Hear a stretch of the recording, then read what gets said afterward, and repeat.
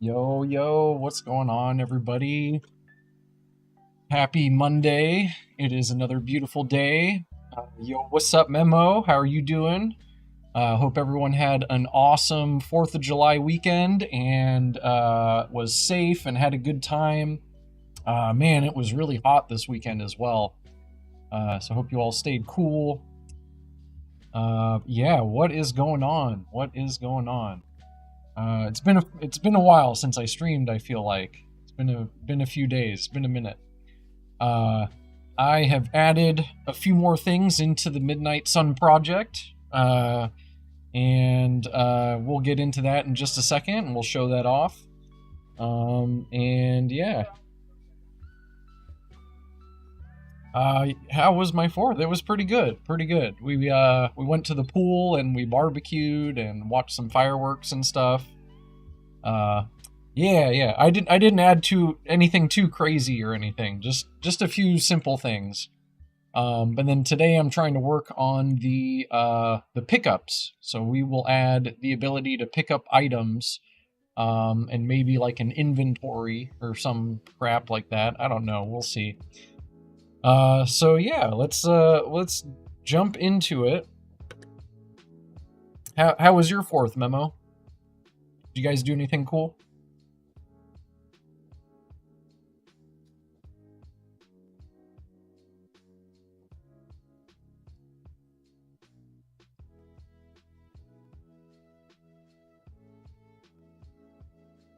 Yeah, for real. It was like so hot. Okay. Yeah, we went to the pool and we thought that we would be able to see the fireworks from the pool. And they were mostly covered by trees and houses. So nice. Playing the Elden Ring DLC. How do you like it so far? Is it pretty cool?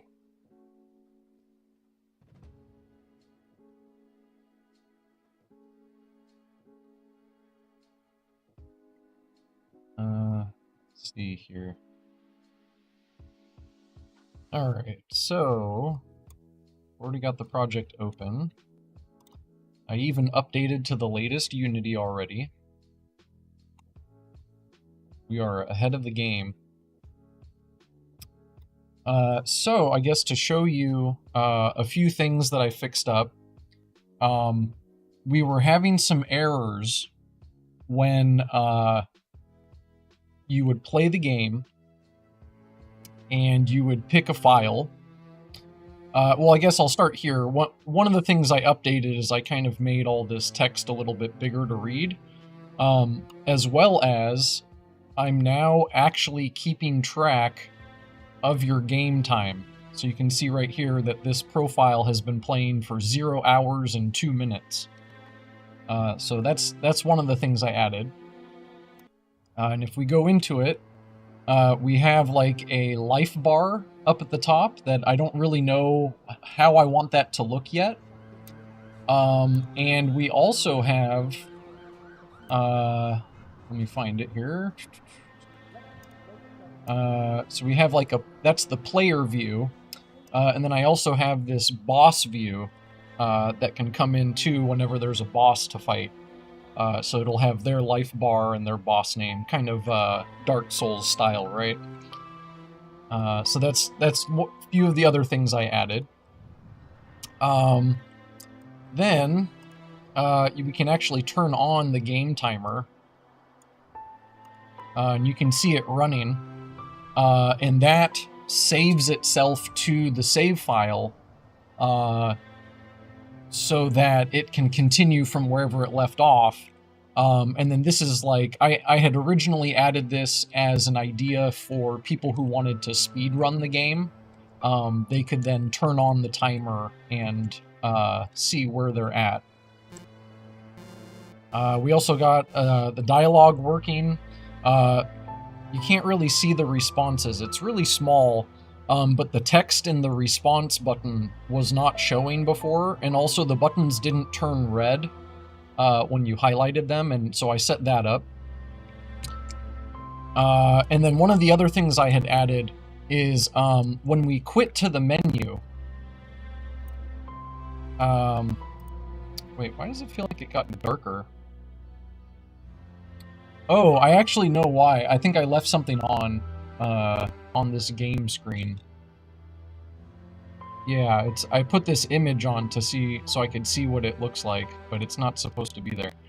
I'll fix that in a second. But one of the problems was we could play, and we could then quit to the menu, and you can see it actually saves too when you quit. And then when you would go back in and you would pause, you would get errors that the canvas group could not be accessed anymore. Part of that was that, nope, that's not the right. So the reason that was happening is because in the on disable here of the game presenter, I was supposed to be unsubscribing with the minus, and I had copied and pasted it from somewhere else, so it still had a plus. Yeah.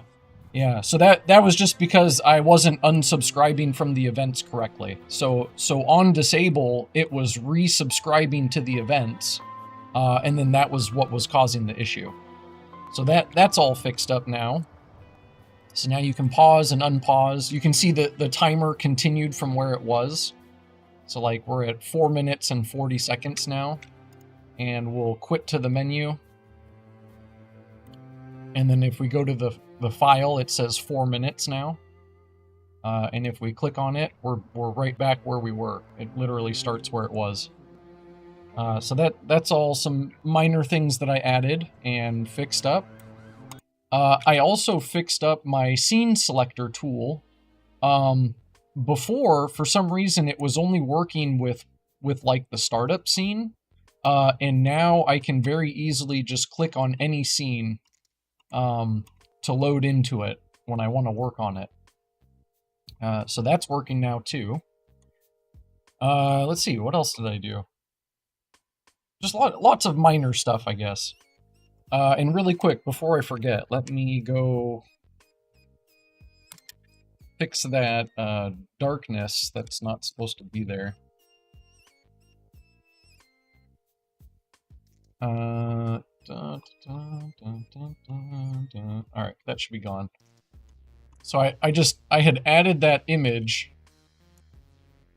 so that I could see the size of the screen that I was working with. Because when it's not there, and when I had like the boss view selected or the player view selected, I could only see the size of that, and I wanted to see it in reference to the whole screen. So that's why I had added this image, but I don't actually need that anymore. That was just for reference. So yeah. Yeah. So yeah, nothing too big. I feel like there was something else I added too. Hold on. Let me look at my my changes here.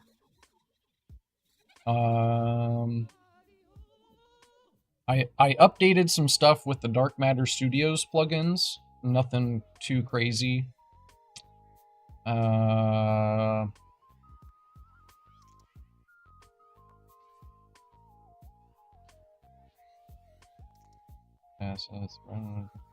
just removed some stuff, I guess. Aim timer. There was like a lag with the character jumping that I fixed. But I still have that issue where if you hold down the space bar, you can just jump infinitely. So I haven't let go of the space bar, I'm still holding it down, so you just keep jumping. So I gotta figure that out at some point. And I kind of know why that's happening, but the way that I have the input set up, it makes it kind of weird.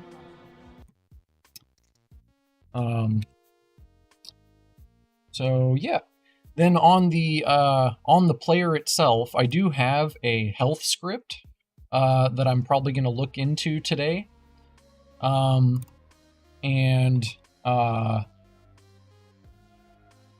Basically, we'll just hook this up to the player view, basically. Anyways, we'll hook this up to the player view, or we'll fire some events. I have events on here, but I don't know that I want to hook it up that way.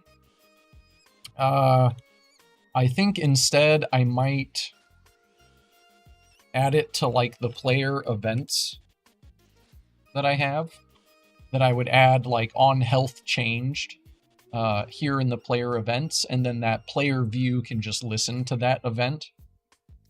No, that cannot be made readable. That just means no one's listening to it yet. So yeah, that's one of the things we'll do today. And we'll look at doing pickups and stuff. So in fact, why don't we go ahead and start with pickups? So, and one other thing is I could add like the sandbox locations here. I just have to be careful with that, because if I accidentally, I still can't start from any other scene but these scenes. In fact, I can't even start from the game scene, because if I start from the game scene, it doesn't know what save file to use, because no save file has been updated or has been selected yet. So I can really only start from these 4 screens, or scenes, I should say, from right here. So I usually just start from the main menu. But I'm thinking of updating it so it just selects like the very first save file if I start from anywhere else. That way I can quickly debug other scenes. Pickups. Cool. So yeah, I think I had already started doing this. So let's first create an interface called iPickup.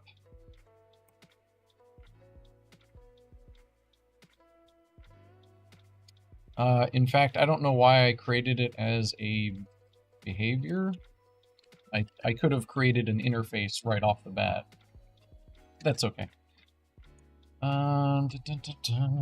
And we'll just have one method in here called pickup. Boom, easy enough. And that's all we really need at the moment. And now we will create a mono behavior called pickup. Actually, it's going to get confusing, because if I implement the interface but then implement the missing members, it's going to complain that it's the same name as the class.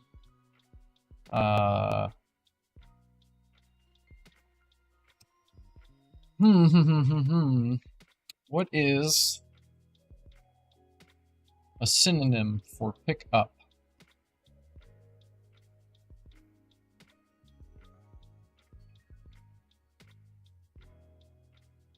Yeah, none of those work. So maybe what I'll do is I'll rename this to pick up with a capital U, because that's like the verb, right? You're picking something up, whereas the item that this will be on will be called a pickup. Or I could just call it item or something. I don't know. We'll play around with that in a bit. That's not too important. And then what we're going to do, we're going to have a layer mask. This will be settings, actually. And we will have a serialized field layer mask. And why doesn't it like that being serializable? Oh, because I accidentally replaced the mono behavior part of this. Let's keep that, because that's going to go on a game object. The layer mask to detect. And for good measure, let's put a require component type of circle collider 2D, because circle colliders are the most efficient, more so than a box collider.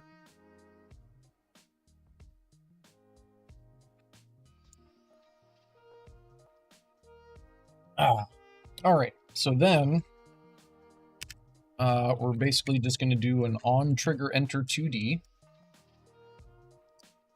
And we're going to check if the layer matches, then we do the pickup. Simple enough. Now, let's see. I think I have it on the save point. Yeah, here's the code right here. I always forget how to write this. But basically we say if the layer mask value and the game object layer is within that layer mask value, this is kind of how you write it, or if it's not within the layer mask value, I should say. So we're checking the value, which is getting like the number of it, right? It's an integer. And then we're looking at the game objects layer and getting that as an integer. And we're checking if those things, like if this layer is within this value. And if it's not, then we return. Otherwise, we're going to pick up the item. What we might do here is pass in who is picking up the item, I guess, right?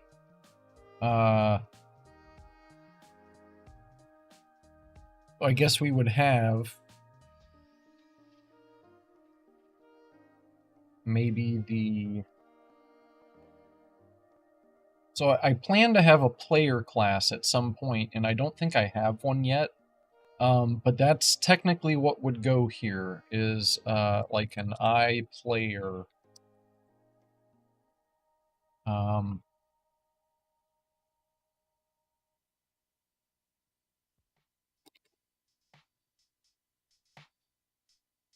And so if it's not the right... In fact, we don't even have to use the layer mask if we're going to use an interface. We can just say if other.tryGetComponent out iPlayerPlayer. So if not, if the item that enters, or if whatever object enters this collider does not have the iPlayer interface, then we return. And we actually then don't need the layer mask at all.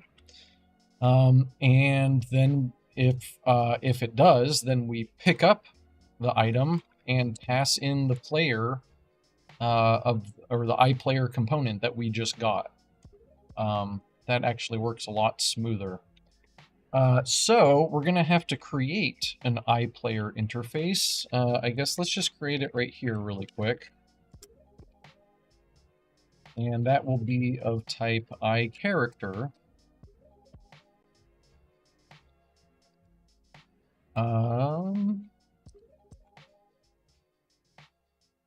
And let's move that to its own class. All right, and yeah, and now our pickup is technically done. And then from the iPlayer class, we could like add whatever this item is. Oh, so that's probably something else that we want to put here. Do I have like an item scriptable object yet? So the idea here is we will create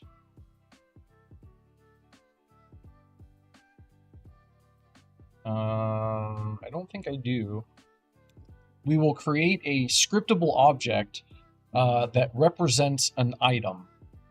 So then that way we can fill in the pickup with that scriptable object. And so when the character triggers the pickup, it will then add that the item's data into the character's or the player's inventory, right? So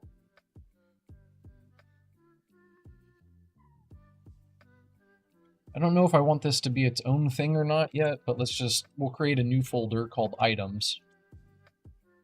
And we will create we'll just create a scriptable object called item SO so that we know it's a scriptable object. We'll add the word items there. Item SO, and we'll put an underscore right there. And then an item will then have, I guess like a name, public, we could have like a sprite,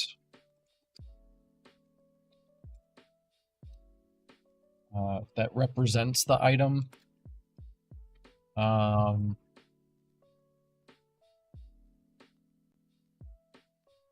Maybe we have an amount as well. I don't know how I want to handle that yet, because I would like to also use this scriptable object interchangeably as something that can be picked up, as well as something that we use on like the inventory screen. Let's just say it just has a name and a sprite for now. Nothing too fancy. We'll add to it as we go. So the name of the item, we might have like a type of item as well, because maybe there's different types of items like weapons or health pickups or currency, something like that. The sprite image of the item. But yeah, we'll just keep it simple. Boom, boom, boom. So then a pickup will then have an item SO. Wait, did I see an actual item too? Unity editor.progress as an item class. Interesting. I didn't know that. I wonder what that means or what that represents. So the item scriptable object, and we'll put a header on here. It's called dependencies, and then in the iPlayer interface, I guess we will also have like an add item that takes in an item SO.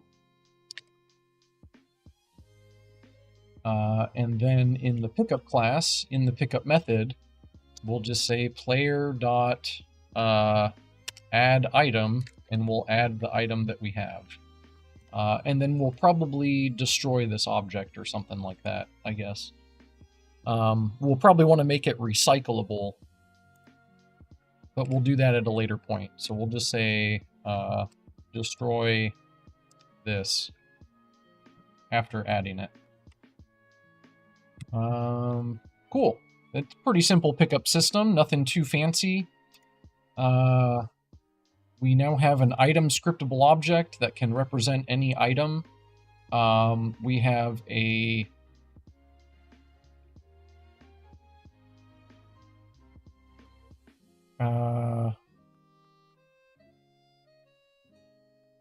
now, do I really need the iPickup interface? I don't think I actually need the iPickup interface, but maybe I do for something else. But we have a mono behavior that represents something that can be picked up, that has a reference to an item scriptable object, so that represents the item that can be picked up. And one other thing we could do too is maybe we have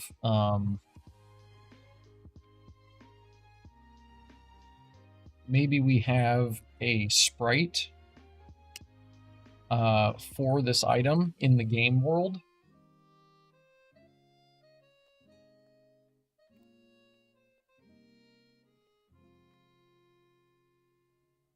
And then what we can do is in awake, or even in onValidate too, so we can see it in the editor, we would just say the sprite equals the item SO's sprite. So that way we can place these wherever we want. We can put an item scriptable object into it, and in Awake, it will check whatever the sprite is that the item it has reference to.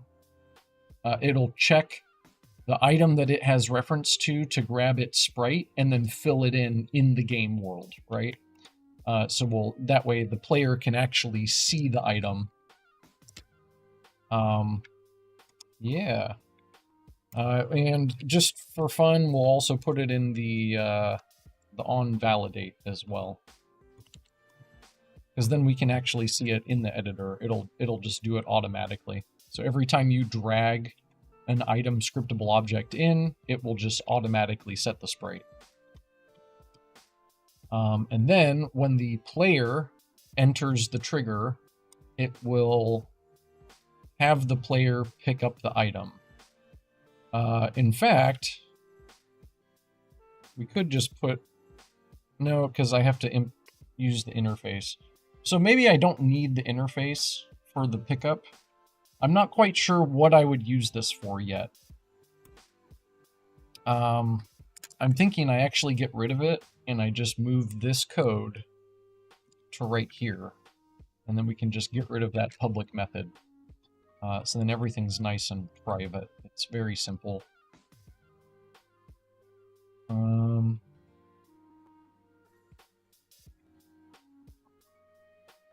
Do I really need the iPickup interface? Maybe not. We will get rid of it for now. iPickup, delete that.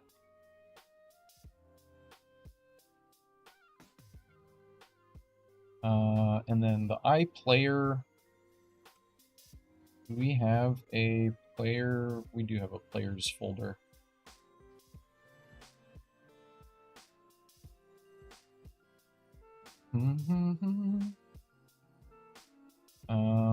Now the player manager,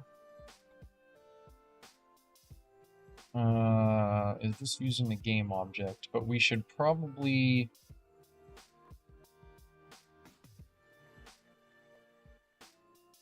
maybe get reference to the iPlayer right here instead. We'd just say get component iPlayer. So we instantiate the player prefab game object, and we get the iPlayer component off of it. But then we can't do the get component in children, and we can't set it active. Why don't we call this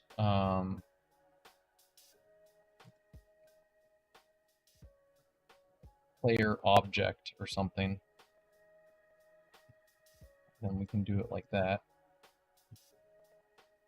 And then we can say player equals player object get component iPlayer.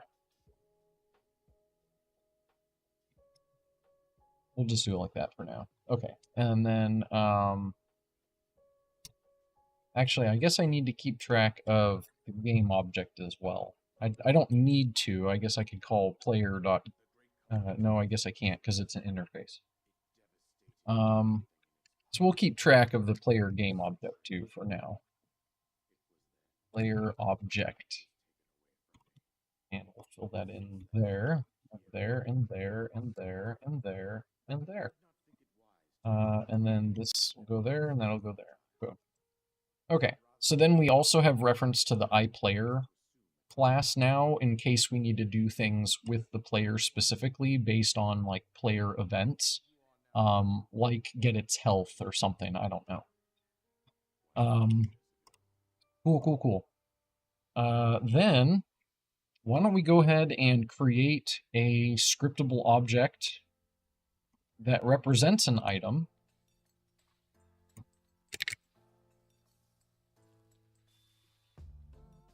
Okay, items, item SO, and we'll call this test item.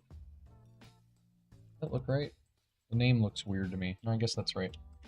And we'll just call it test, and we'll give it some random sprite here. Let's see, what do we want it to look like? Got lots of weird things. Ooh, here we go. These are all cool. These are all like, whatchamacallit, prototype or filler placeholders for items. So we have like grenades, machine gun, a stim pack, or even a key, actually. You can do all sorts of stuff.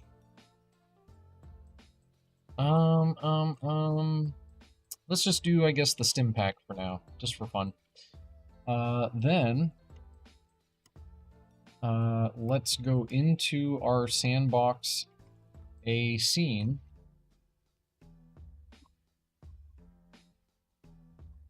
And let's add an item in here.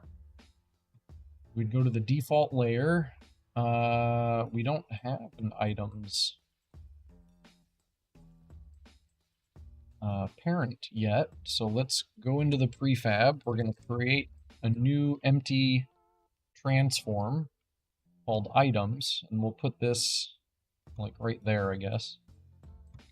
And then we can add, let's say, let's just create it as empty first, and this will be, we'll call this stim pack.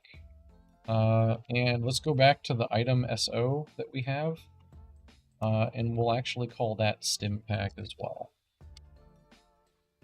It's actually all one word. Stim pack item SO. And then underneath this, we will add a 2D sprite object. It actually doesn't matter what we add. Let's just call this model.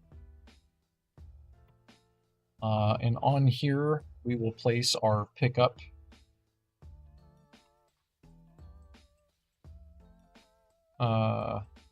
script. Let's move this over here so we can actually see what it is. And let's remove the square sprite. Yeah, because I don't have an item in there yet. But then we can see that this is like the circle that represents the item. We will give it, I meant to give it a sprite renderer, not the sprite. So sprite renderer,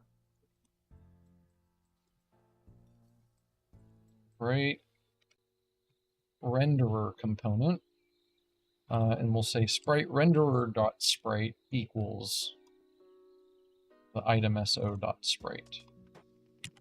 The same thing there. Yes, we are making a trigger. Thank you very much.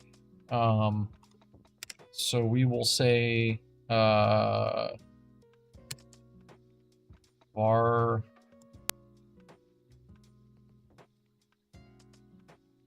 as collider equals try get component out circle collider 2D. If not, as collider return, and then we'll say circle collider 2D.is trigger equals true. So we'll put that into the onValidate method. That way we don't have to remember to check it as a trigger. Thank you, Memo. I appreciate you. So that should recompile, and it actually did not set it as a trigger yet, but as soon as I do anything... actually, it's hitting a null reference because it doesn't have the item yet. So if we give it the item, it then calls the... It calls the onValidate method.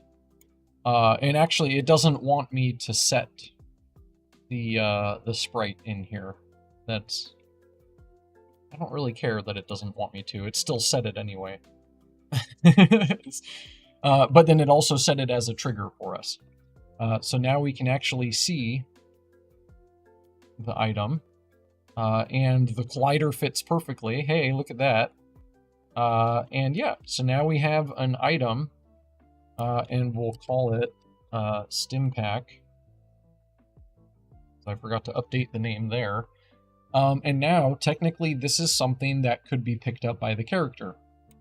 Now, the only problem is our character is not a player. It's just a character. So let's quickly create a player script. And that's nothing special. It's just going to inherit from character and also implement the iPlayer interface. And for now, we don't need to do anything with that item. But eventually we will have a way to access the inventory from the player. Maybe? I might switch this up, actually. But for now, that works. And then what we'll do is we'll just log player picked up. And then we'll say what the player picked up. Will be the item, what the hell? Come on, writer, item.name. So then every time we pick up something, it'll log it to the console and say, hey, we picked up the stim pack. We'll just say picked up a something.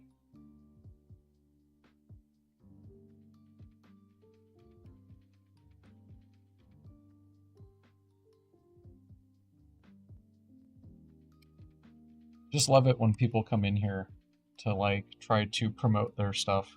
It's always funny. Anyways, we don't allow solicitation in here, waffle, whatever, however you say that, so please kindly fuck off. Thank you. So, now we have a stim pack item that is in the world. And the last thing we need to do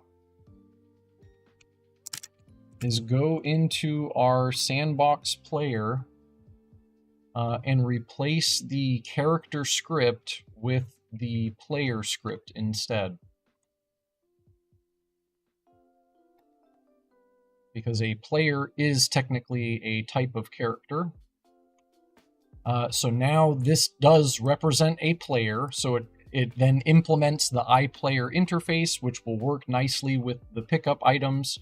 And then we could add like an inventory script as well that this player script can get access to.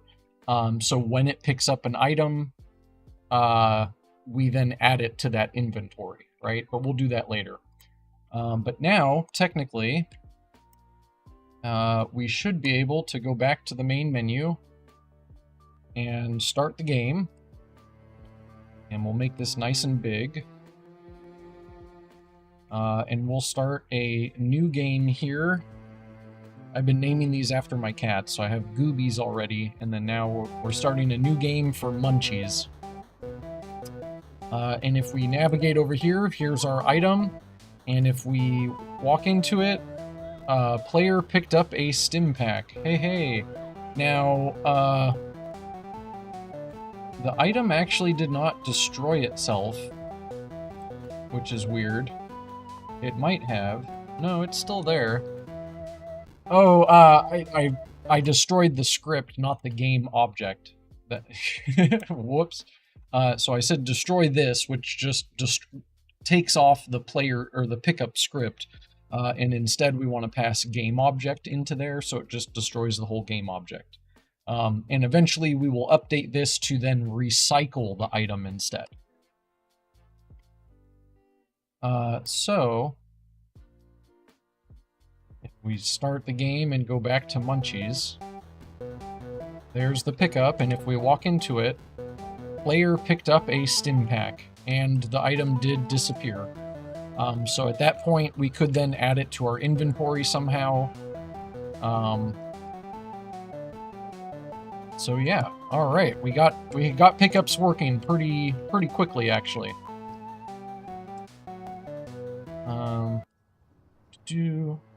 And we'll go over here And we'll, oh, one other thing. So when we create the player inventory, I have to remember to save the current inventory to the save file that we're in whenever we quit the game or whenever we save. That way, when we go over here to the save point and we save our game like so, and then we quit back to the menu, and then replay that profile, we should still have that item in our inventory. So yeah. Very cool. Cool. So pickups are technically done, but I feel like there's a lot more that goes with the pickup system that I didn't really take into account, which is the inventory. And that's not too hard to implement. I think what'll be the hardest part of the inventory is making like the UI for it. What do you call that menu? Like in Zelda, we'll go all the way back to like Zelda Ocarina of Time.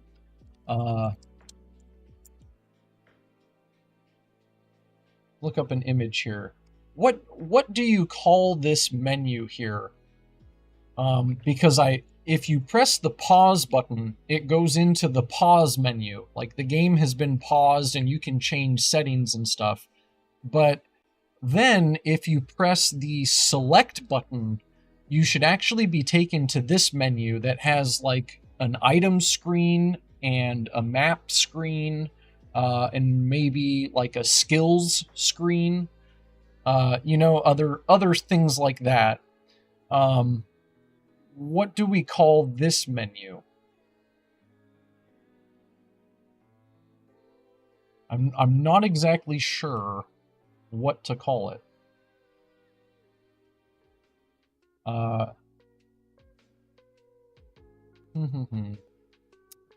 Yeah, see, I don't know what a good name for this is because it's like more than one thing. I guess like utility menu or something. Like that makes sense to me. Utility menu. I guess we'll call it something like that for now, I think. In fact, let's go do the input actions.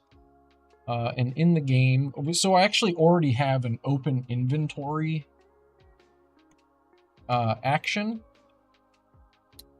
Player menu, that's a good name too, actually, because it'll show like things related to the player. But I also want to have like the map on there. But I think I like player menu. Player menu makes sense to me.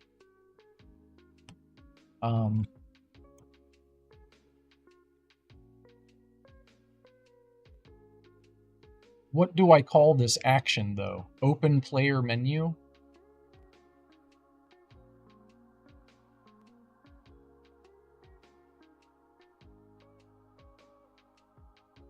Doesn't really matter, but...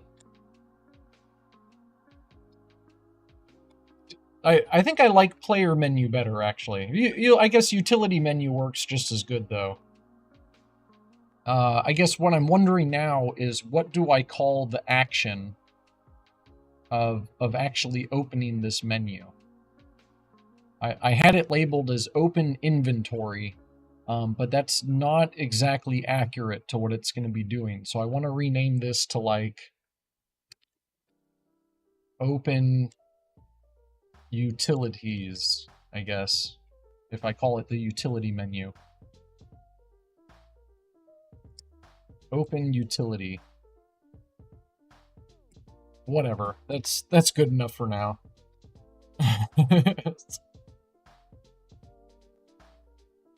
Yeah. We'll get back to that.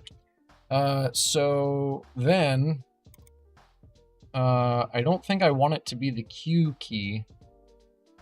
I think I would actually make it like the tab key instead. And then on the gamepad,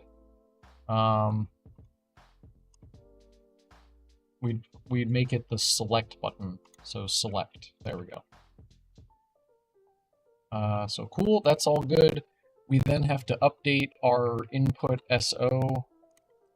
We'll rename that utility. And then we have like an on open inventory, so on open utility.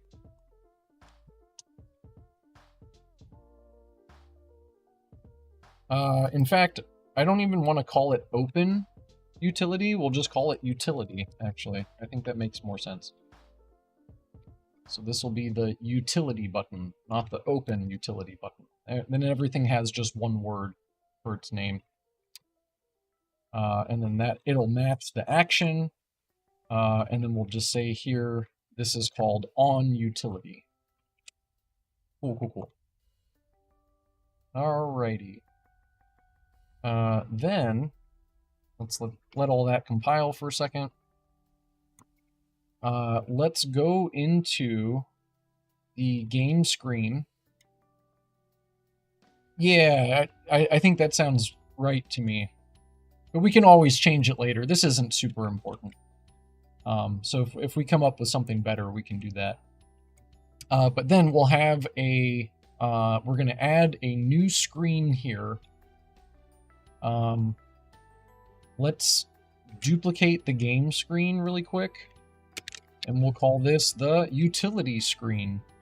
And then we'll unpack this prefab. Where can I unpack the prefab? Am I blind? Where's the... Oh, prefab. There we go. Unpack completely. I was blind. And then we can delete, like, the player and the boss view from this screen. And then for fun, or just to help visualize this, we'll turn off everything else temporarily so we can actually see this screen. And actually, it looks like it still has... Oh, no, that's this background. Okay, we're good. So then, this represents our utility menu. How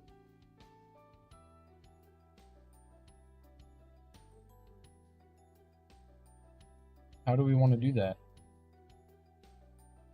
So technically, in the game presenter, we're going to add a new screen ID here. Call this utility. And then in the game presenter, we want to be listening for...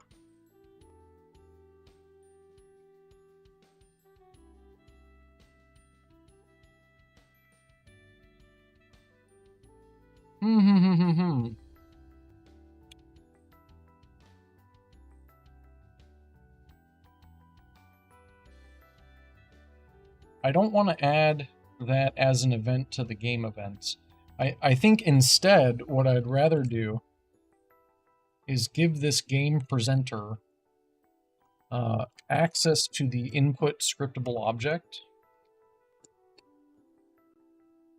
The input scriptable object. And instead of listening for the pause and unpause event, we would specifically listen to the input SO pause event. So plus equals pause.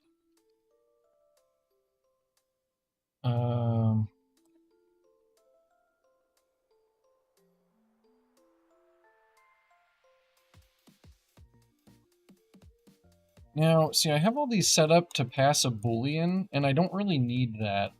It's just an event. So when the event fires, we do something. We don't need to know, like, a true or false value. But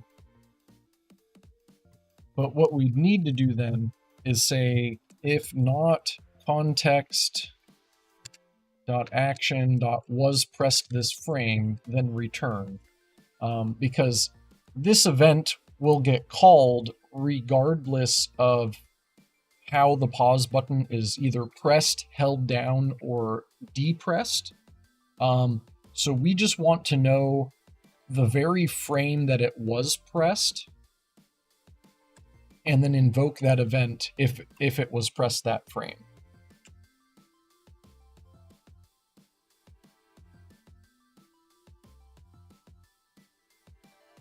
Correct, yeah. So that is how I picture it. You press the start button, and it pauses the game, and it goes to the menu. It goes to this pause screen right here. That then shows you that you can continue. You could go into the settings and change different game settings or your controls and stuff.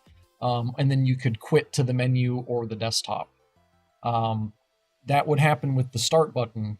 And then the select button would instead open this utility screen, which we're designing right now. But it would open this utility screen. And this utility screen will have multiple subscreens. So it'll have like a screen for your items, a screen for the player's status, and a screen for like your map or something. Or maybe it'll just be the map. I don't know. I haven't really decided yet. I wonder how... I'll have to go jump into a game of Hollow Knight or something and see how they do that. I think the items and stuff in Hollow Knight actually live on the pause screen. But I was going for more of like an Ocarina of Time screen that had like different screens you could switch between. We'll just keep it that way for now. Nothing too fancy. We want to get rid of this game screen component. But we do want to add a utility screen class. And we'll get rid of this one. And I don't think it'll let me add this yet because it needs to recompile.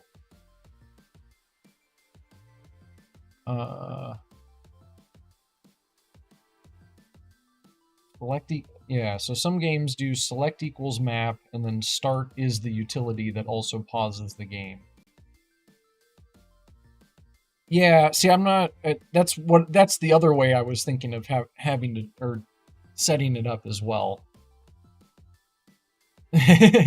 Twitch chat doesn't do line breaks. But yeah, that's what I was thinking, because if it's a Metroidvania game, most likely the player is going to be constantly checking the map. And so I don't want them to press the select button and be put onto the item screen because that's the last screen that they left off at. I would like the select button to just be a dedicated map button, because I feel like the map is so important for a Metroidvania game. So I think I want to do it the second way, actually. I think that makes more sense to me. I'll have to think about that.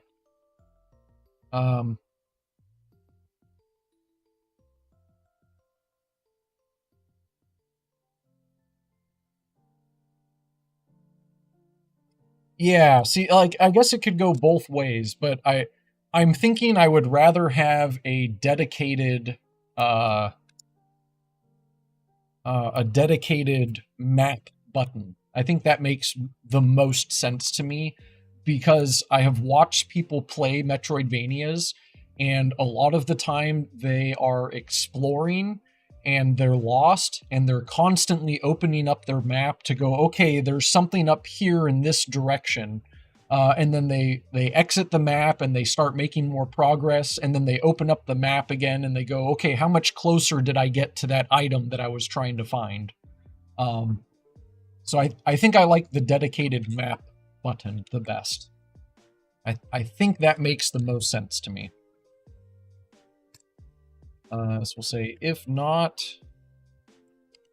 onText was press this frame, then return, and then unpause.invoke.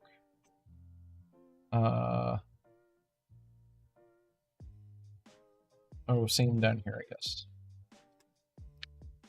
If not, onText was press this frame, return, and then we don't have to do anything.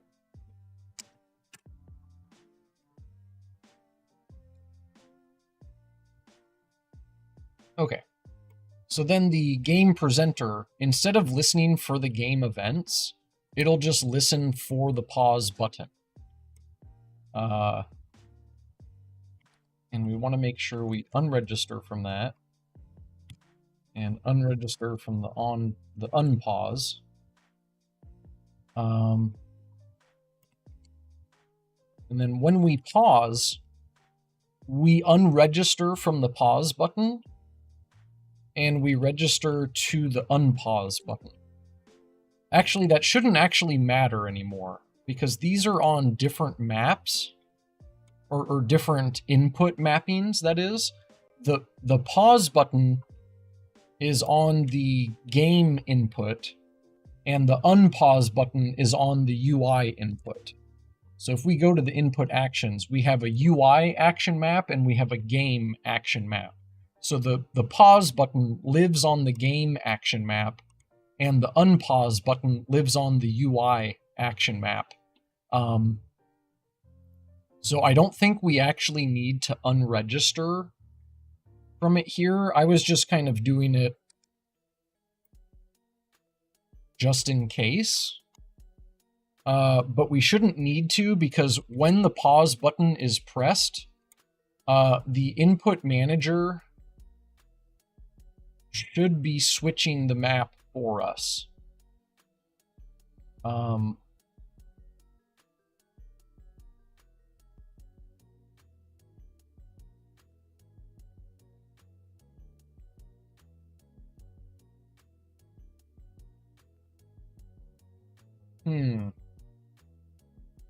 don't exactly know how I want to do this yet. Let's get rid of that class. Get rid of that for now. Get rid of that. For sure. See you in a few minutes. We already added the screen ID.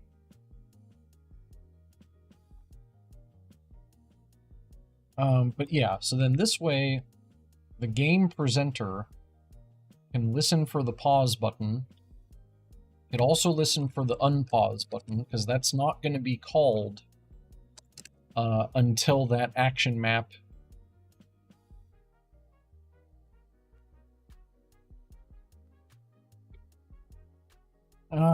Maybe I do want to still do this through the game events, though.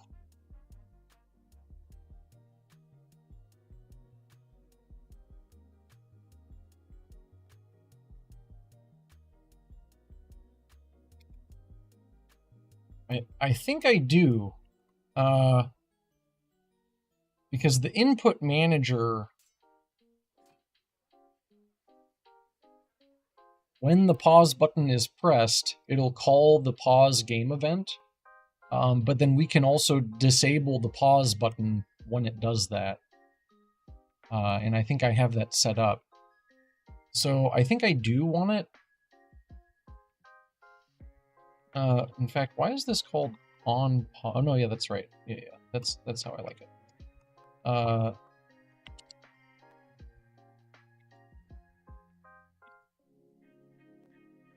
On unpause.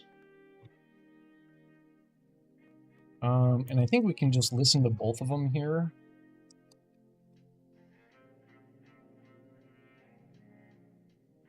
And we don't actually need it to unregister or re-register here. And same here. And then what I was gonna add is we listen to the input SO utility.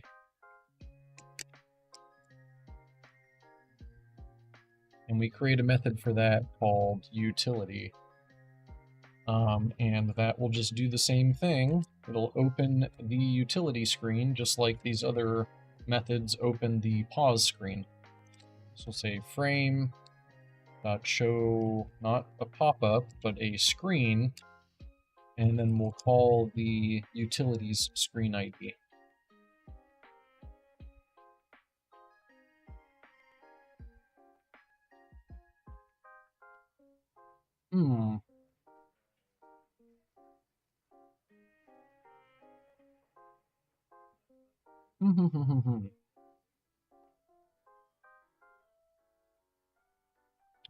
I'm thinking I would rather do it through the input scriptable object for the pause and unpause as well.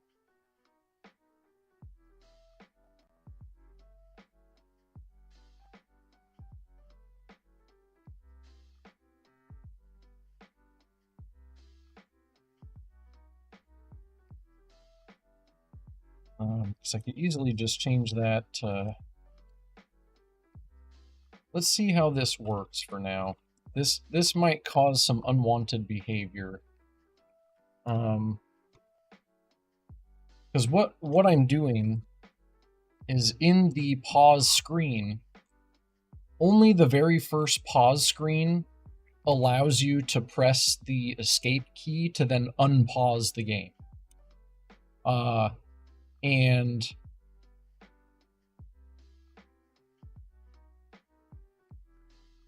then if you navigate to like the game settings to change settings, pressing the escape key on the settings screen is disabled. It disables the unpause. So you can't unpause from the settings screen. But you should be able to press the escape button to go back a screen, is what I'm thinking I would want it to do.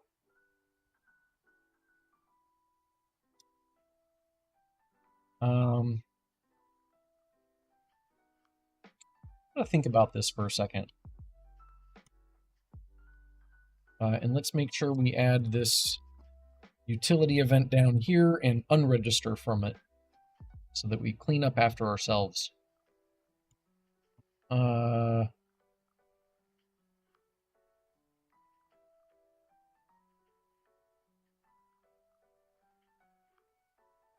So, and maybe we're actually going to change this.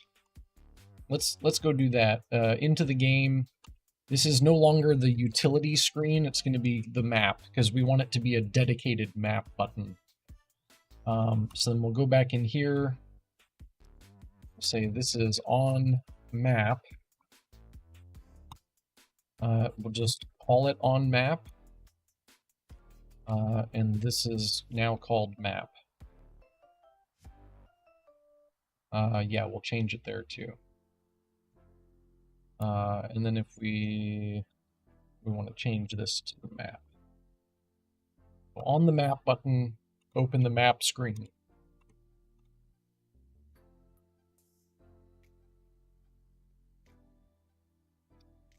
Okay, yeah, I think that makes the most sense to me. Now, the only thing is,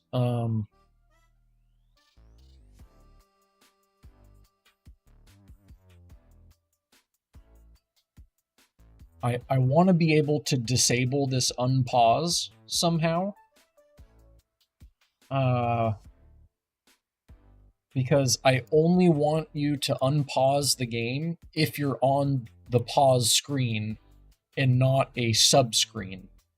Like, if you're in the settings screen, you should not be able to unpause the game from there.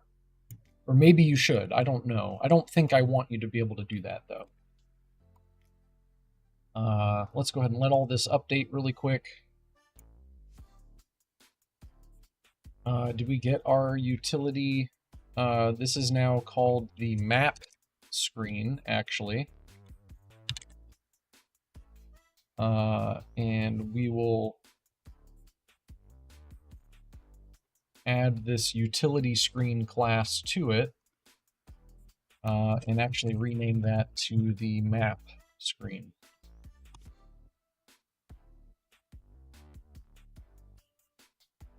All right. Oh, actually, it should be a screen, not a base behavior. So we'll call it a screen. Say it inherits from screen. And we'll go back in, and that'll give us a few extra things, like being able to set animations on it to fade in and fade out, for example, and some screen properties. So there we go. Now we have a map screen. And if we go select our game screen, we can then drag this one in there as well, so it's a prefab.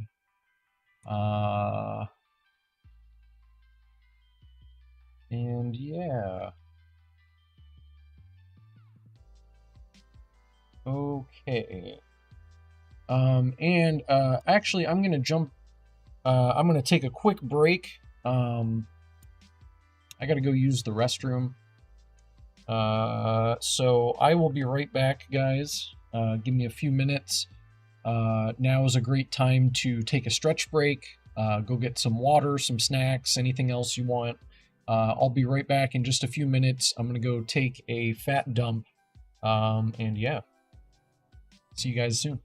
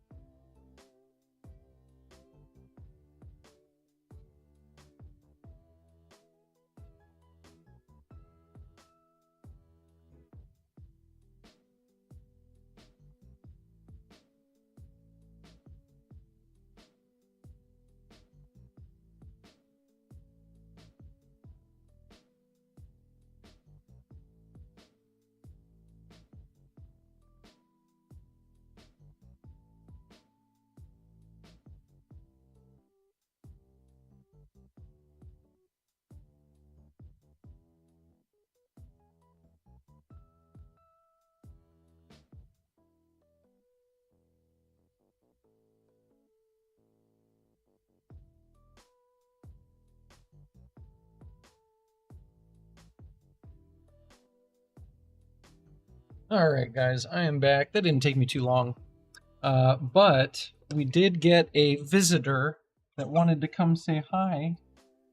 Hey! No, munchies! Well, okay, I tried. Said hi for a second. Oh, her tail's still here, though. You can see it hanging in front of me. She came to visit me while I was in the bathroom. You know, like typical cat. That's what happens. Every time I go to the restroom, she barges in. She's like, hey, what's up, dude? What have you been doing? You see, the party has started. Her tail's still right here in my face. You're silly. What are you doing? What are you doing? Meow, meow, meow. Okay. Let's see. Where were we? Oh, now I've got cat hair all over me. I need to brush her today. So. I think what I want is in the input scriptable object, we can have like a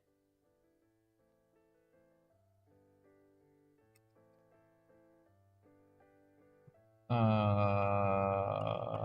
was I gonna do? We'll have like an enable pause and disable pause.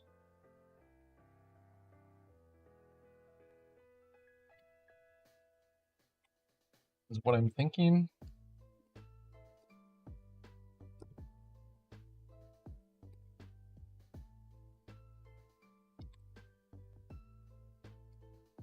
Or maybe just toggle pause and unpause. Let's call it toggle. And then what we could have is like a boolean that says pause enabled. Something like that. And then we just set that in here based on the value that you give it.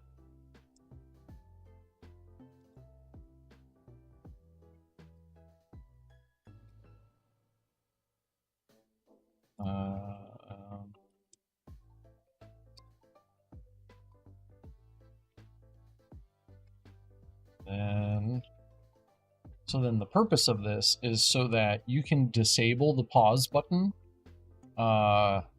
when you're on like a subscreen that should not be able to unpause the game, for example.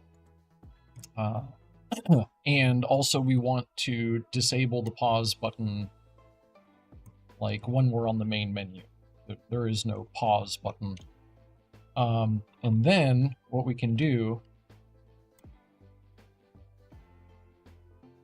is put that in here.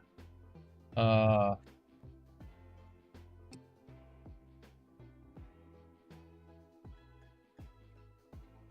say if the unpause is not enabled, then we're not going to invoke the event.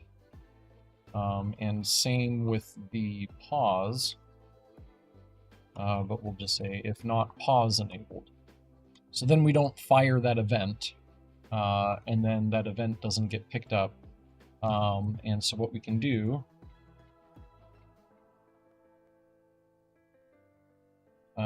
we can actually, oops, we're going to make this a boolean.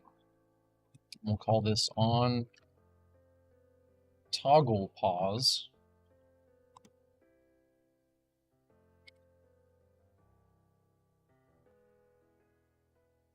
And get rid of that one. And make this one a boolean. Call it on toggle unpause. And get rid of that one. And then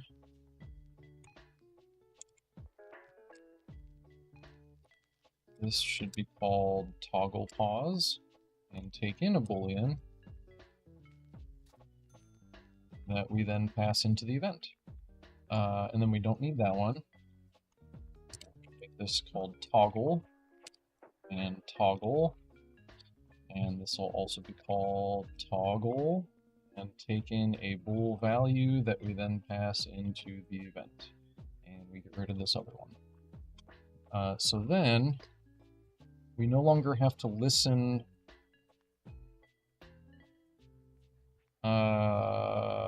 Yeah, so then we have to pass in the value here. And same here. We get rid of that one, and we get rid of that one. And we just say input so dot toggle pause with the value. And same here, the toggle unpause with the value. And then let's get rid of all the other events that we no longer need.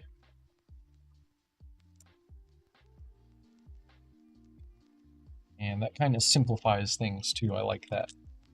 So now you can just easily toggle on and off the pause button as needed, or toggle on and off the unpause button as needed.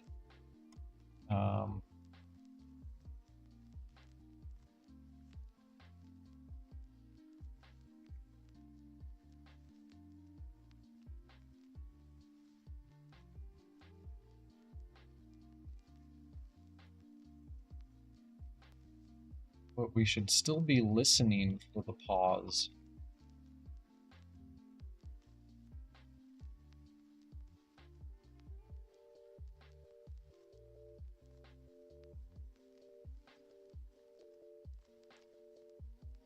Who's listening for the pause, actually?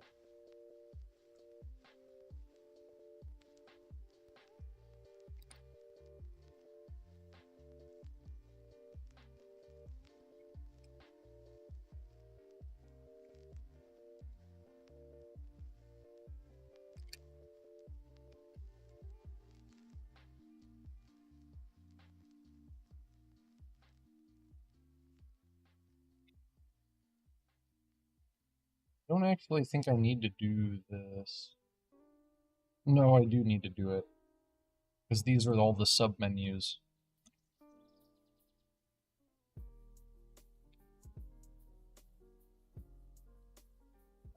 I don't think I need to do it there, but we'll just do it there for good measure. And what I would rather do is make it so that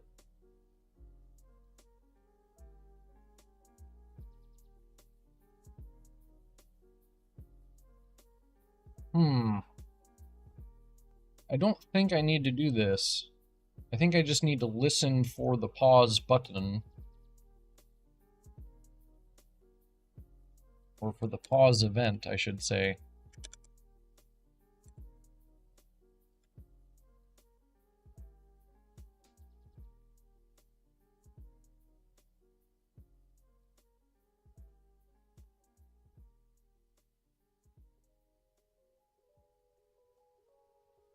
I'm not sure how best I want to handle this, actually.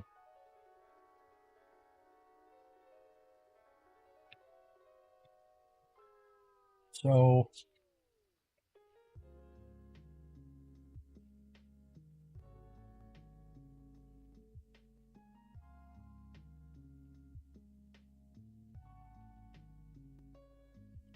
I think I'd rather just open the game screen from here when you hit the continue button. But the game still needs to pause. Or unpause, I guess.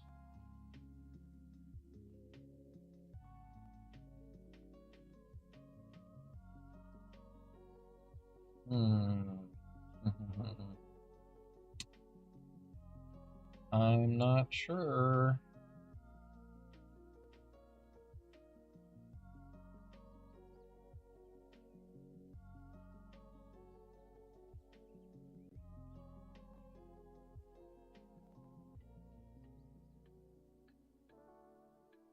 I guess I could have, like, when this screen starts, we pause the game.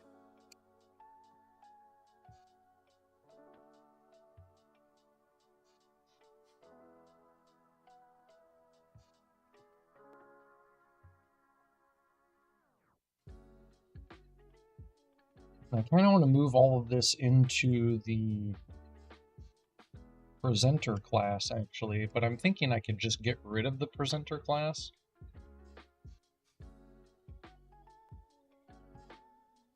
And move this into the game screen itself.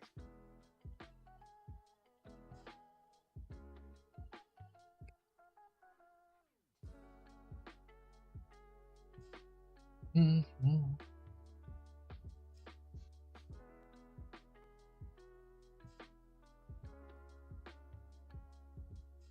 Yeah, we enable game input.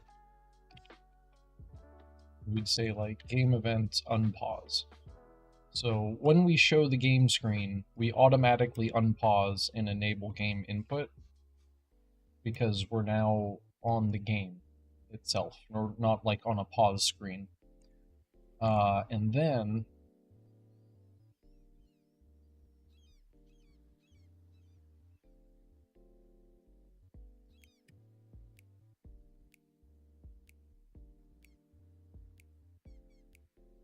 I'm thinking of moving this into the game screen itself. And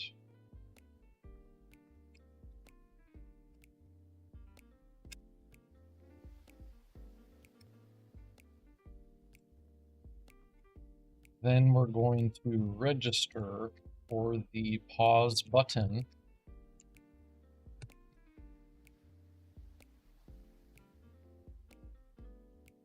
Call a pause method that will open the pause screen. As well as we can listen for the map button to call a map method that will open the map screen.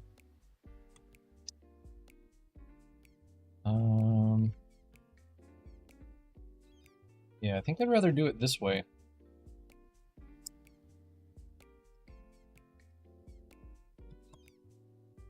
Because then you can only call these, it'll only listen to these events while on the game screen. And if you go to the pause screen, it'll stop listening for those events. Like, you can't open the map while you're on the pause screen. So I think I actually like that better. Then this game presenter class is basically deprecated. So then we go to our pause screen.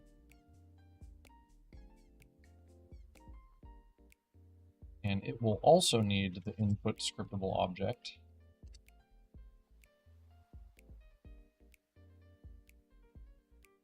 And it will register, for the unpause event, I guess. So if we press the unpause button, we would select continue.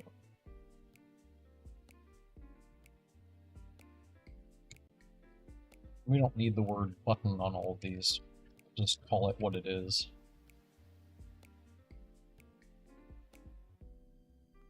Button is kind of redundant there. So yeah. Then if we go into a subscreen, like if we go to the settings screen, it will automatically unregister from the pause or the unpause. So you can't unpause while you're on a subscreen. I think I like that the best. And then we don't need to call the game events here. We can just open the game screen, and the game screen, when it opens, will fire that event automatically. I think that makes the most sense to me.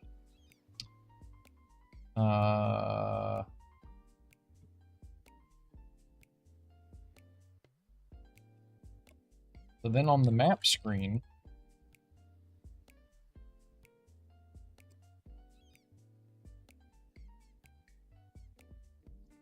we would also have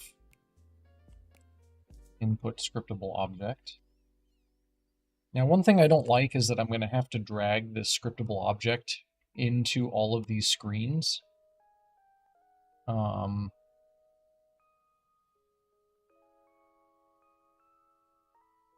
But that seems okay. I'm not too worried about that. But then in here, we would say, we would listen for the map button. And I think we can just call the back button from here. And this would be the same in other subscreens as well.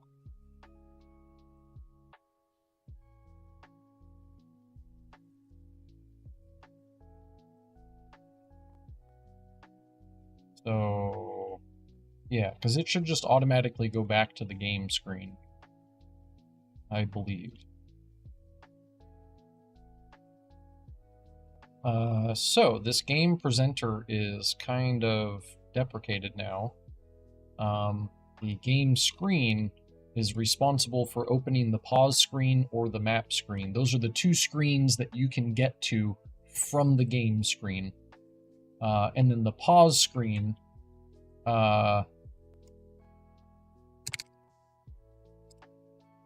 will call the game event's pause event to tell everything to stop, and then switch to menu input.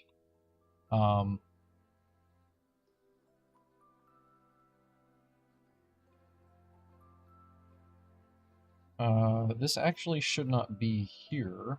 It should be on the show start, but when we hide the pause screen, it shouldn't play a sound, the unpause sound. That should only happen here in the continue method. So when we're actually unpausing, then we play that sound. Okay, and then we can kind of clean all these up. I think this makes the most sense to me. We get rid of that.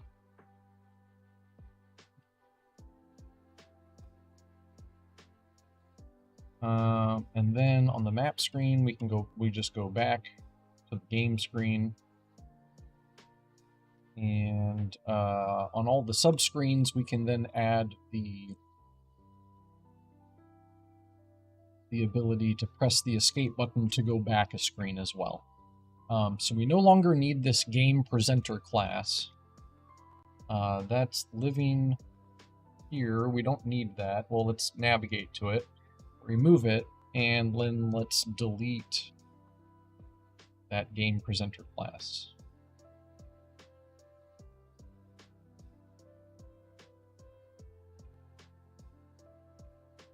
Alrighty. Then the frame is just opening the game screen to begin with. The game screen, go into the prefab, give it the reference to the input scriptable object. The map screen, go into its prefab, give it the reference as well. And the pause screen, go into its prefab and give it the reference as well.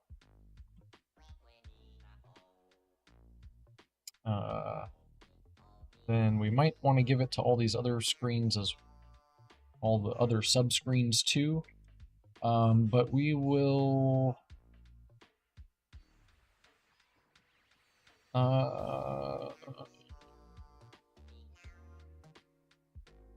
I think I do want to give it to all these other subscreens really quick.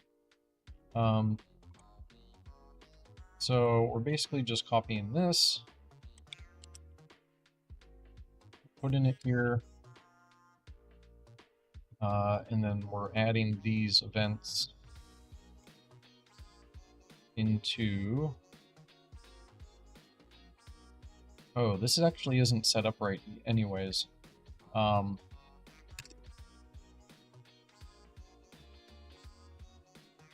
put it into this register events method instead of the onShow complete. And we can remove the word button from all of these. That's kind of redundant. Except for that one. The back button actually takes you back.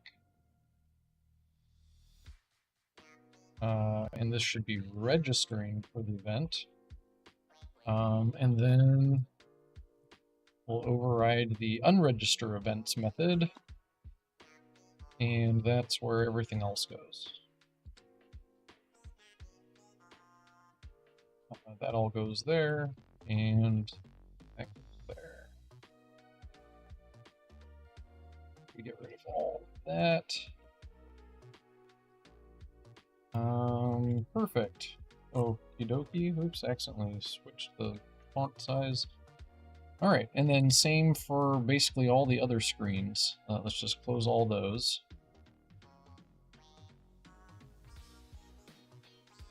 The game settings screen.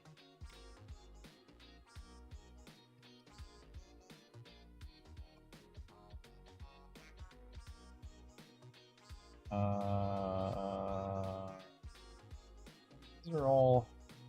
Well, this one has the register events, this one has the unregister events. We don't need that. That'll already call itself.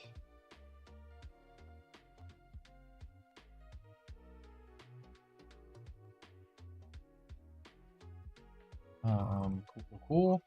And then we just want to take this event and put it into here and into here and make sure this is a register, not an unregister.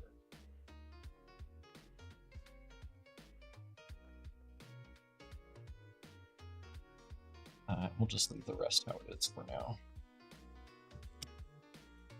Okie dokie. And we're just going to go through the rest of these and do the same thing really quick. So in register events, we'll put that there. In unregister, we'll put that there. Oh, wait, no. This is the one I want to change. And then we'll grab the input scriptable object. Put that right there. Okay. Same with the video settings. We'll take this input scriptable object. We'll put it right here with a dependencies header. And in register events, we would then add this event.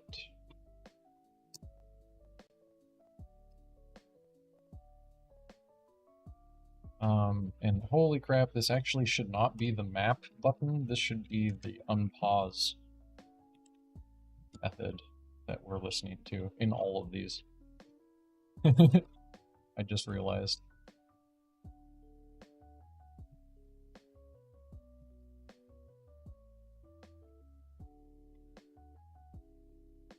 Now, did I do that? What was the other screen I did that to?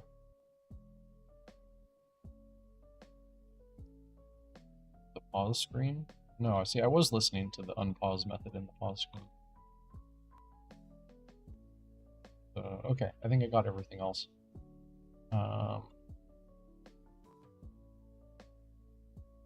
Cool. Alright, let's see, next screen. The whole reason I'm doing this is just so that you can press the escape key on any of these subscreens and it'll take you back one level. It'll take you back to the previous screen instead of like actually unpausing the game.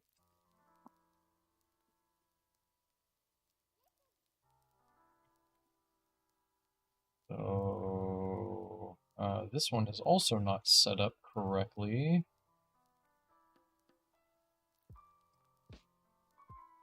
Override register events, put that there, and all of these events then go there.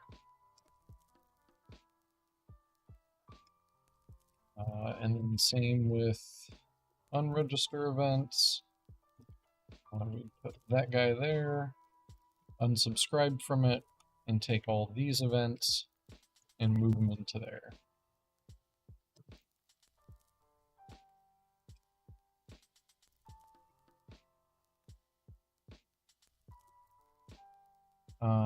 Now, what was the one I was calling initialize on? Oh, this also doesn't need that.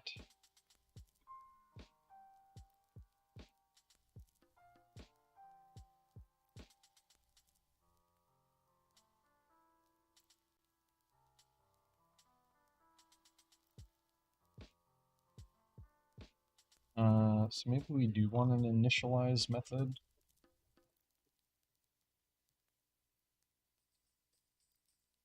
And that then goes there.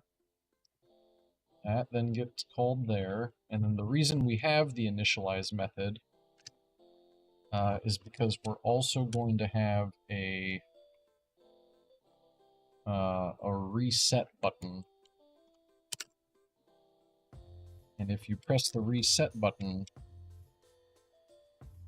it should reset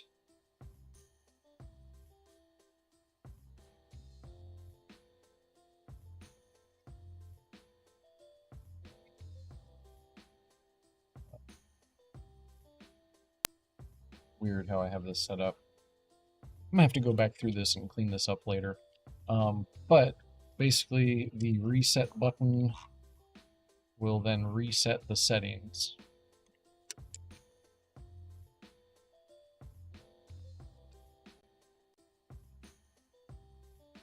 Which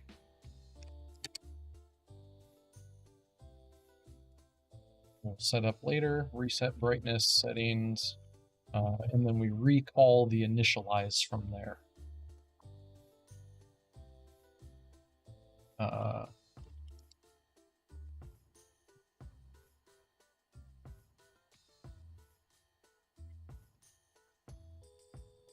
Put that there, and take this, put that there, remove the listener instead.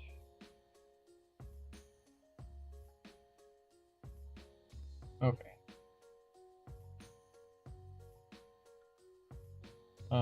Now, let's just finish up what I was doing so I don't lose track. The control settings screen, give it the input scriptable object with a dependencies header, and then we're just registering to this unpause event to go use the back button.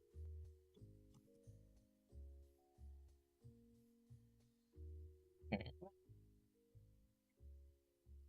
And same on the other ones. Almost done here. 4 more to go. Put that there. Grab this event. Put that there. Put that there, but change it to an unregister. And then see we have a reset button here.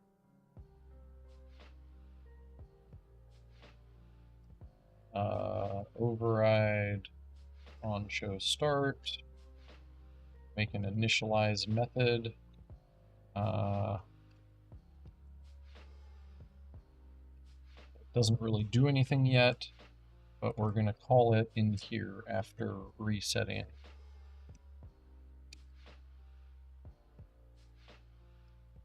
The keyboard controls. Okay.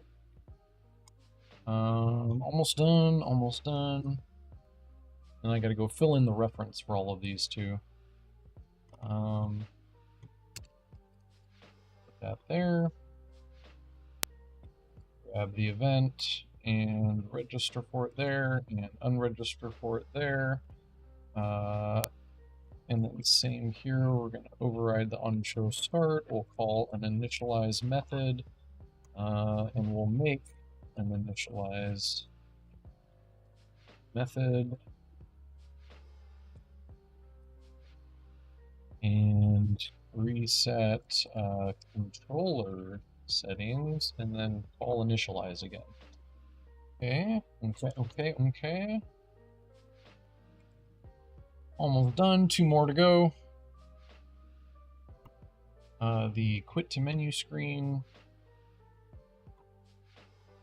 that should actually be called UI. That'll be its dependency. And then we'll just unregister to this event, or register and unregister from that event. Boom. Grab that and put it on the other screen, and we're done.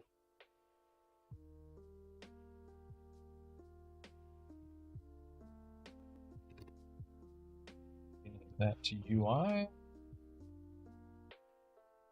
Grab that event, register it there, unregister it there,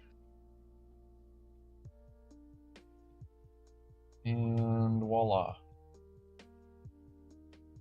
Okay, so now the escape key should work as the back button on all of these screens. We just have to give it that input scriptable object for each of these. That reference. That reference.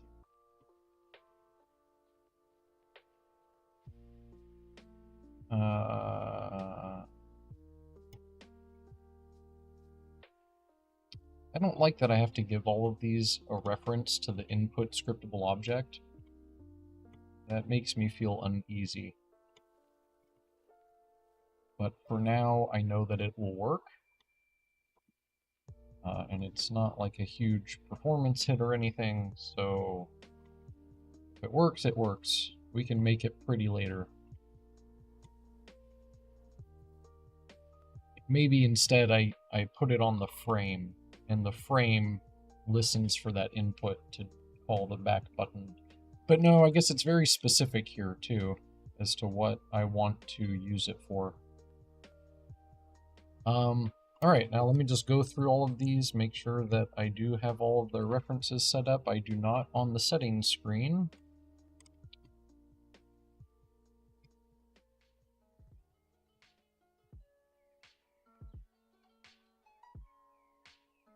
And perfect. Okay, so technically all those should work now.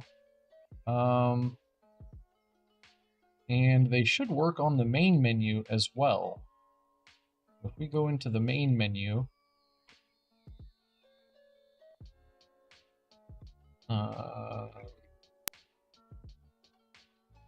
main menu doesn't need to do anything. Settings screen, perfect. Let's close that. Close that. Close that. It's fine. That's fine. That's fine. That one's fine. Now, this is the screen that would not have it. So let's go ahead and add it here.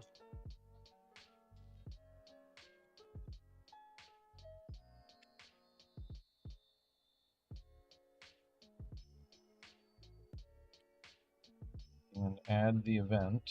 And actually, this isn't set up right, so we want to switch this to the register events. And this guy should go there.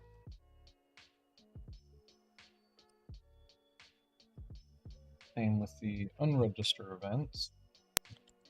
Put that there, but unregister from it.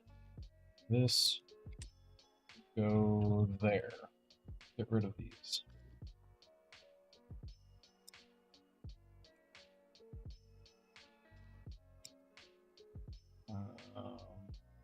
Okay.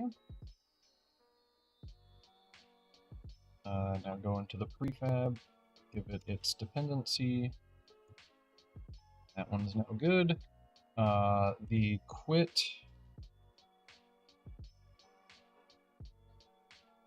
already has it. Perfect. I think just extras needs it. And the start game screen needs it. So 2 more we got to do. Almost there. We will take that. Put it there. We'll take that. Put it there. That. And if this is not set up correctly, it's not. Override the register events method. Put that there. Override the unregister events method. Put that there, but change it to an unregister. And switch these button register calls to the register and unregister events methods. Boom. Okay. So that should be good. And then the start game screen. Oh, let's give it its reference really quick. Give it a reference to the input scriptable object. And then the start game screen, the last one. Give it that input scriptable object, and we will register to the event. And let's make sure it's actually on the right ones. It's not.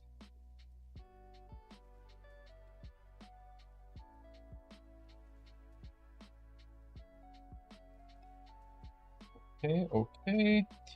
We do that. We move these register calls into the actual register events method, and the unregister calls into the unregister events method, and then we don't need any of those. Yo, what's up, Memo? Welcome back. I'm just tidying some stuff up really quick. Nothing too fancy. I think we're good. I'm basically making it so that in all of the subscreens, like the settings, the game settings, the controller settings, that if you press the unpause button, whatever that is,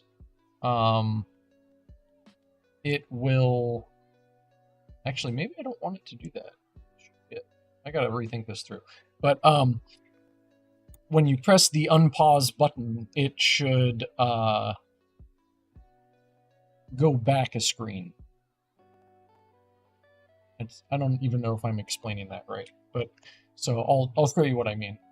So we go into, say, the settings screen, and if I press the escape key, I guess that's not the pause button. What is the unpause button?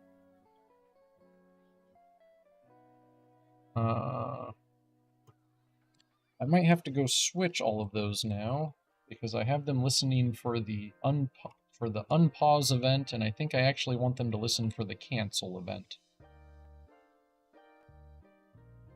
It is also the escape key.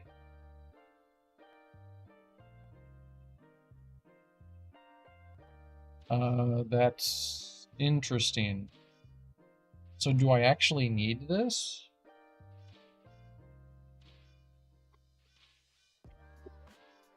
Because I don't want you to press the start button while on the settings screen and go back. That doesn't make sense, actually. So yeah, let's delete that. I don't actually need that. What I do need, though, is I will have to go fix all of these scripts that are listening for the unpause button. They should actually be listening for the cancel button. So we don't actually need unpause anymore. That's going to break a crap ton of things.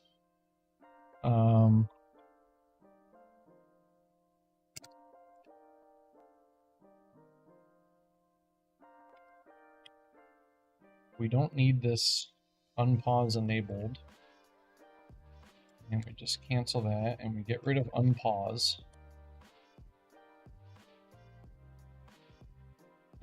And then we don't need that. I don't even think we need that, technically. Then we don't need those. And we get rid of the boolean there. Okay, so that's happy. Now all of these should be listening for the cancel button, not the unpause button. That's my bad. I wasn't fully thinking that through.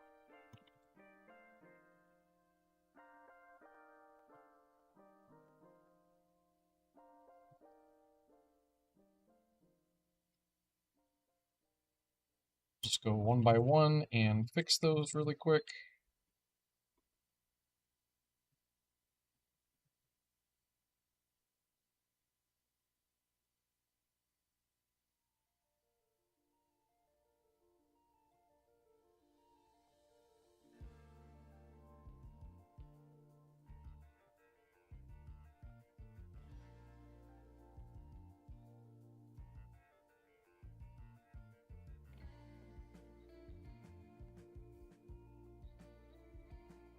Almost done, almost done. Right, close all those. All right, now the input manager doesn't need those.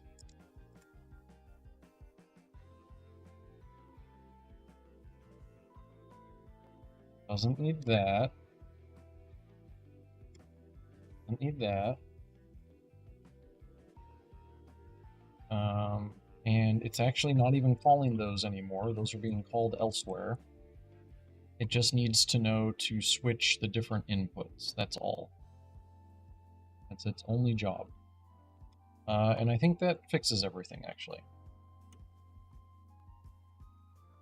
So then now, if we're playing, and we go into, say, the settings screen, pressing the escape key will take us back. Yeah, so now we can navigate with the keyboard. So I'm not even using the mouse. I'm using WASD, or I can even use the arrow keys. And I can press enter on one of these and go all the way into audio. And if I press the escape key, I go back a screen. If I press it again, I go back to the main menu, and pressing it here does nothing. Perfect. Then if we go into the game, pressing the escape key does bring up the pause menu, and pressing it here again, that's probably because I didn't register to an event properly. That's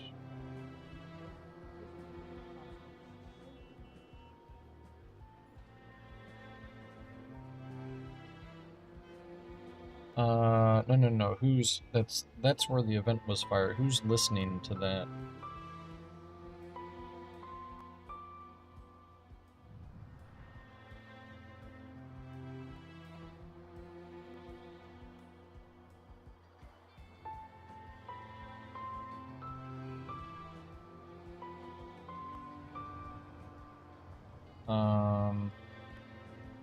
That happened from the pause screen, right?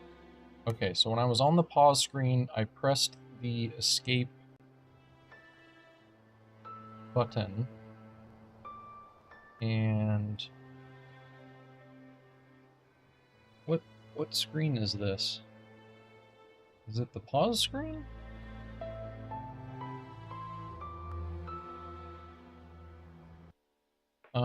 Hold on, let me go check the pause screen really quick.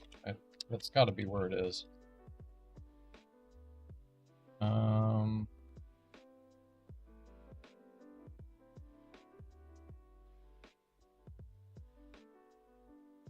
So on the pause screen,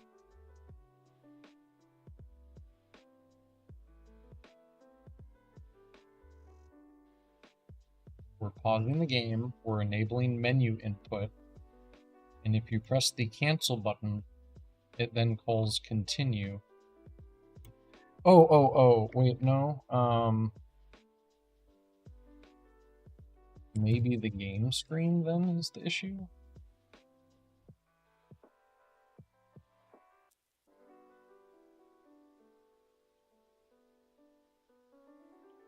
No, that looks right to me too. I'm not sure who's calling this, actually, because this is all like abstract classes that it's pointing to and no actual implementation of a screen.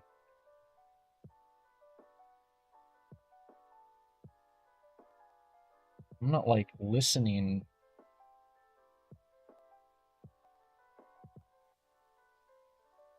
for the cancel key anywhere. Somewhere I'm not I must have not unregistered from an event correctly. But anyway, so if we go into a game and we pause and we go into the settings, pressing the escape key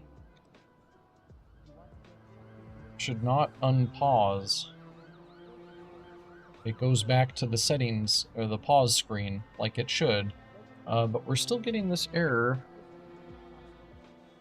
I must be listening for that event somewhere. Let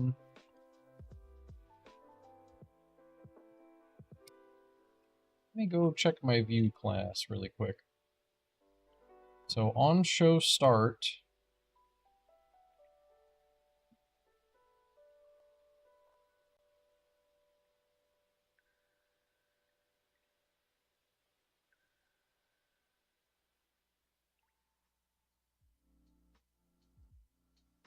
on show complete is when we register for the events, and on hide start is when we unregister from the events.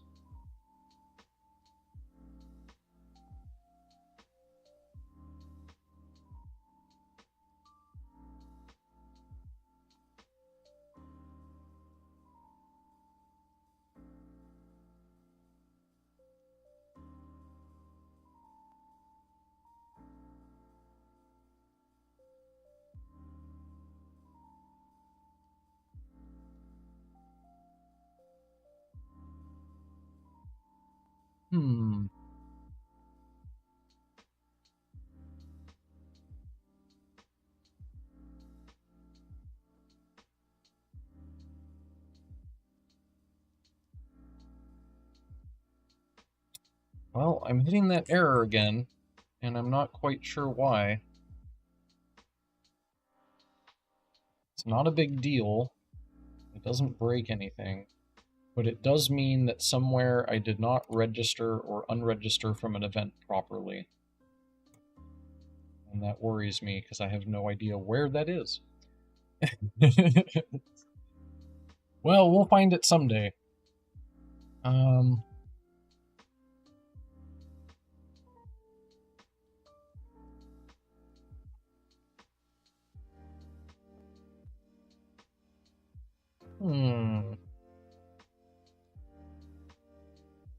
One other thing I should check, actually, while I'm here, is my animations.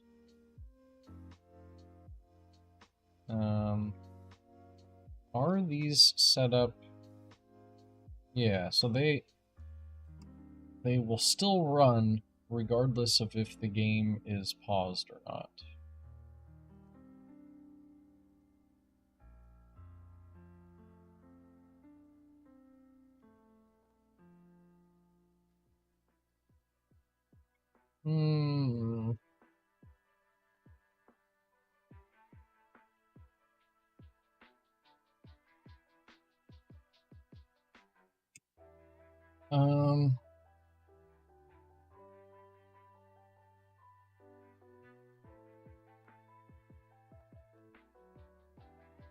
Interesting. I mean, this all looks fine. Just somewhere I'm not unregistering from that. Actually, let me check one more thing. Let me check my frame class. I should not be listening for anything here.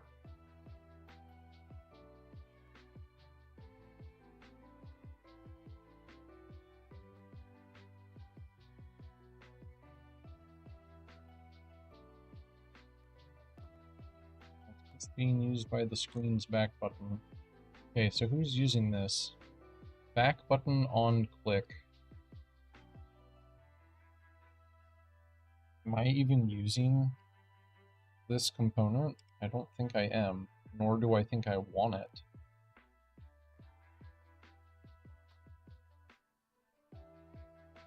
Actually, that might be what's going on, though. So for example, on the settings screen, we have a back button that does not even have that script on it. Instead, the settings screen is what's doing the registering for that back button event.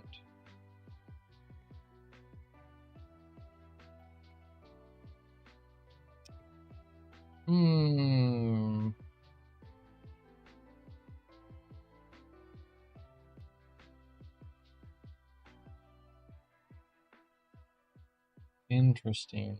So I don't think I need this component. Let's go ahead and get rid of it. I don't think I need any of these. The custom toggle I do.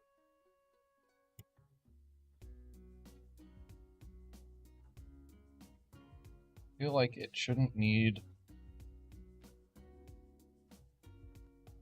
that. Just be able to...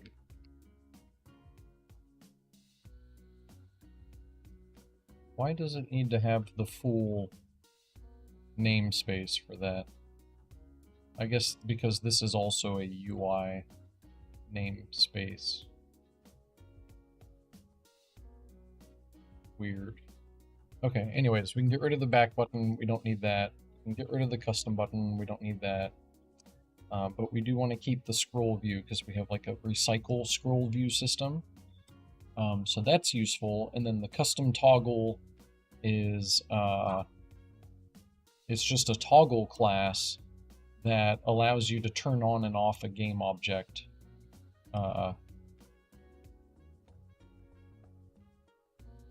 Instead of using like the regular toggle from Unity's UI. But other than that, I cannot see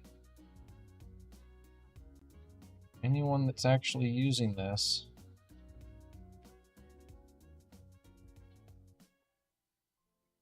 So that all looks fine. Rebuild that.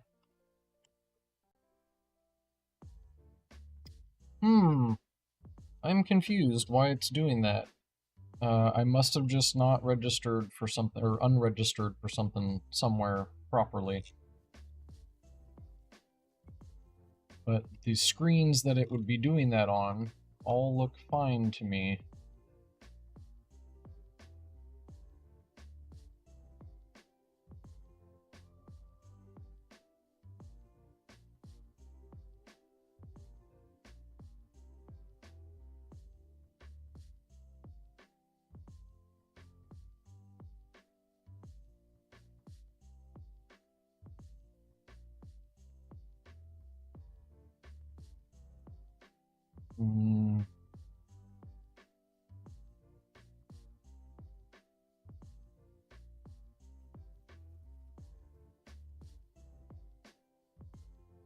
And their events should be getting registered and unregistered properly.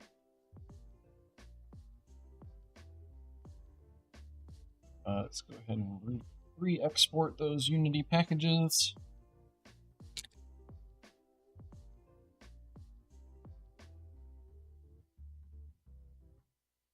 Anyways, not a huge deal. I just thought I had fixed that, so I made it happen again, which I don't like.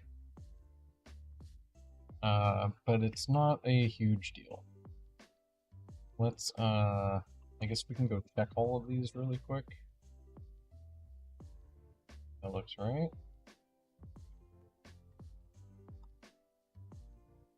That looks right.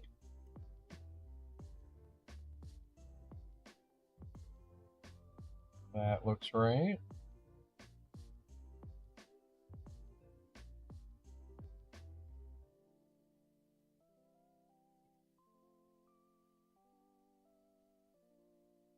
That looks right. That looks right.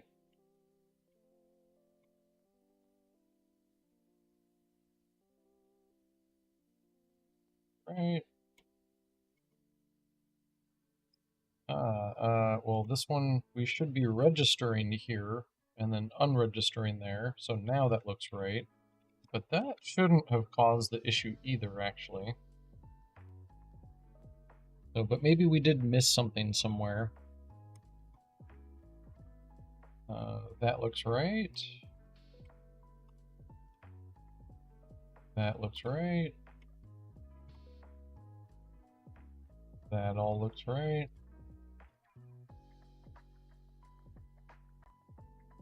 That all looks right.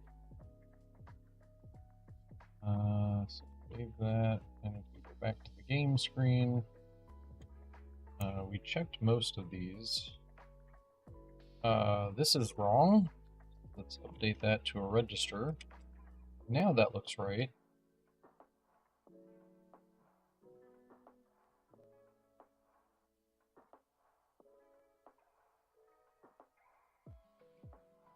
That looks right to me.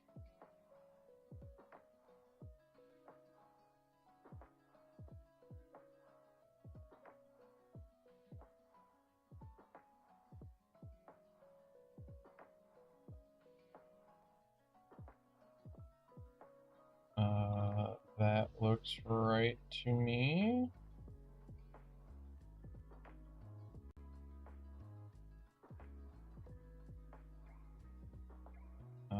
That looks right.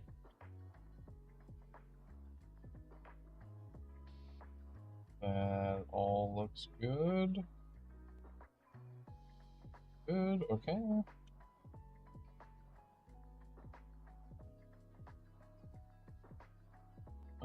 That all looks good to me. We did have a few that were unregistering from the event, that were not registering to the event correctly. But I don't think that would cause the issue. All those look good. That looks good. That looks good. That looks good. That looks good. And that looks good. Okay, well, everything looks good to me. I believe. It no longer has that presenter screen on it. Actually, this should go somewhere else. I think that goes under the Fade folder.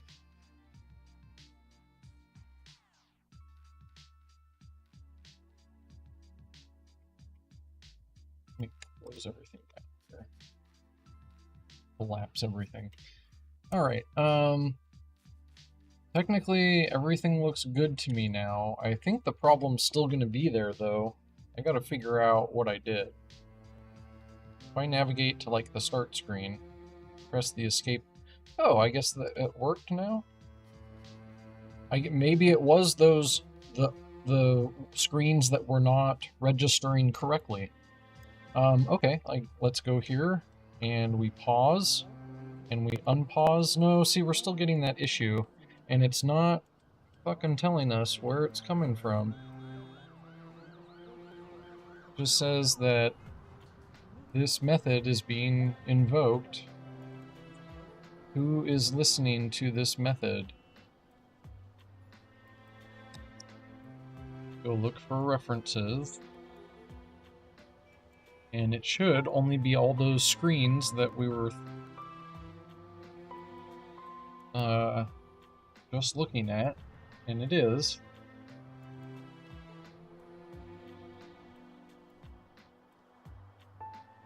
And we can even check them all here to make sure it's set up correctly, which it is.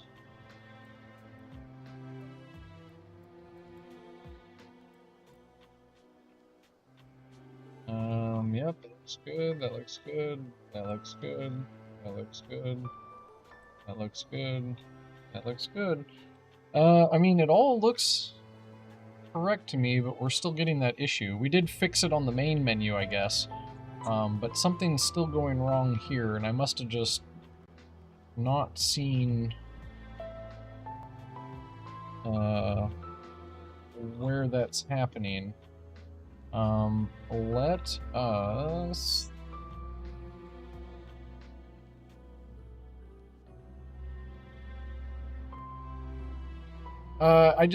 So to fix it for the main menu, I went through all the different screens and I made sure that the event was being registered with the plus button or unregistered with the minus in the right places. And I had a few that were incorrect.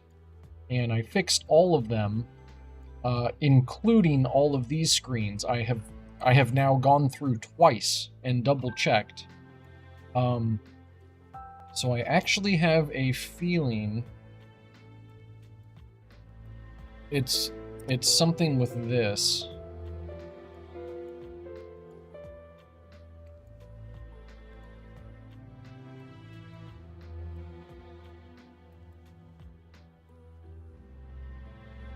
So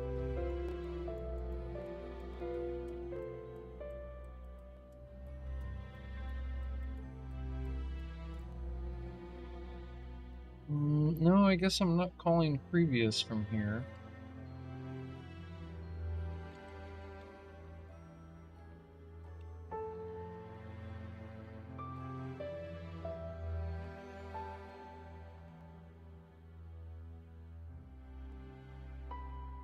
Maybe I should? I don't know. This is a confusing problem, and it's not a huge deal because it doesn't actually break anything. Like, everything still works exactly how it's supposed to. It's just telling me that I have not, like, registered properly or unregistered properly to something. Let's stop playing. I have a feeling it's being called here. And this method is like an abstract method that lives in my screen class. But I have a feeling I'm doing something wrong here. I'm not quite sure what. So let's debug really quick.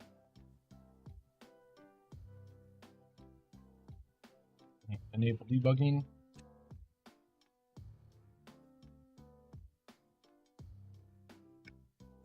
So what it tells me, or what I know from this, is that someone is still registered to the event when they should no longer be registered to the event.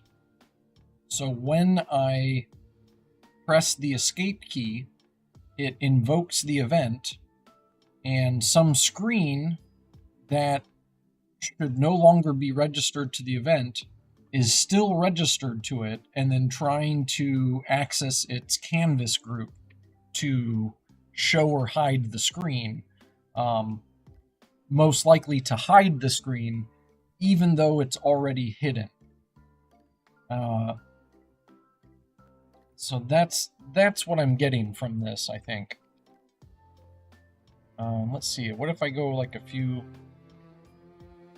Yeah, it's like completely fixed on the main menu.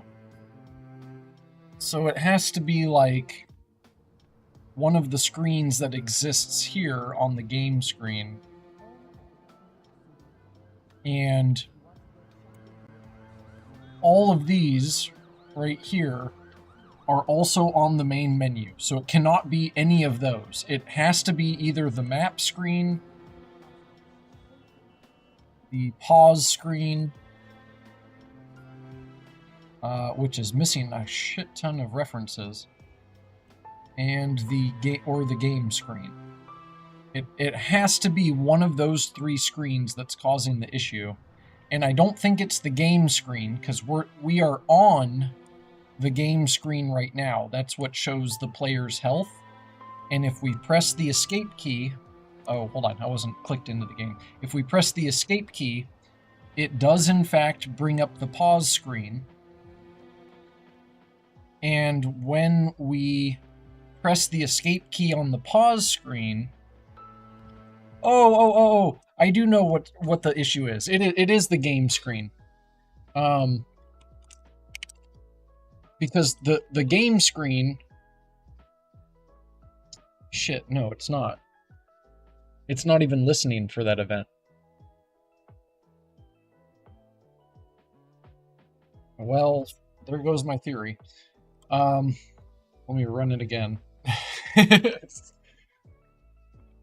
It has to be something to do with the pause screen. Because we pause, and then we press the escape key to unpause.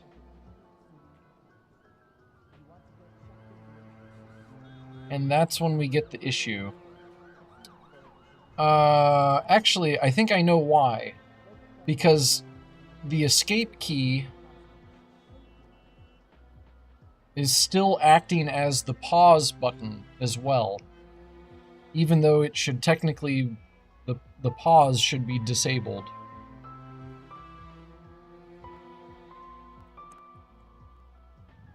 So I think it actually is the game screen, like I was thinking. I think the problem is, when we call pause, we should unregister from the pause event.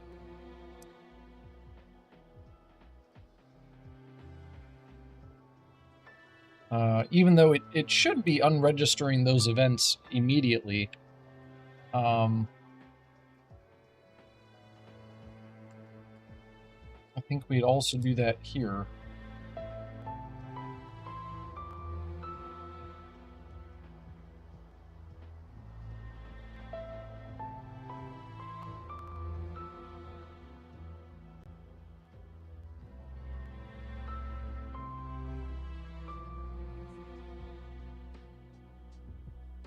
I'm thinking this is the issue. So the pause button is also set as the escape key. And I think the problem was we were listening for the pause button, and then we're opening the pause screen, and the escape key as the pause button should technically be disabled, because at that point we're switching from the gameplay input map to the menu or the UI input map. So technically the escape key should no longer be the pause key. But that tells me that it's probably still firing that event. When I press the escape key on the pause screen, it's unpausing, but it's also firing the pause event again.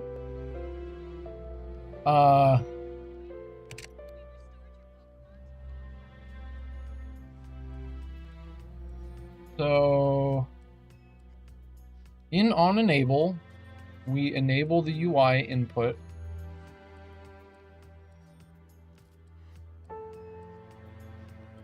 And then up here, when you enable the UI input, it disables all input and enables just the UI input actions. And when you enable the game input, it disables all input and enables just the game actions. Enable game input. Enable menu input. Is it still called menu input? Oh, what? Ooh.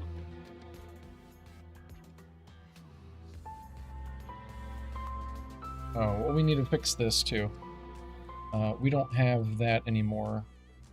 We don't have that anymore. We don't have those anymore. We don't have that anymore. And are you listening for those events? No, the input manager is.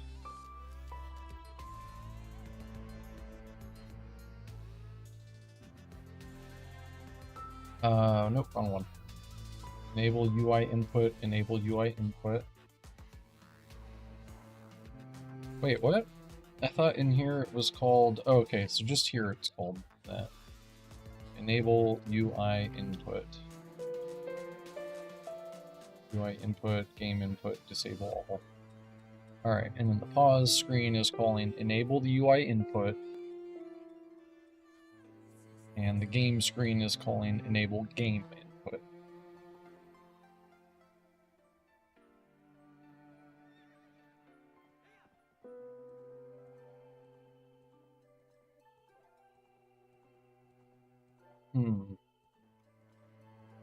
So, but I have a feeling that it's because the pause screen is still listening to the pause event for some reason and trying to call pause or something like that. I don't know. Let's see if this fixes it. It technically should not, but that's my current theory at the moment.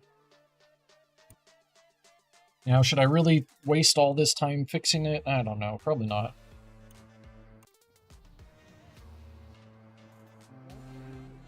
No, that doesn't fix it. And I really wish that it would tell me who's calling it. Someone is calling the cancel event in the input scriptable object. And then someone is listening for this event, and is for some reason still registered to it.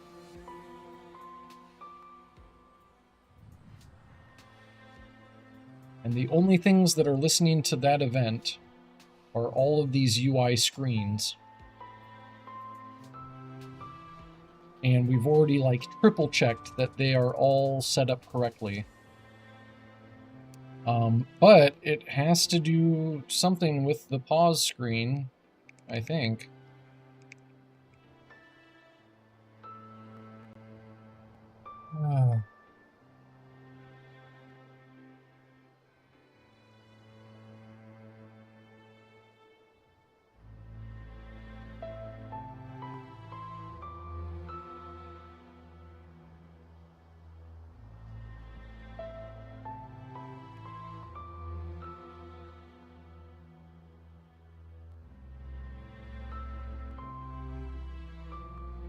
I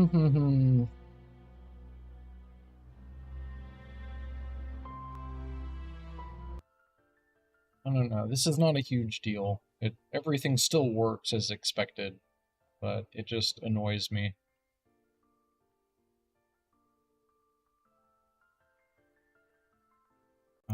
We should also go in here, and it doesn't actually need sound effects channel, and it does not need the audio configuration. Those things now live inside of the audio queue. So instead of sound effects, we'll call this audio. We have dependencies, UI, and audio. And then just call pause sound.play. That'll handle itself. And unpause sound.play, and that handles itself too. A little bit easier to write, easier to work with.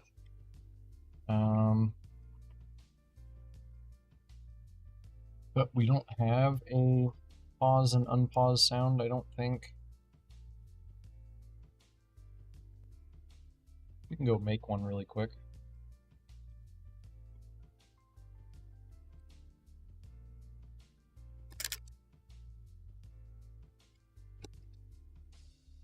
Pause.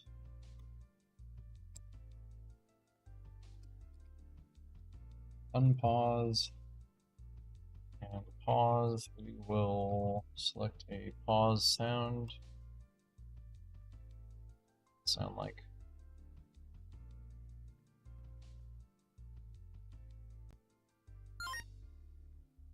That one's kind of bad.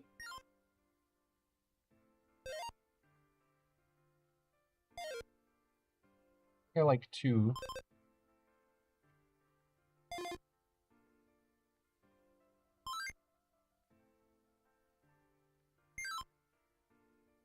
Two and 4 so far.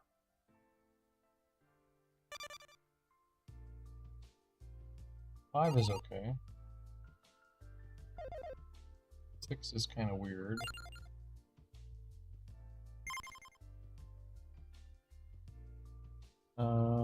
Let's see, it's between 2.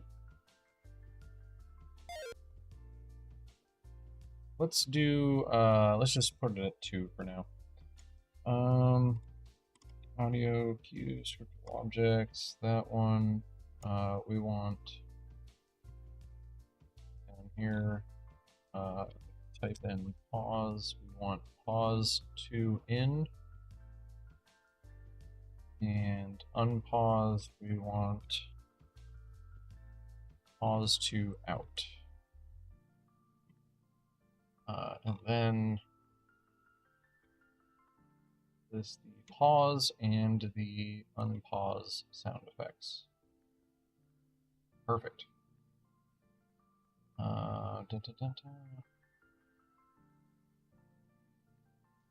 Okay. So then technically, well, we didn't fix anything with the broken reference. I'm still confused as to why it's doing that. I'll have to mess around with it some more. But now, when we pause, it does make the pause sound. Very cool. Now, could you please just tell me what object this is? It's not showing me any object other than the event is being called.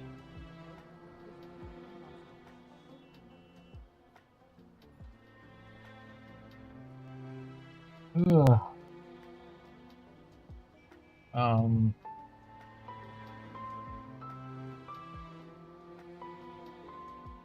Yeah, this looks fine. It's gotta be the pause screen, the game screen, or the map screen that's the issue. The stack trace does not show any actual implementation. I don't know if you can read that, it's kind of small.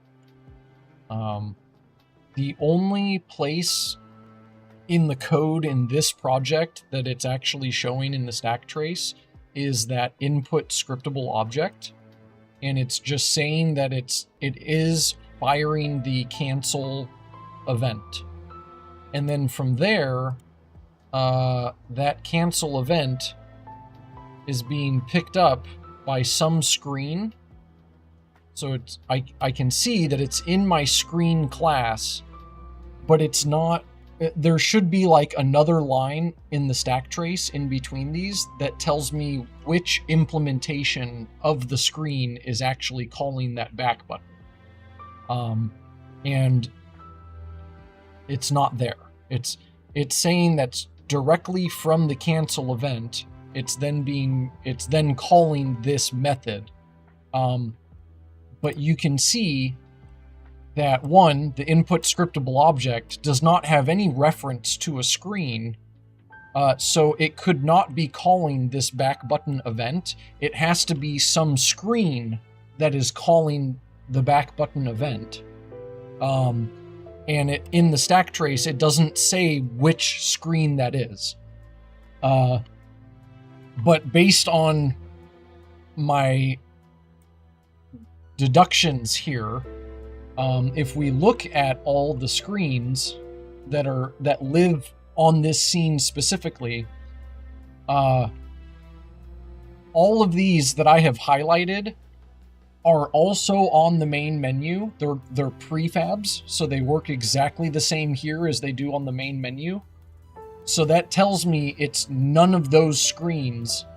The only difference between the UI here on the game screen and the main menu is that the UI here has a pause screen, a map screen, and a game screen. So it has to be one of those three screens that's causing the issue.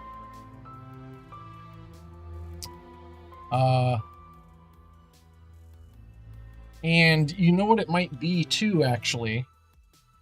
I'm wondering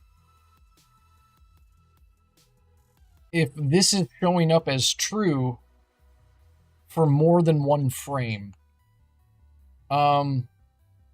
I could disable those game objects, but that won't help me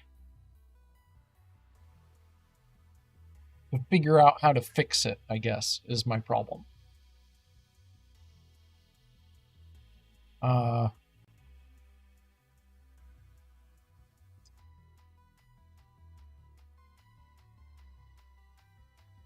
But what I was going to say is I'm wondering if the cancel event is being invoked, and then on the next frame, it's still showing that it's true, and so it's being invoked a second time,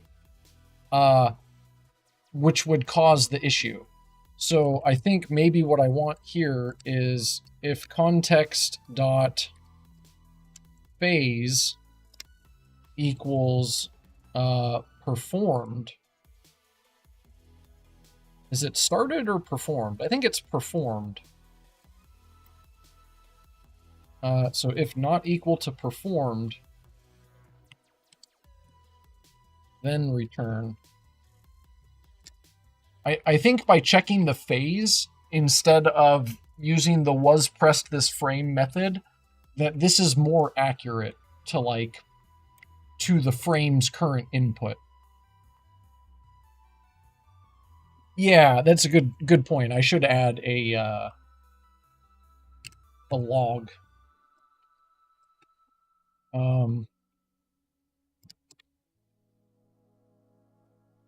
I have a feeling that's what's happening, is it's like it's registering the escape key more than once or something. On cancel,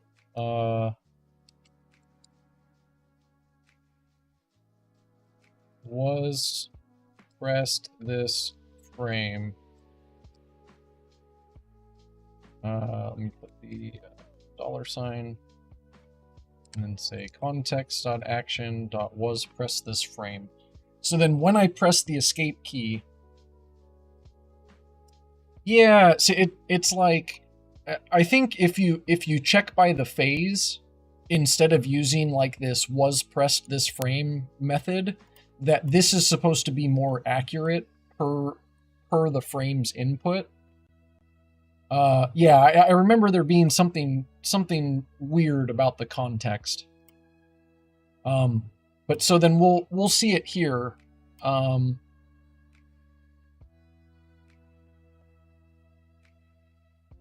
So we'll see one if it shows up more than once. Actually, it should show up more than once. It'll show up every time we press it. Even if it's being held down, it'll technically log as well.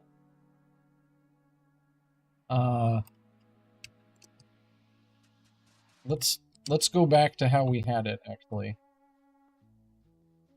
which was this.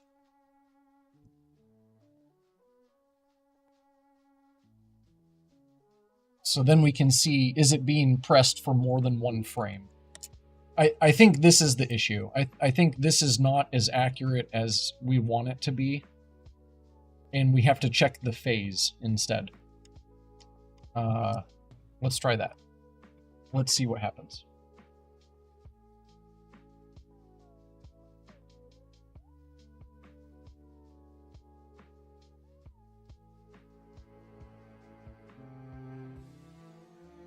And sure enough, it is. It's showing up twice. So it is being invoked twice, and it should not be. And it's true for both.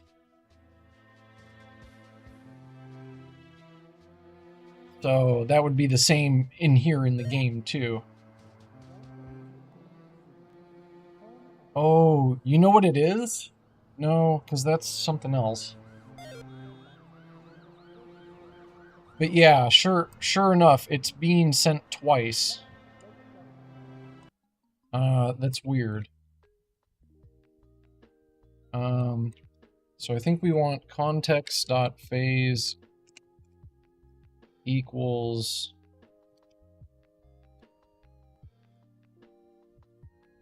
why am I not getting the autocomplete? Equals what is the phase again? Input action phase. Performed. Oh, I'm sorry. That's why I'm not getting it, because I shouldn't have the exclamation point first. So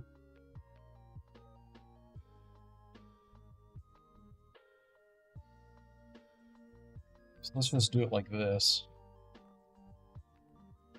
So then we can see, is it still firing it twice, even if we do it like this. But for some reason, that is being fired off twice.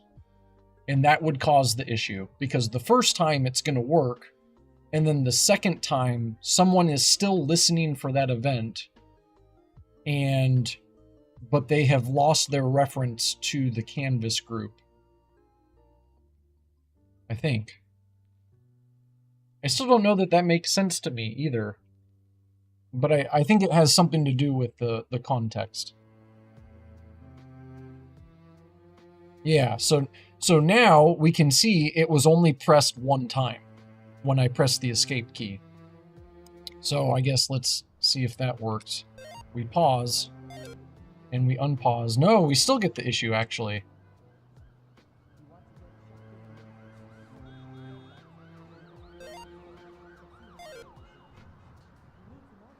But it worked the second time?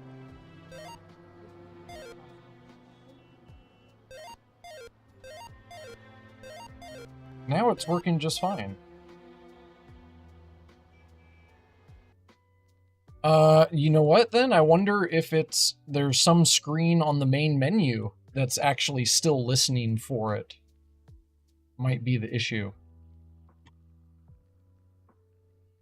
So the screens that are different here are the main menu screen, the achievement screen, the extra screen, and the start game screen.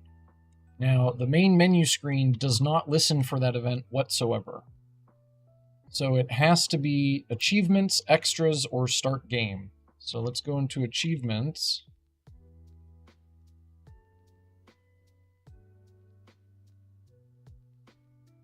That looks correct to me.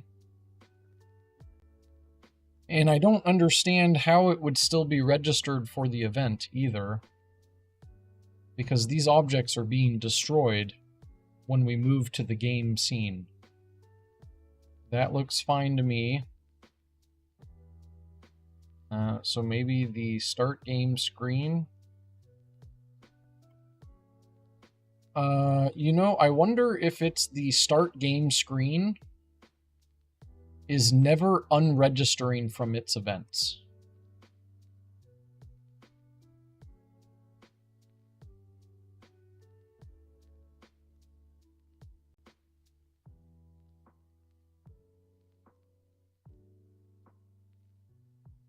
I would be willing to bet that it's actually the start game screen, because we go to the start game screen and we either start a new game or we select an existing game, and I don't think this screen is ever unregistering from its events. And part of that is actually down in my view class. I should have in here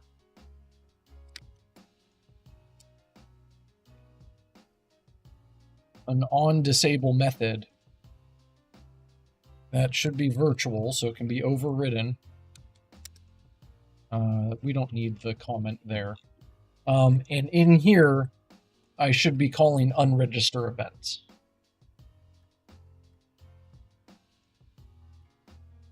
So that when that object gets destroyed, I have a feeling it's actually the start game screen. So my theory is we navigate to the start game screen, it registers for the event, but then we select an existing game profile or we start a new game, and that immediately loads into the game scene, but it never unregisters from its events, because this unregister events is called when you hide the screen. And when you select an existing profile or start a new game, it's not hiding that current screen. It's just immediately navigating to the next scene, the game scene. So technically the screen is never hidden, which means it then never calls this onHide start method, which is where the events are unregistered. So if we create an onDisable, well, I guess the problem then, to confirm that, is in the start game screen,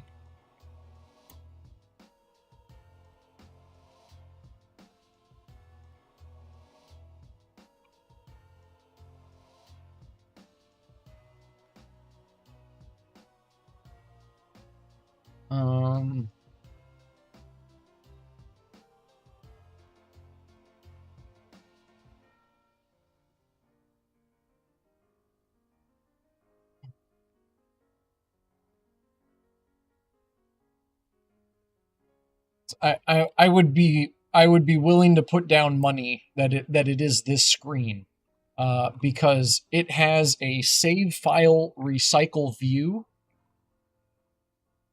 and when that save file recycle view, what that object represents is an existing save profile.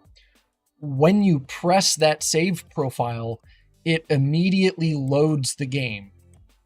Instead, this should be called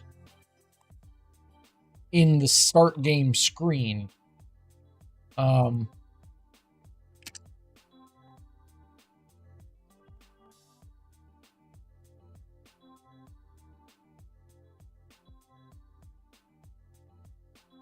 So here's how we can double check. Before I change any, or before I update my tools code,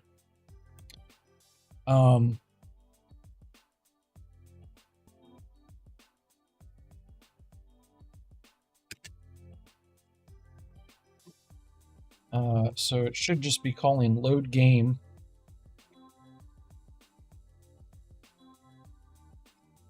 and it should be hiding itself.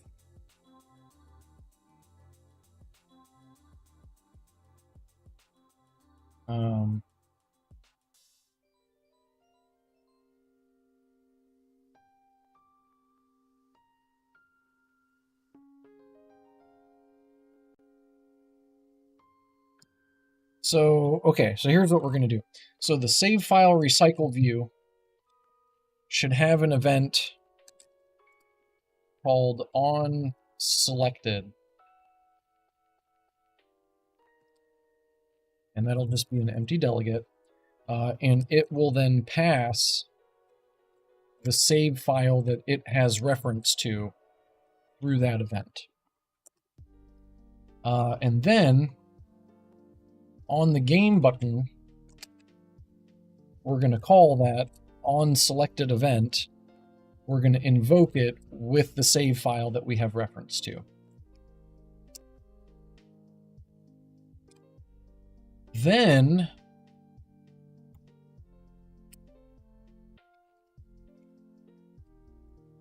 we register for that event here.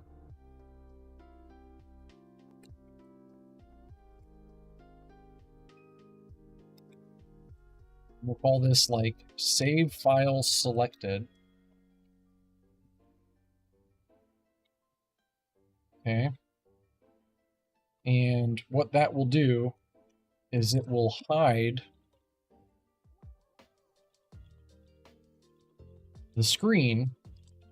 It'll hide the screen, which should then unregister its back button event from that cancel event. And also simultaneously load the game file.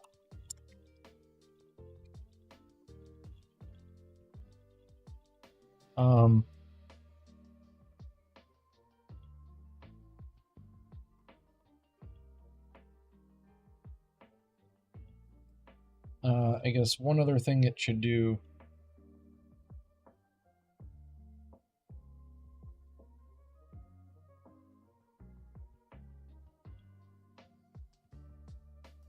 is technically unregister from this event too.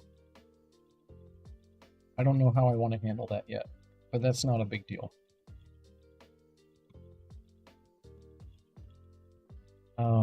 But yeah, for now, it would then hide itself, and when it's done hiding itself, it will invoke the load game event.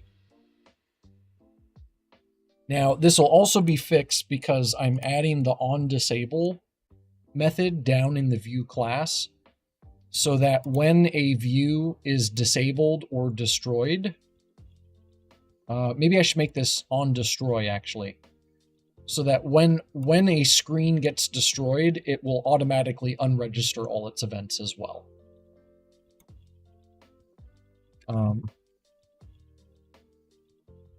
I think I'll make it onDestroy, just in case. Well, onDisable would work too, but that way you don't have to override the onEnable and onDisable methods. Those are still like open for use unless you want to override them. I don't know that just made sense what I said. But yeah, so when a screen is destroyed, it should now automatically unregister its events as well. So I'm building that into the Dark Matter Studios project, but before I import it into Midnight Sun, we are going to check that this is working as expected, because I think that might be the issue. So if we just play and we select an existing profile, technically, so this is the screen that I think is the culprit. So if I select an existing save file here, this screen should technically then hide itself before then navigating to the game scene. And I think that was the issue, is that this screen was not unregistering its events. And so it would still have them registered even when we're on the game scene. So so it then hides itself. We navigate to the game scene. We can then pause. We can then unpause, and that did in fact fix the problem. So I was right. It was the start game screen on the main menu that was the culprit. And now I can pause and unpause to my heart's content. And there's no errors. Wonderful. Okay, so that confirms that that's the problem. Now, technically, I don't want to have to unregister from this event. I'd rather just call it here. Like I was before. But that did help confirm that this was the problem. And then that way, I don't have to use that here. The save file recycle view already knows what to do when it's selected. And this screen will not hide itself. We would load into the game scene immediately. But now when that screen is destroyed, because we've now loaded into a new scene, it should then unregister from its events properly. That was incredibly hard to track down. Shit. Okay, so let's export these packages really quick, and we'll import it into the Midnight Sun project, and we'll play again just to confirm that that does indeed fix our issue.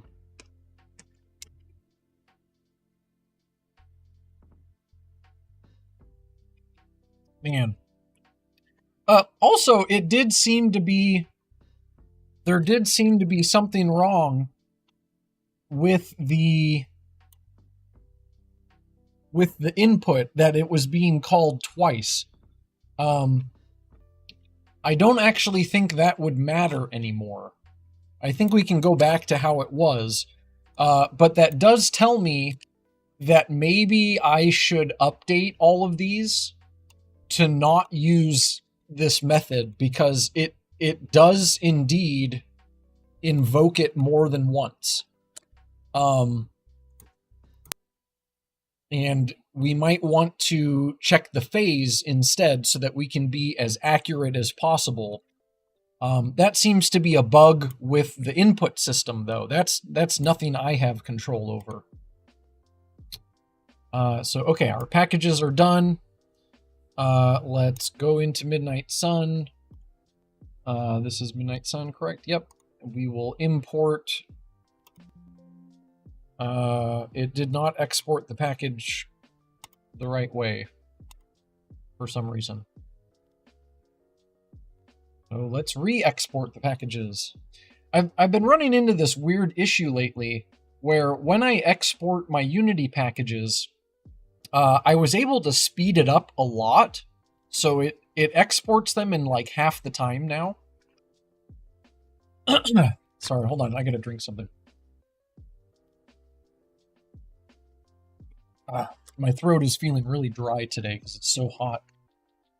But every once in a while, like every 1 in maybe 10 times that I export the packages, the package does not export successfully. It still looks like it exported successfully, but then the package itself is actually like corrupted. So then when I try to import it into another project, it tells me that it cannot decompress the package. So I just export it again, which I just did, and now this time it's working. Oh, why is my screen like yellow there? Unity thing? Interesting. It's also yellow up here.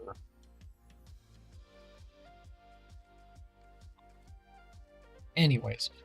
Alright, so I think I was just not unregistering from that event the right way. Technically, it should, when we load into the game scene now, unregister all of its events the proper way. And let's go back into... we don't actually need to debug anything. I don't think I'm debugging anywhere.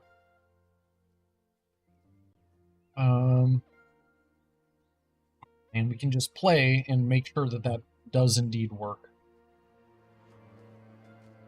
Yeah, so we can do it there. We can select a profile. We can pause the game. No, that did not fix it.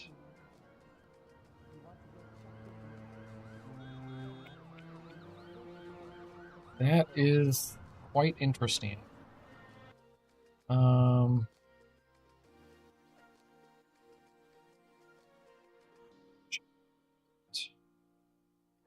Well, maybe I do have to make this on disable then.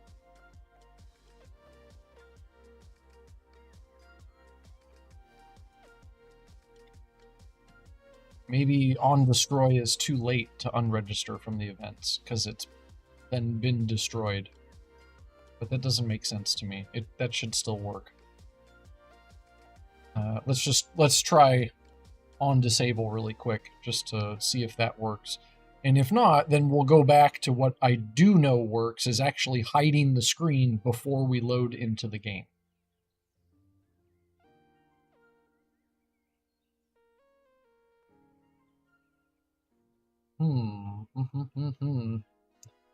It is a very strange bug, but that's exactly why the screen itself was not showing in the stack trace, because that screen had already been destroyed. So it was skipping that in the stack trace. It was just invoking the event and knowing that the canvas group was no longer there because that screen had been destroyed. Why updating this to on destroy didn't work really bugs me, because that should technically have worked.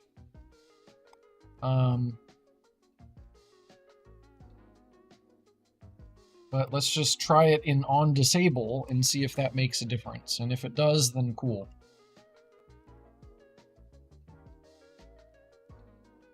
We should also check, I guess. Am I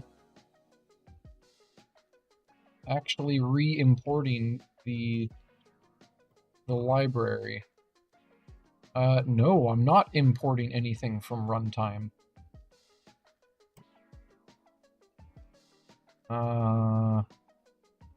So actually, I think on destroy would have worked.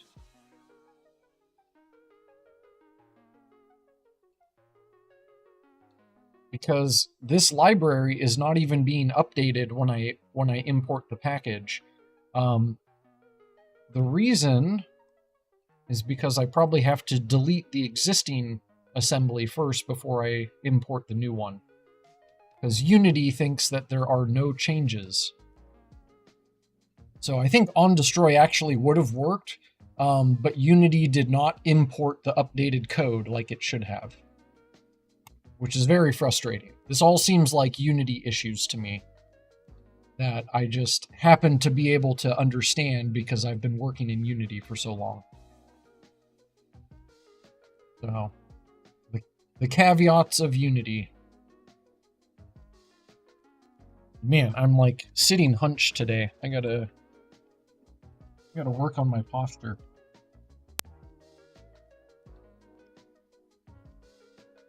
Let's see.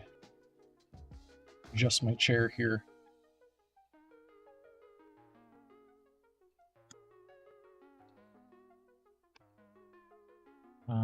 Put that down there. There we go. I'll sit a little bit more upright.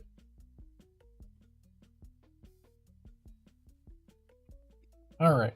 So then in Midnight Sun, what we're going to do, we're going to completely delete the Dark Matter Studios plugins folder. So that way, see, this all seems like Unity crap to me. The file memory stream is corrupted. Remove it and launch Unity again. Well, fuck you, Unity. Big middle finger from Unity today.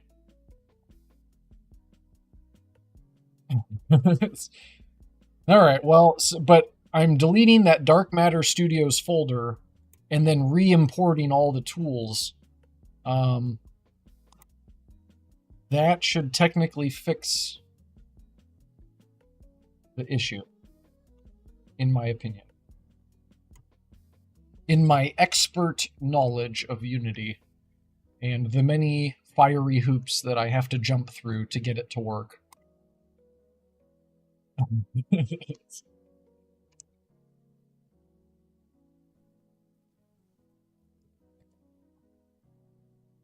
All right. So we reopen the project. The Dark Matter Studios folder is indeed gone now. And if we re-import that package, everything is forced to come in as a new item. So it all gets like a new meta file and stuff. Including the UI runtime assemblies. Whereas before, it was unchecking this because it thought that they were exactly the same. So it wasn't actually replacing them like it should have been. So now we force it to replace everything. And technically that should fix our issue. I hope. We shall see. If not, we know how to fix it the other way. But, I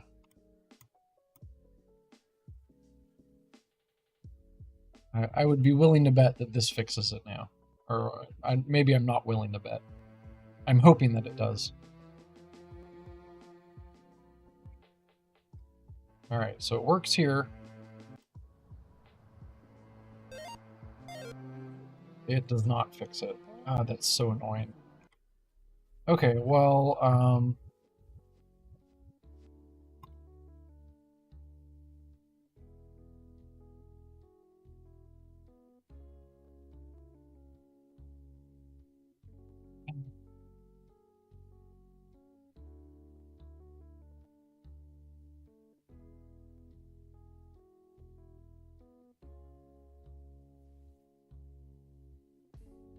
I guess I'll just go back to the other way then. That's very frustrating that it's definitely not unregistering from the event properly, even though it should be doing that when it's destroyed.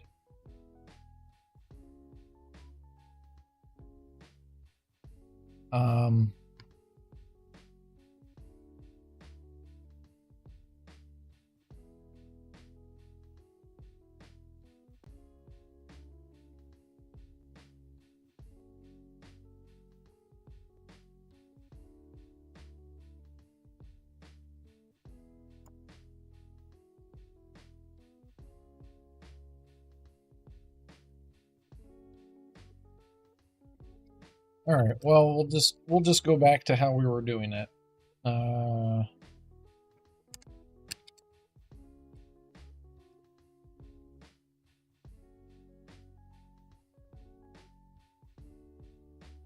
So when the save file is selected, instead of immediately loading the game, instead we will invoke that on save file select or on selected event, and we will do this back in the parent.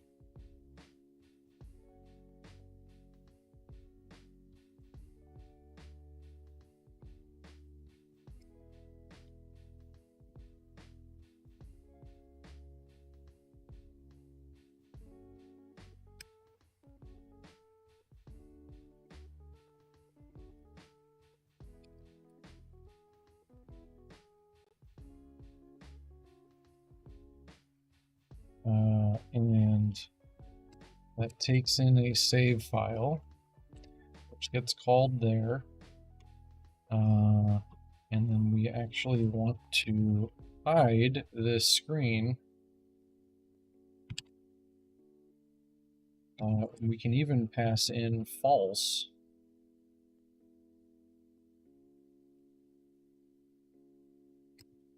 So that it just immediately hides the screen without any animation. And we're going to put that there.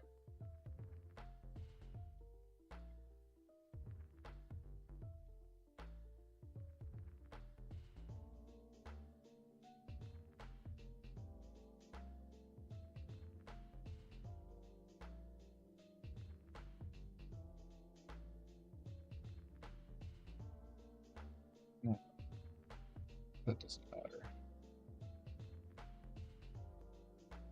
Now, the only other place this will still happen is if we start a new game. Because technically...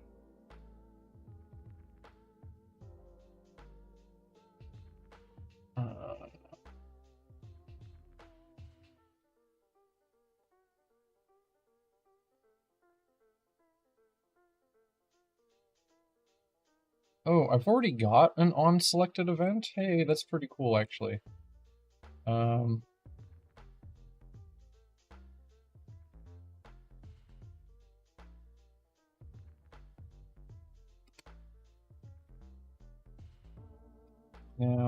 how do I already have that? Because in the recycle view, if...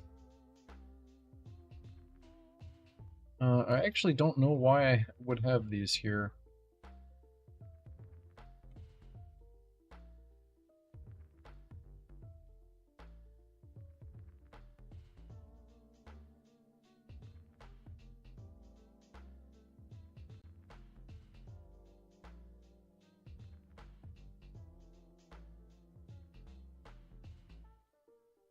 I don't think I want those there. I'm going to have to go fix that really quick.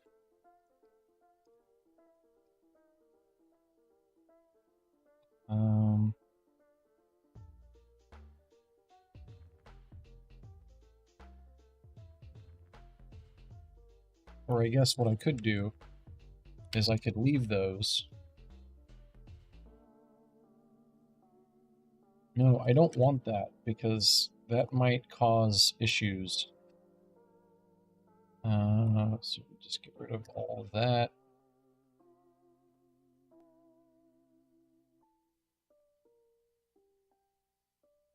I feel like that could cause issues with maybe you have a recycle view that should not be clicked on, and clicking on it would still invoke that event.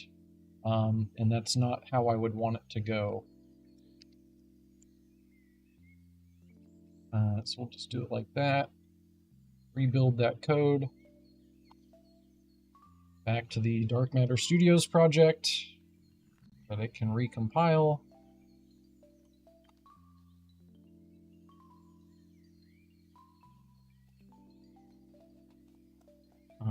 And let's put the event back here.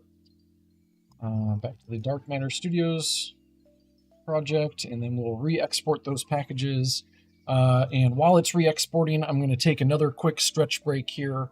Go use the restroom and grab something else to drink and some snacks. So now is a good time. Go get a water break, take a stretch break, whatever you guys want to do. I'm going to step away for just a minute, and I will be right back.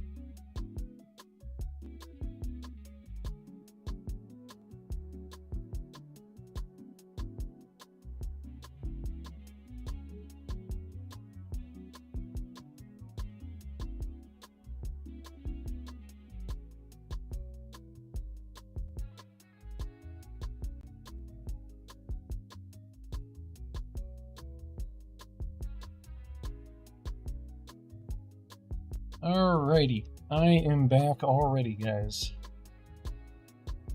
Get back into it. I'm still very confused why it's not unregistering from that event successfully, but I feel like maybe that object is not getting its onDisable or onDestroyed called properly, which is frustrating because that seems like a Unity issue.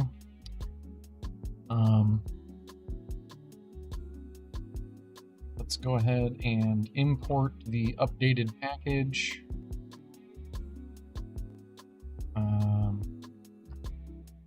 Let's double check that it's rewriting the UI runtime. It's not.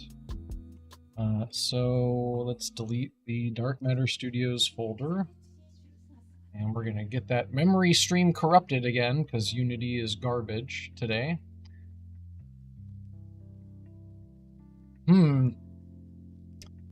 Alright, well, let's close the C# project. Let's reopen the project through Unity Hub.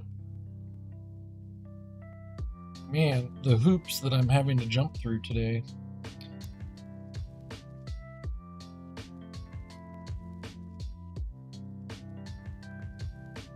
turn the music back down a little bit here.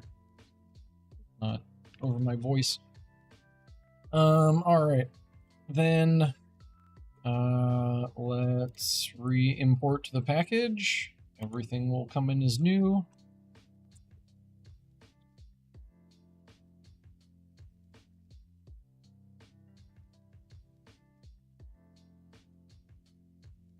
Uh-oh. My eraser is breaking.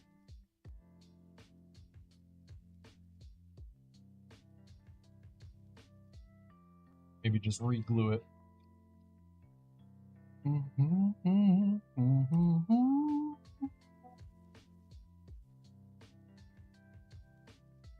Alright. So now, technically the issue should be fixed. Oh, let me double check the code though. The issue should be fixed when selecting an existing file.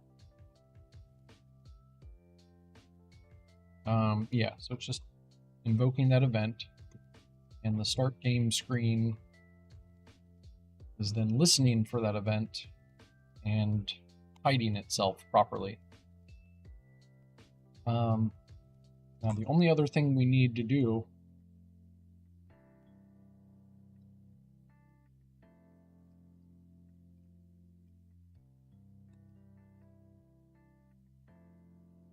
is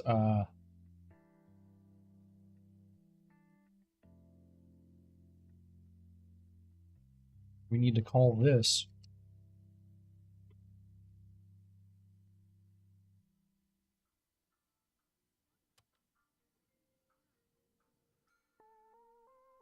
in here as well.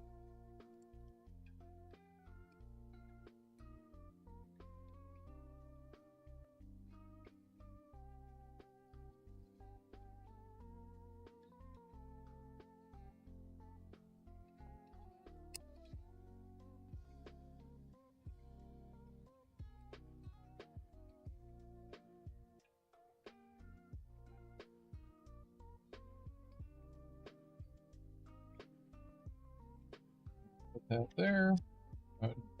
Semicolon. And do that.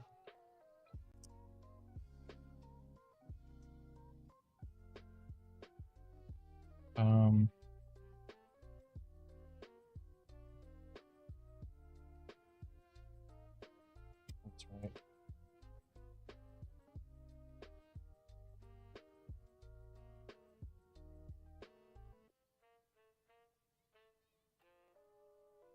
We'll call this start new game, and this will be new game.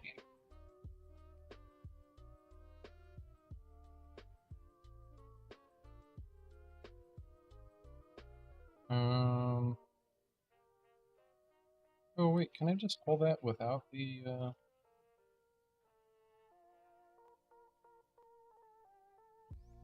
Oh yeah, there we go. Yeah, so I can do it without the semicolon. Okay. And then in the new game view, we're gonna have a start new game event. And it will take a string. And what we will do here is fire that event with the new game ID, and then that gets called back in our start game screen. So then the start game screen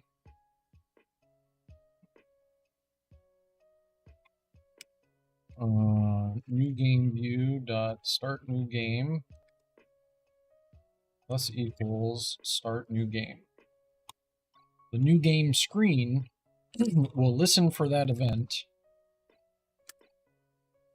and when that event is invoked, it will hide itself and then call the game event's new game that loads into the game scene. So now we are properly hiding this screen, which should unregister its cancel event here. And that seemed to be the issue. All right, so we should technically be fixed now. If I go in and I pick an existing profile, we load in, and I can pause and I can unpause, and there's no issue. That's all working. And then if we go back to the main menu and we start a new game, and we'll call this Memo, and we start a new game. Oh, that didn't work. What happened here? The sandbox player was never enabled.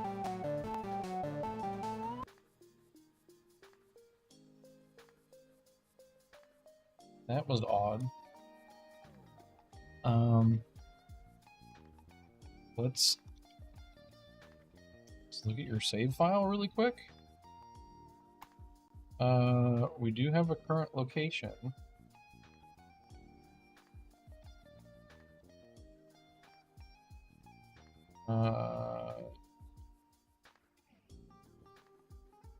Interesting. Let's try. That might have been because we went into a game and then came back out and then started a new game.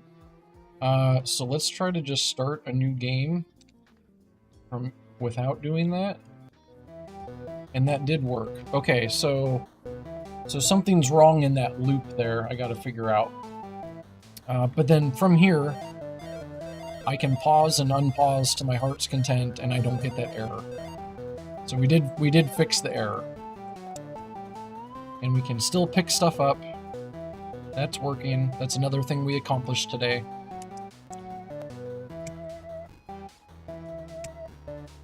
And we'll get Memo all the way over to the very next area.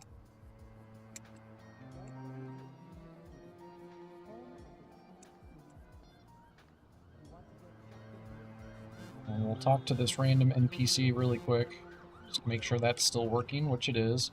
And we'll go to this save point, and we'll hit save, and then we'll quit back to the menu.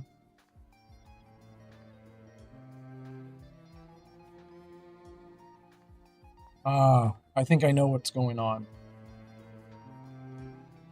But we can select Memo's save, which doesn't... I guess we were in there for less than a minute. Yeah, we were. We were only at 48 seconds. But yeah. Okay, so that seems to be working. Everything seems good now. We'll wait till we hit 1 minute here. And we'll save again. And then we'll quit to the menu. And now his profile says 1 minute. Awesome. Okay, so everything seems to be working. But if I were to start a new game right now, it would break again. And I understand why. Is actually because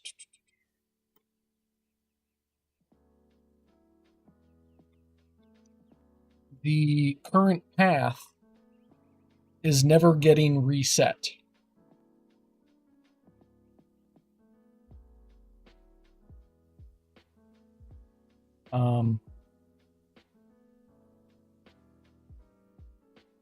So right here in a locations awake method, it's setting the current path to what is in the save file, but it only does that if the current path is not null. So the current path is not being reset.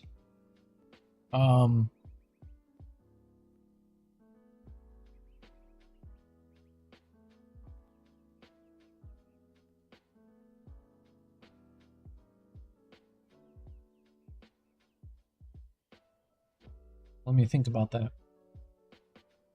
Who would be responsible for resetting it?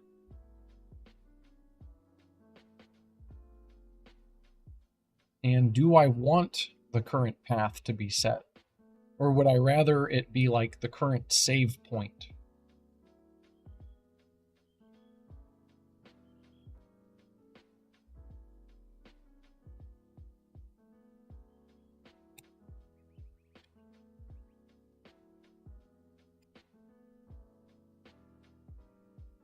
But when you interact with the save point is when we set the current path. Otherwise, maybe we don't set it. No, we do need to set it. Because that's how... If a room has multiple entrances, we are checking that path to see which entrance the player is entering from. So we do need to set it here. We just need to remember to unset it, like in the location manager.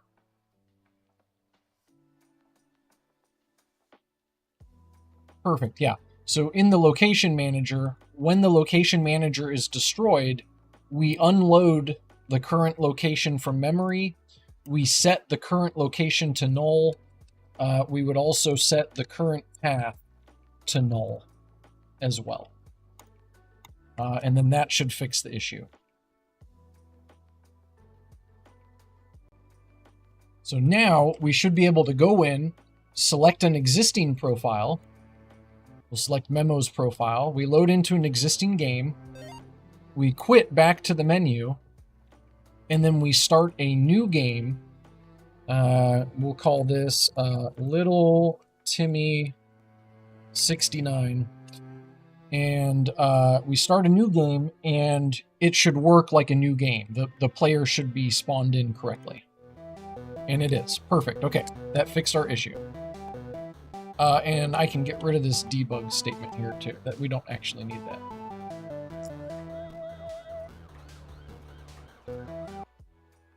Cool. All right, making good progress. So we have our pickup system. Let me check my to-do list really quick. Now, I think what I want to do instead of the pickup system,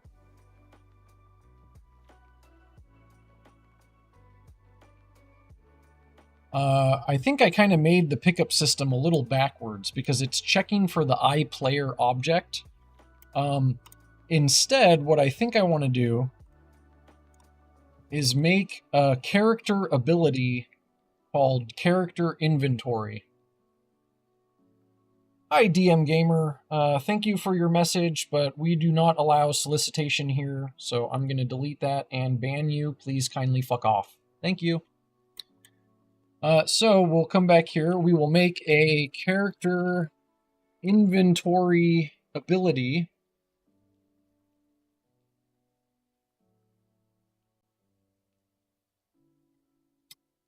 And this will be a character ability. Get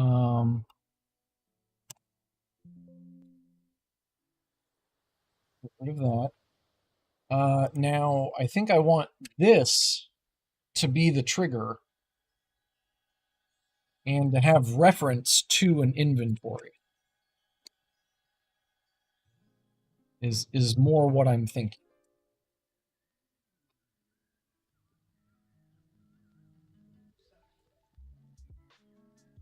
So we will create that in just a second. And on trigger enter 2D, we will look for the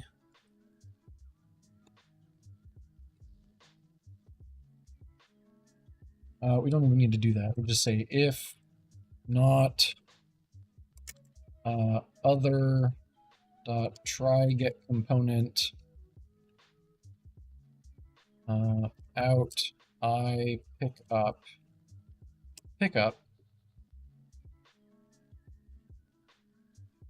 And then see, this is where we're going to bring back the pickup interface.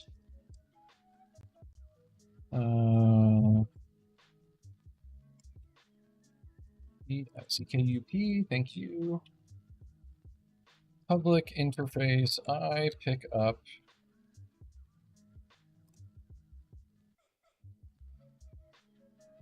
So I pick up, and that will have a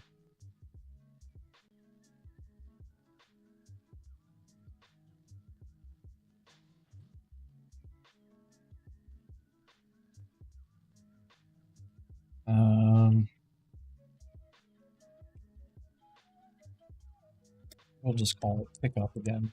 That's fine. Pickup that takes in an inventory.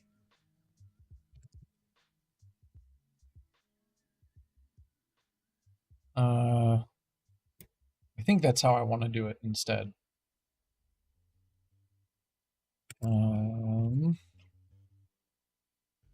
Let's move this to its own class. Let's go back here. That's going to then have a pickup method that would do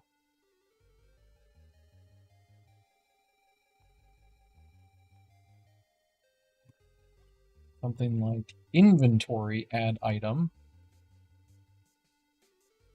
and then destroy itself. And then actually, it does not need... well, actually, this can go here. We don't actually need to check that there. And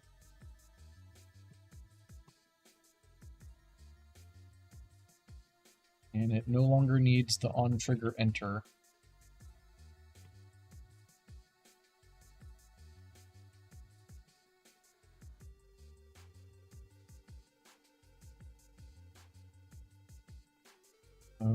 Okay, and then we need to create that inventory SO object. So let's go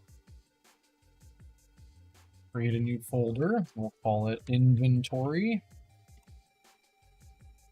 And we'll then have, we haven't created it yet, so let's create a scriptable object called inventory SO. And this will then have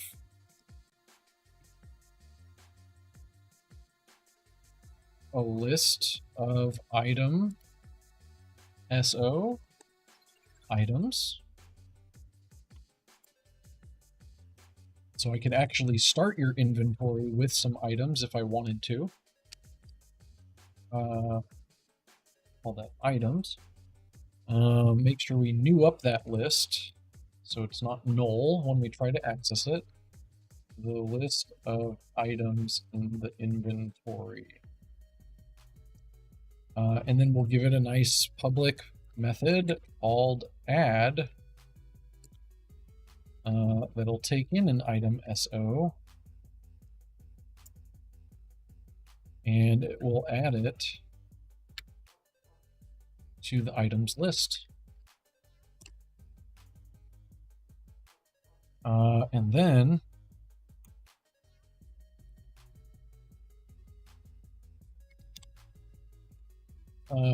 let's surface this list of item SO, call it items, and just point it to that serialized field.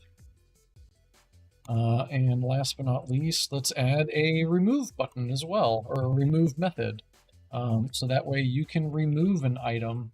You can then get the list of items from the inventory, and then you could use one of those items and pass it in to say, hey, this item has been used, please remove it from the inventory. Get a list of items in the inventory. Add an item.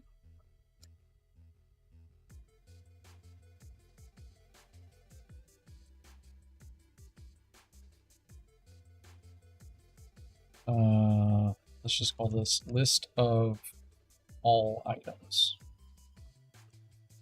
in the inventory. Why not? Add an item, the item to add,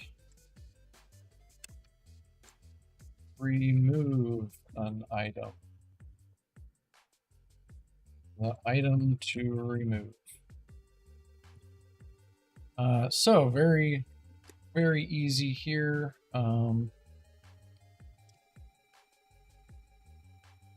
I want to put this under items.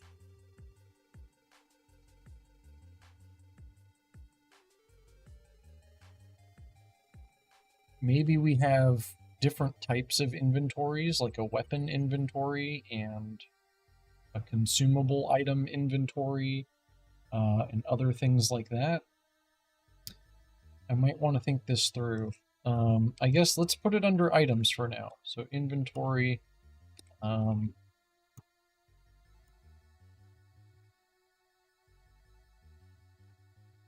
then the item SO, we're gonna change the order to 1. I'm actually just gonna make these serialized really quick. String name, put that there. Name.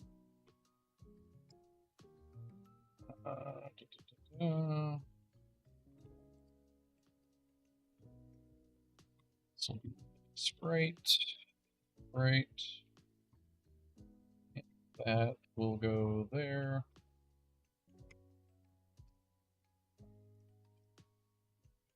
The name of the item.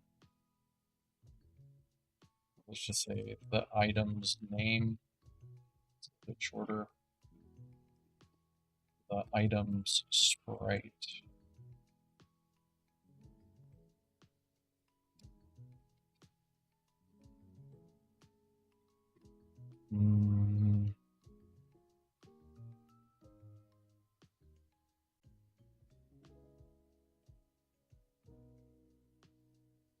Do I need a header? No, I don't really need a header for this one. Cool. All right, and then change the order.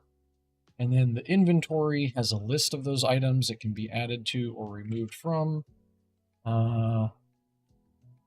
Awesome. This interface is now fulfilled. And it's not add item, it's just add. Cool, cool, cool.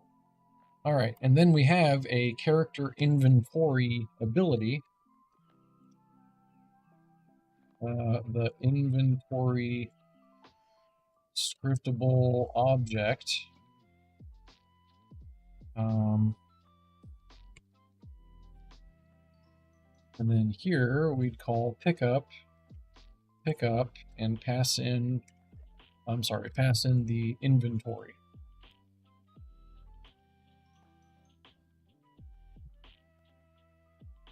All right, and then we don't need to have this add item on the player class because that's kind of weird to have there. It definitely feels like it should live on an inventory class instead. So that's why it is. And then the pickup is of type iPickup, so it's forced to implement the pickup method.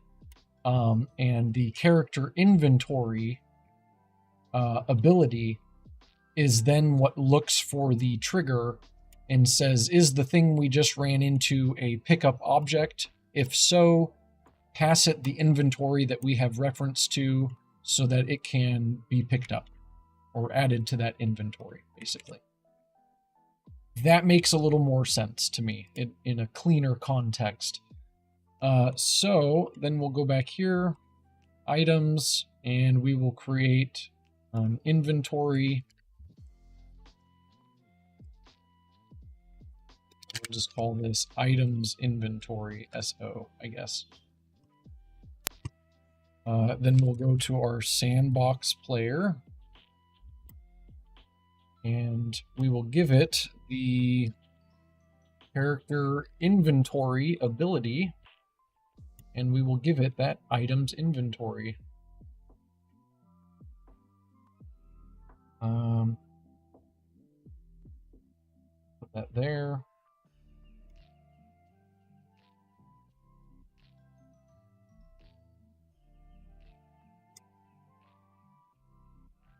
I'm thinking I don't want to make this abstract.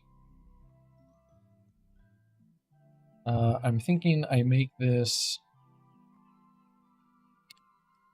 virtual instead.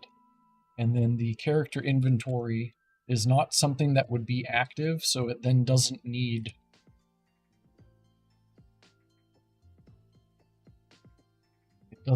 that.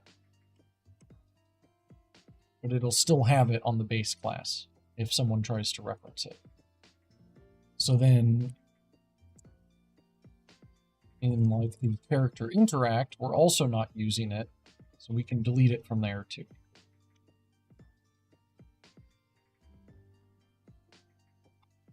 All right, cool.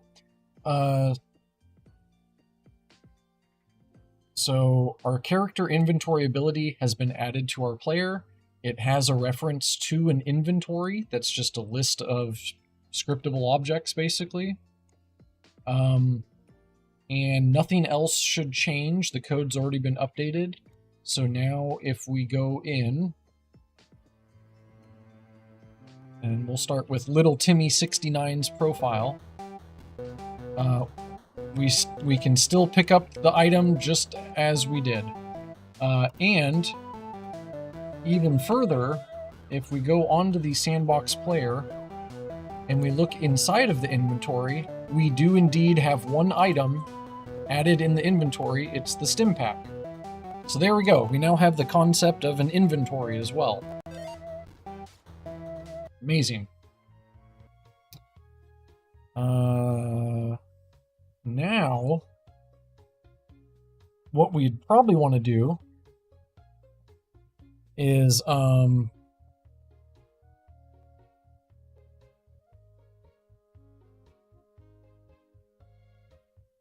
set up the character inventory class to be something that saves.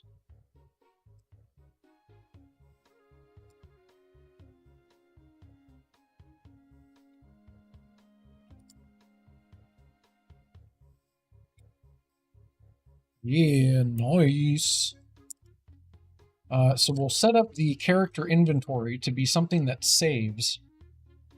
And whenever we pick up an item,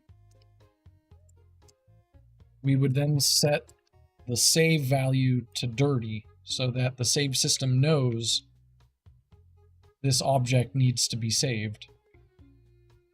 So then when we trigger a save event from like a save point, no, do we want to make it so that if you get an item,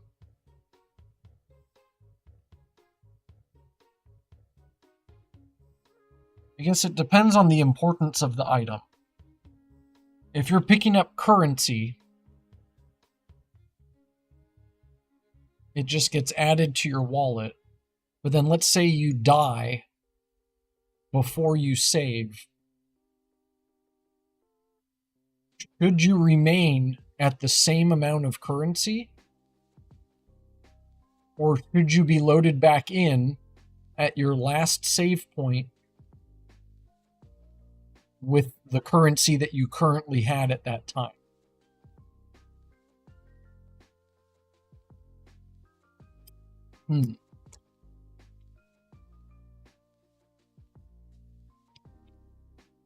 We might have to go play some games to figure out how some other games do that.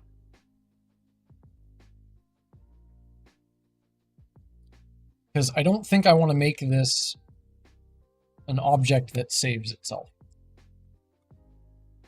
I think I like it just the way that it was. And instead, I would like to make the player itself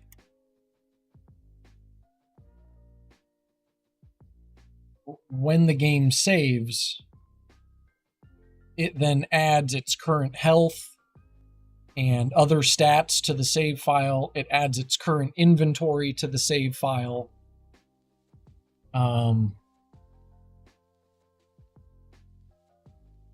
Something like that.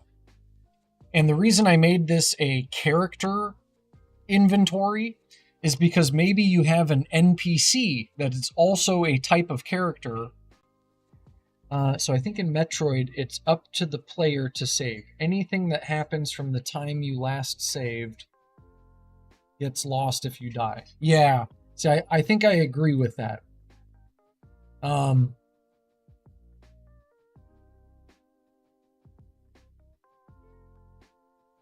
that's not true for all things. Well, so I guess, like, so if you pick up a new ability, like you pick up the Varia suit, I'm pretty sure it saves the game when you pick up that item. So like on an important item pickup, it would also save your game, I think. I think so. Because I'm pretty sure I've picked up an important item and then died, but I still had that important item. I was probably taken back to my last save point, but I now had the important item. I don't know actually. I'm going to have to play a game or two to figure out what is the typical convention there. But so I made this a character inventory class, so it's not like a player's inventory, because a player is a type of... Oh, really? Earlier Metroids don't. Okay. But I guess what is the new standard convention in the gaming industry, though? Right? I want the game to feel familiar to players. But I kind of like the idea that if you pick up an item, even if it's something important, and then you were to die on the next screen, that you would be taken back to your last save point, and you would have to then go get that item again. And I'm talking like super items here. I'm not talking like you picked up a missile pack. I'm talking usually you get like a super item after defeating a boss. And after defeating a boss, we would probably save the game. Because we wouldn't want you to have to fight that boss again just because you died to some little enemy in the next room. So it's not the item that triggers the save, but it's defeating the boss that triggers the save. I think. I don't know, that might be weird. It might have to be the item. Because if you beat a boss, and then your game is saved, and then you pick up the item, and then you die, you'll get loaded in your last save point, your last checkpoint. The boss would be defeated, but the item would still need to be picked up again. So it would have to be the item that triggers the save, I think. And you cannot exit the boss room until you pick up that item or something. Or maybe the boss triggers a save and the item triggers a save. I don't know. I'm going to have to experiment with some other games. Yeah, exactly. You should still have the item, though. So maybe they both trigger a save. So when you defeat the boss, we silently save the game. And then if that boss dropped an important item and you pick up that item, we also silently save the game. Yeah, so Dark Souls saves with every item that you get.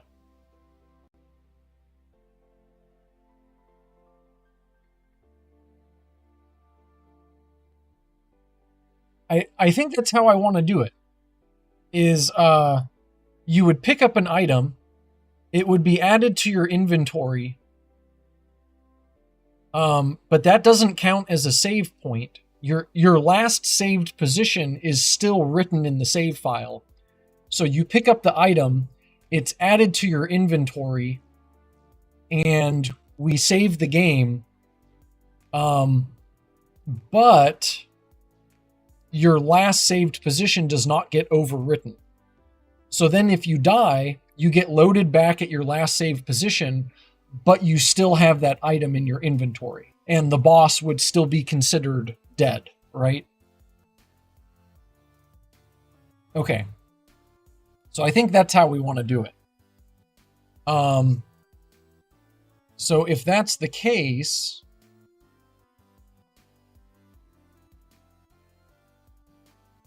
I have to think this through. a little bit further, actually. This is where it's going to get complicated, because I made this a character inventory class because it's something that can go on an NPC or could go on the player. So, like, an NPC character could also have an inventory, and when you talk to that character, you're then given the ability to purchase those items and remove it from that NPC's inventory that would then be added to your inventory. And both inventories need to be saved, right? This is where it's going to get confusing.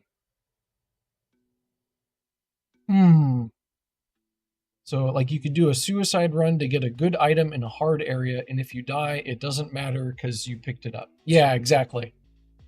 Yeah.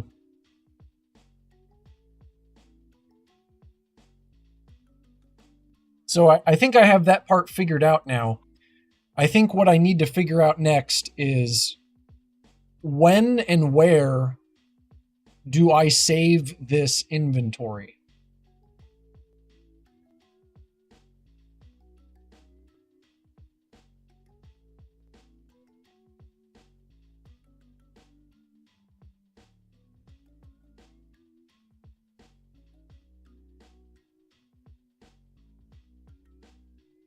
And it has to be saved in more than one way. So, like, for the player,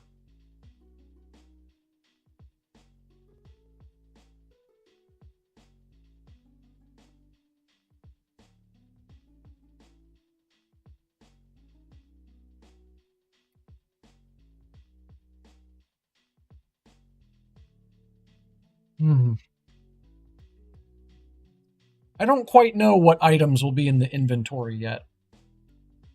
That's also a good question. But I guess my thought process here is there's going to be multiple types of inventories. The player could have an item inventory that contains upgrades or maybe amulets or something that you can equip and unequip to get different abilities. And we have to save off that inventory to the save file so that the next time you start the game, you still have the same items, or the next time you load from a checkpoint, you still have the same items. As well as we're going to have to keep track of any NPCs and their inventories as well. They would need to add themselves to the save file so that if they had an inventory with whatever items and you purchase an item from them, it then marks that item as purchased, and they would have to save their inventory so the next time you play the game and you go back to purchase another item, you can no longer purchase that item. Or maybe you can. Maybe it's an item that you can continuously purchase. I don't know. This is getting confusing now.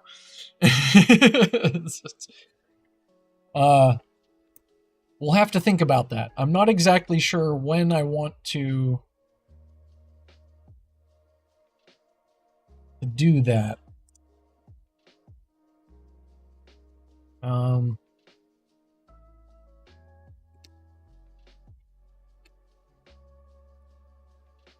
I guess what I would do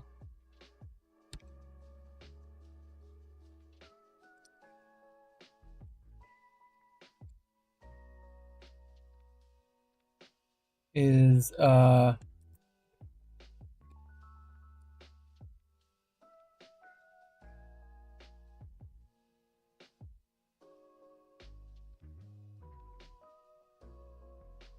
every time we add an item to an inventory, we want to save it. Or we want to add it to the save data. And every time we remove an item from the inventory, same thing. And then I think what we would do is use the name of this object, whatever the inventory's name is, as the key.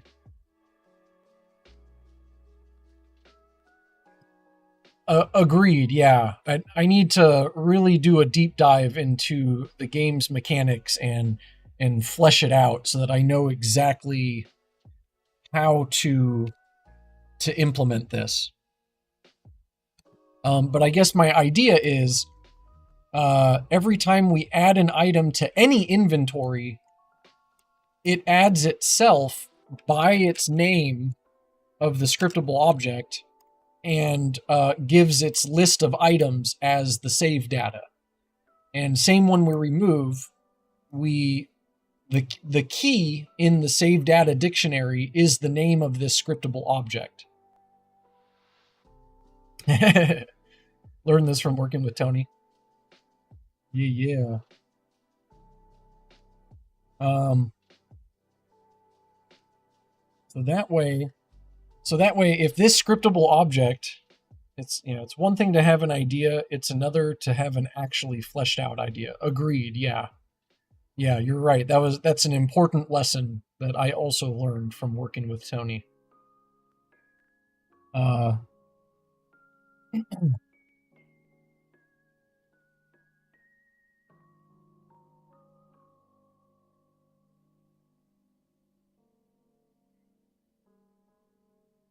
Actually, this would work. This would work great, I think. Now, the reason I don't think it'll work is because I'm not sure if I can save a scriptable object instance to the save file.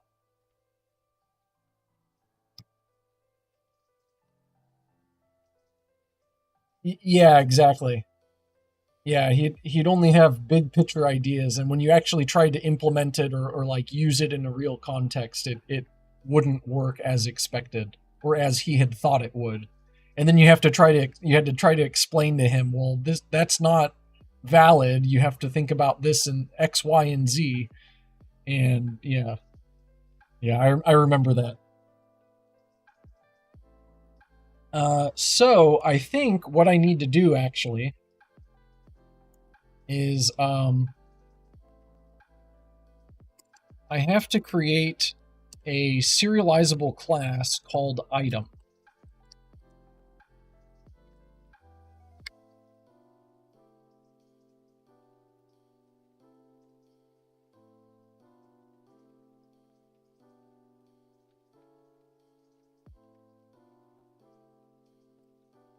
And the item class will then have that data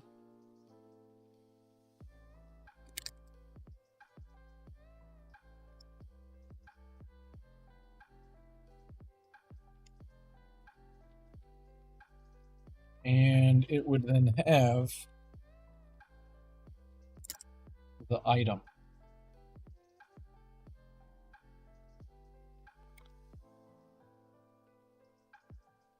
Whoops.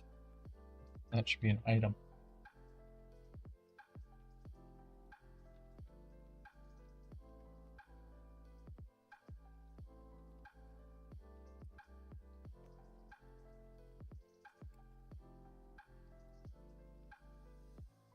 And so the reason why is because then this is serializable, and I can add this to an inventory. And an inventory would then have a list of item. And it would take in an item.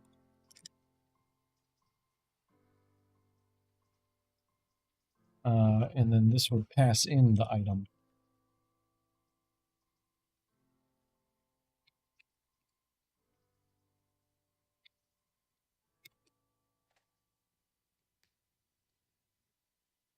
In fact, it could also have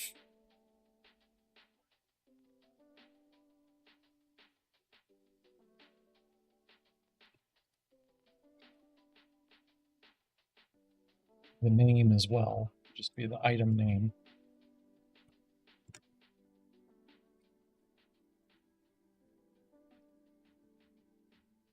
And it could even have the sprite.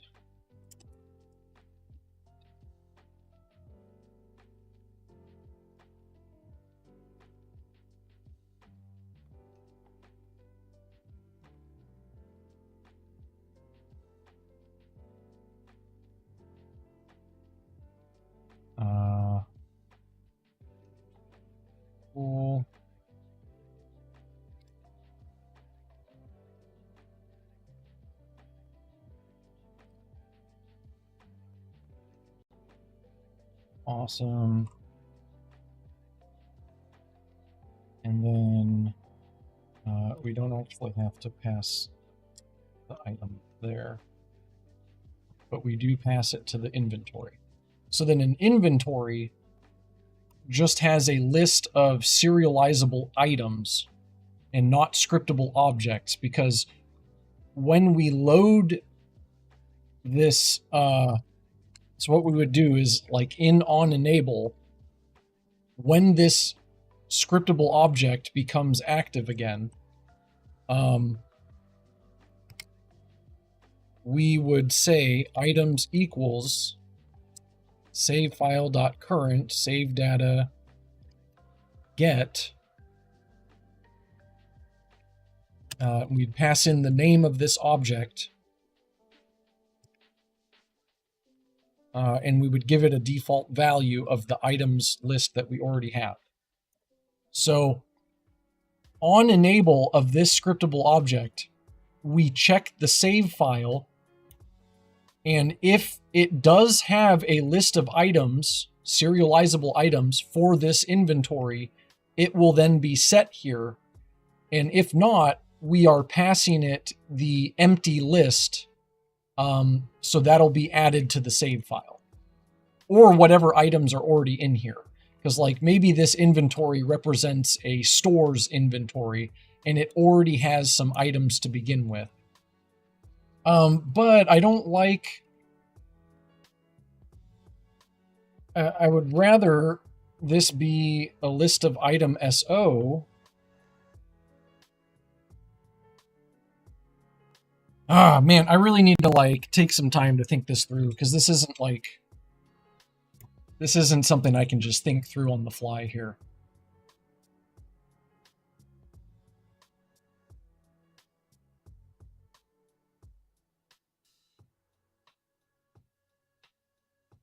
I want this. The only reason this is serializable is because maybe I have items that already exist in the inventory.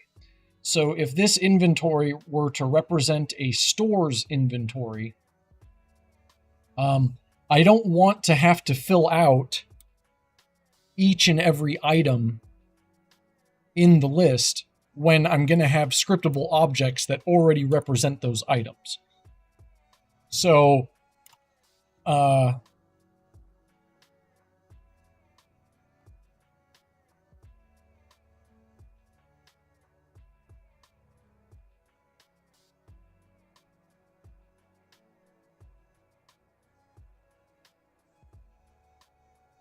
maybe we call this like existing items, because the only time you're actually going to use this is if you're setting it up in the inspector. This will never be used at runtime. And what I could then do is I would create a list of items, a list of item, called items.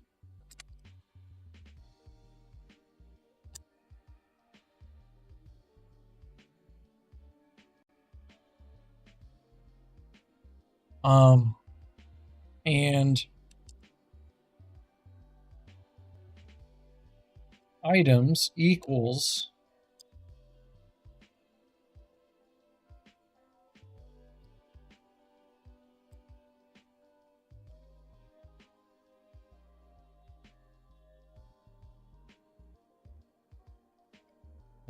to list. So what we do is we have a list of existing items that might already be in the inventory. That way I can fill them in with their scriptable object reference. Then in onEnable, we have a list of serializable item. So it doesn't have to be a scriptable object instance. And we create that list using the item field from all of those scriptable objects. And then we try to get the inventory from the save file, passing in this list of existing items. So if the inventory does not exist yet in the save file, then the list of existing items will be passed into the save file. And if it does already exist in the save file, then the list of items will be overwritten with whatever is in the save file, thus making it so that I can drag scriptable object references into this inventory as like these items already exist in this inventory. And even if those items have already been removed,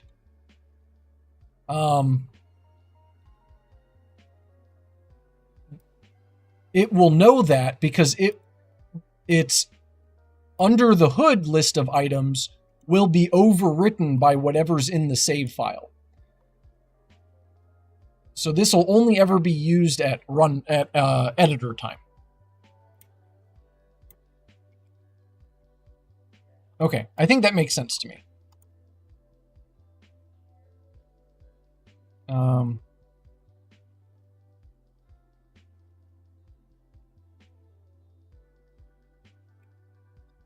And then I guess in onDisable, do we also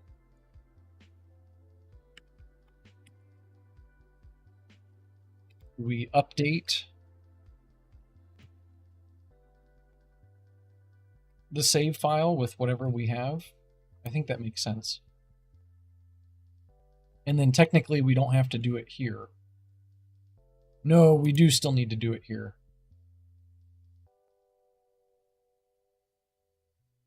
So we get it in onEnable. I don't think we need the onDisable actually. So we check the save file in onEnable to make sure that we have the right list of items that should be in this inventory going forward. And then every time an item is added or removed from the inventory, we update the save file. So then the next time that we play, the onEnable will be called and the list of items will be overwritten by whatever is in the save file, or it'll be whatever the default list of items is. Okay, I think that makes sense to me. I did actually think all that up on the fly. That was pretty cool. Okay, I think that'll work. Here's how we can check.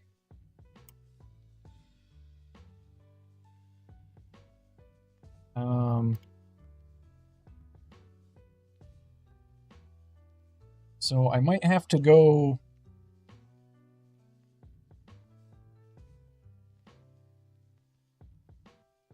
Oh, I forgot that scriptable objects are also called, the onEnable method is also called in the editor too, which is extremely annoying. So if not application.isPlaying return.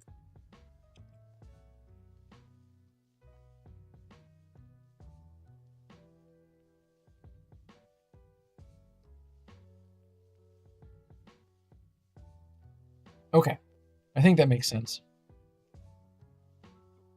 So then our items, so we'll call this like player inventory SO, okay? And the player then has reference to that still. And then this Stimpack item needs to be updated because we... what? Why does it have... Why does it have two sprite fields? Oh, whoops, because I made this one public, and it should point to the sprite, the private sprite. That was funny. Alright, that should fix that. So then it has a name and a sprite. And where was that object?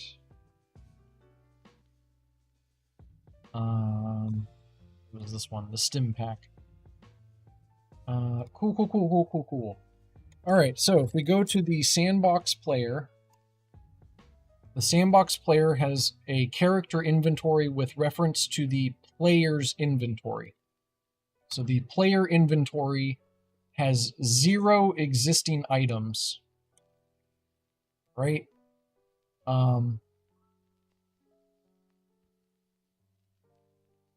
Correct. Okay, cool. Now, if we were to play the game, we will go start a new game for Billy Bob 420. So we start a new game.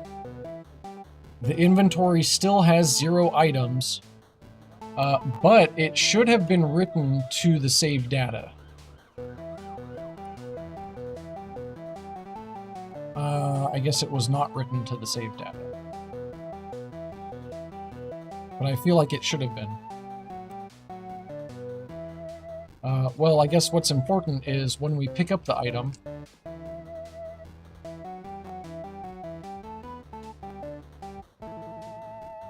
it has been added to the inventory, but we won't see it here in the existing items. We have to go into debug mode, I think.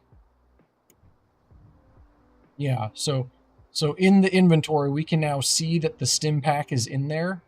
It's not an existing item. Maybe we'll rename that to default items, and then maybe I'll make this serializable so you can also see that as well. But we do, in fact, have an item in there.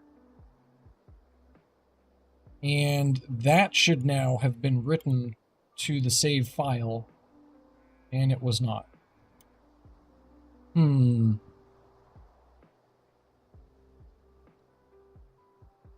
Also, the music stopped for some reason.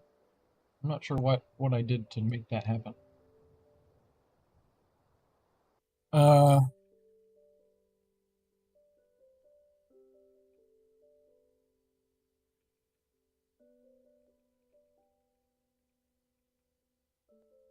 I'm wondering if it's not getting past this application is playing.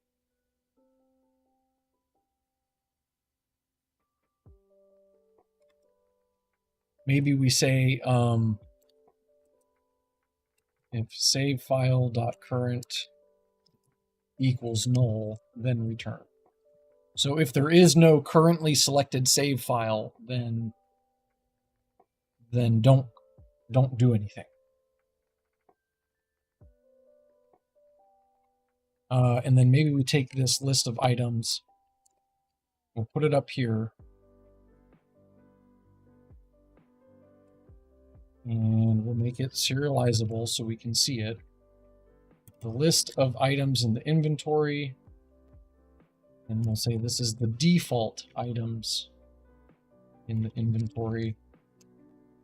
We'll call this default items.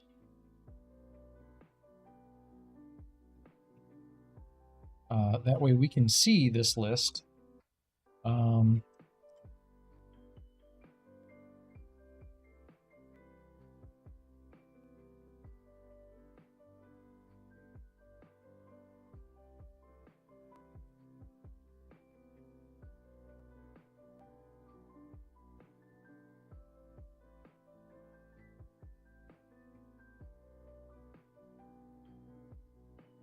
Now, I'm also wondering if the name of this item,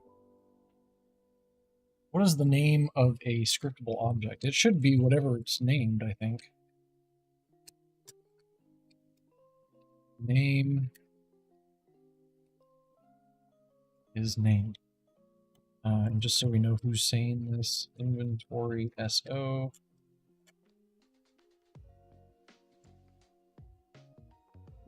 This'll tell us if the onEnable method's being called as well.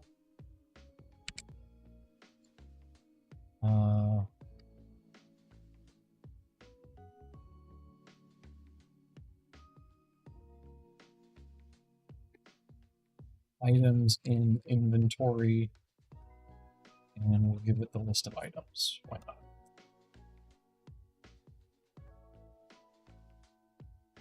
Okay, so now...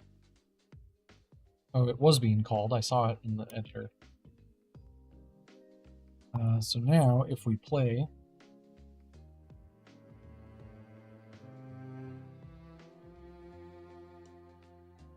It does have a name. It's called Player Inventory SO, which is the name of the object like I expected it to be. We can now see both of those in the inspector. We don't have to be in debug mode to do it. Now, if we start Billy Bob's profile...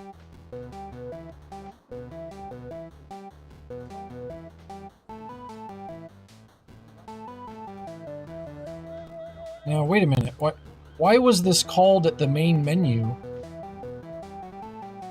when no one has reference to it yet?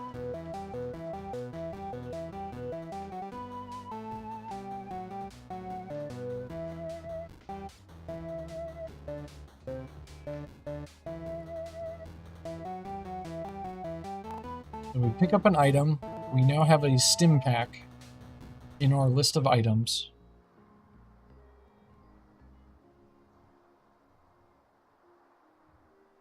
And technically, we should have then added that list of items to the save file.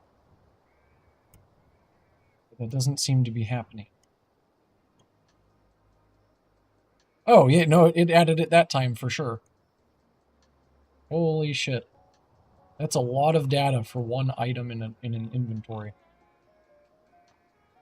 Holy God. What is all that? Why? Why do I need all of that?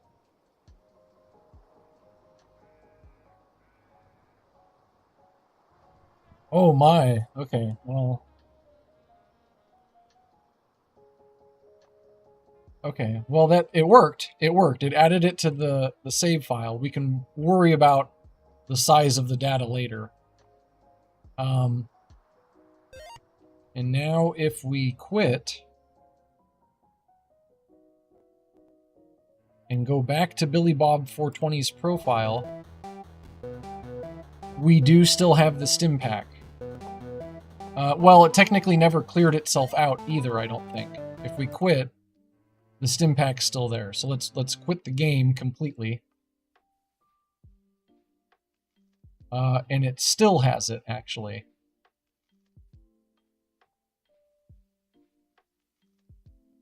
But I would expect it to get overwritten when we replay the game.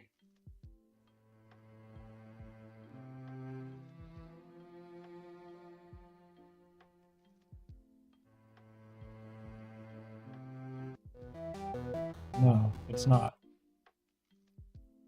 Well, I guess serializable objects already... I mean, scriptable objects already serialize themselves, right? But the problem is, like, that works here in the editor, but it doesn't work at runtime.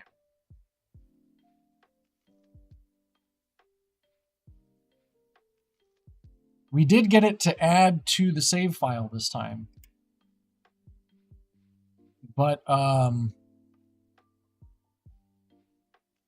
it's never calling this code because onEnable is being called immediately in the main menu, even though no one has reference to this scriptable object yet, which is really strange to me because I thought this was only called when something has a reference to the scriptable object is loaded in the scene.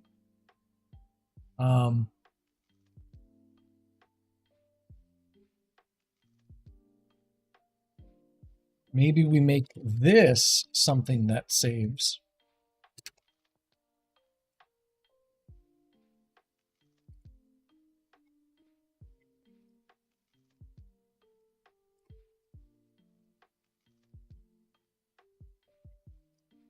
And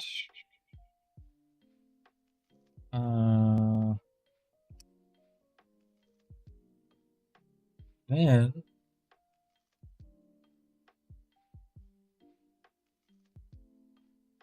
this is the load code. So when it's told to load, it should call that code. And when it's told to save, it would call that code.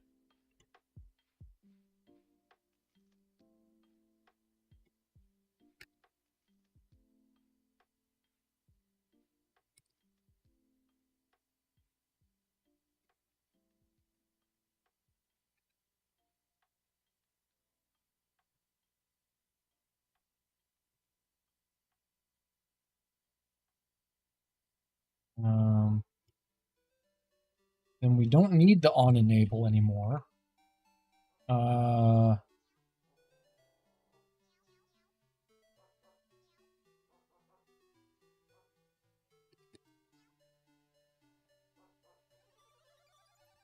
maybe we don't.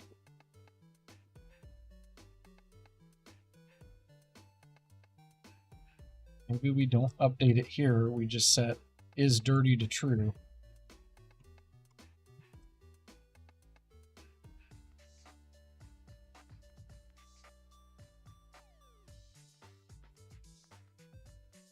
So then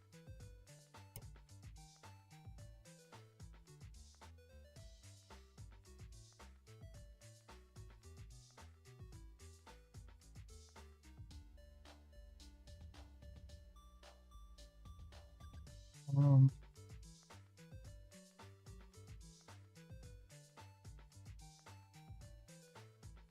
going to delete Billy Bob's save file here. Actually, we might have to delete everyone's save file. No, I don't think that'll matter, actually. Think.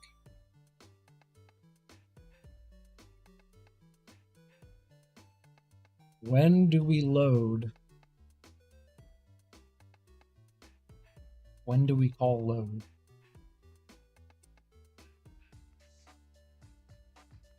In the game manager.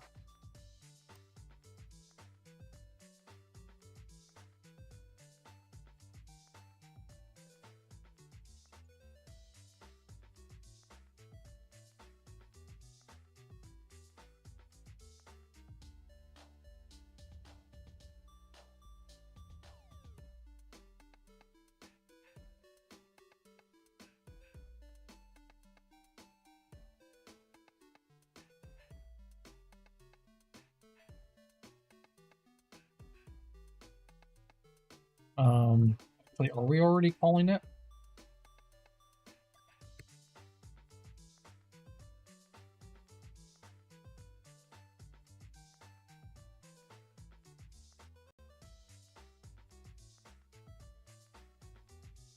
When we load save file, we do.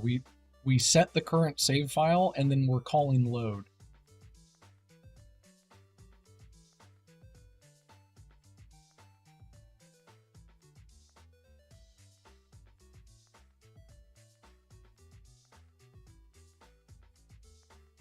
I don't think that will happen, though, in the right order. Because the game manager will tell the save system to load this save file. That will then tell everything to load its data from the save file. And then we load into the game scene.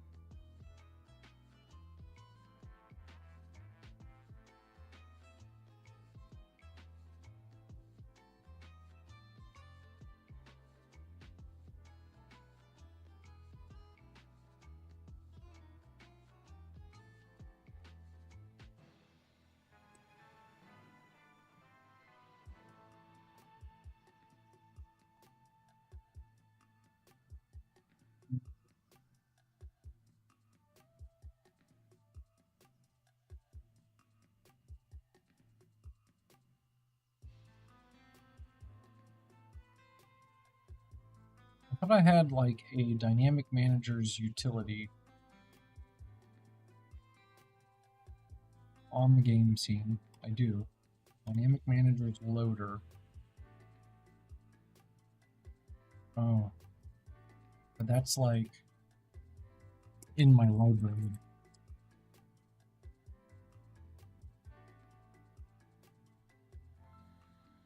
Hmm.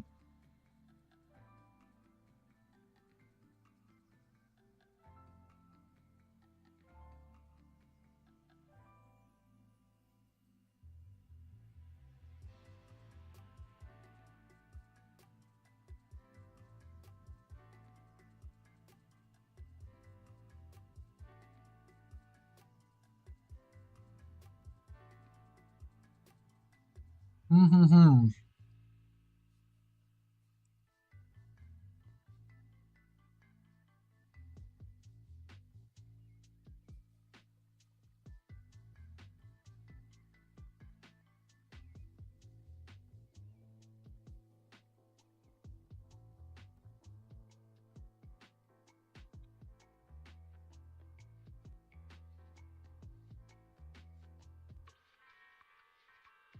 Hmm. So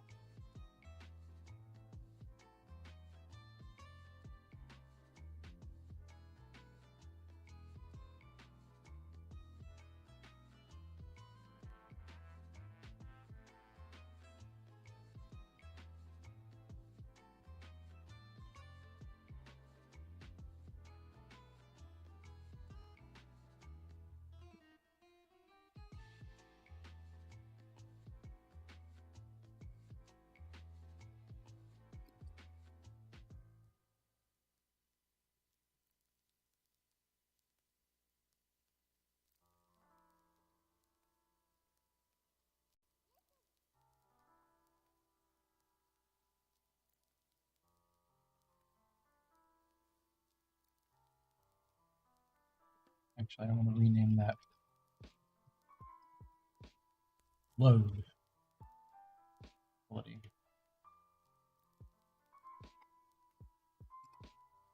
And we want to listen for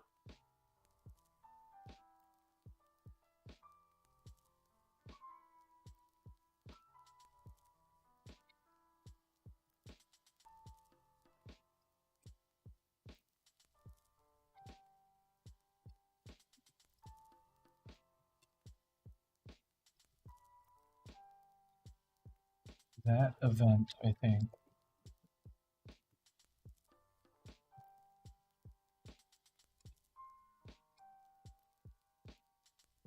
I'm gonna have to think this through. This is gonna get complicated.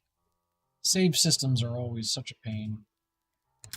I could just use like one from the store, but then I have to learn how that one works and implement it into my existing code. Uh,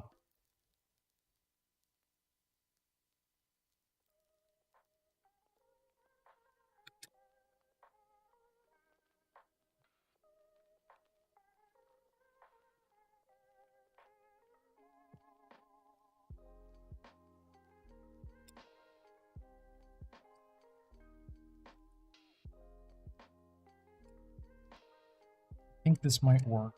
We shall see.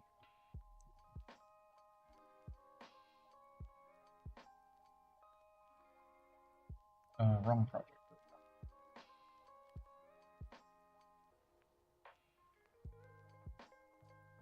But this is just a temporary solution. We have to find a better solution than this. But basically, when we get to the game screen, this utility will wait until all the dynamic managers have been loaded. That should mean the player...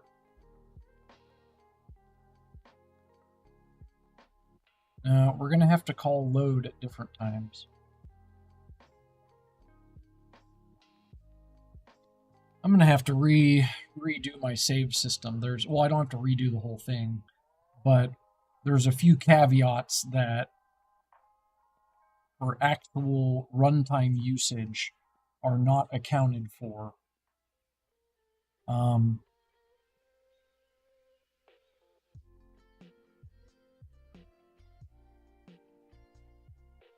And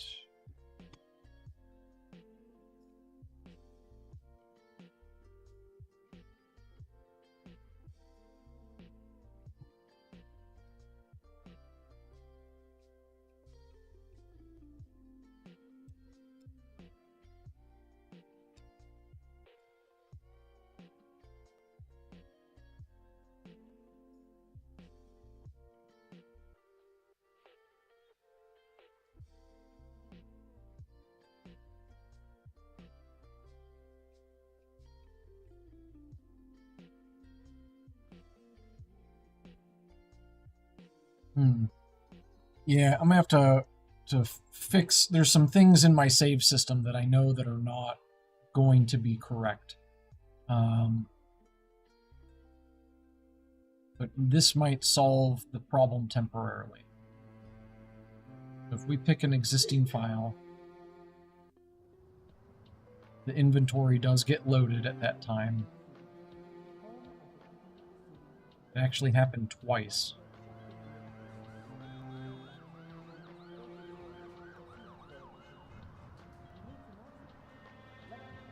And that's probably because of that save utility. Maybe we didn't need this load utility, actually. But okay, so the problem is we want to look at the player inventory object, and we want to make sure the list is empty, which it is. And now if we play, and we load Billy Bob's profile, that's what already had an item.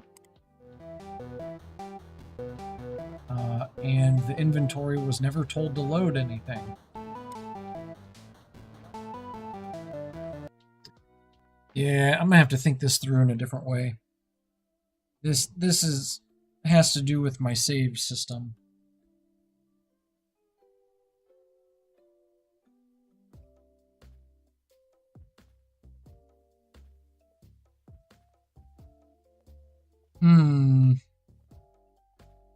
I'm not sure how best to handle that. I have to really think that one through. The idea is that this inventory object implements the iSave interface. And in its onEnable method, it registers itself to the save events. So that when you tell the game to, when you call save or you call load, this item, because it implements the iSave interface, will be passed the save data. Oh. Well, here's one problem. Is I should be using the save data that it's passed directly to save and load itself to that save data. And it only does that if the object is dirty, which means it has been changed.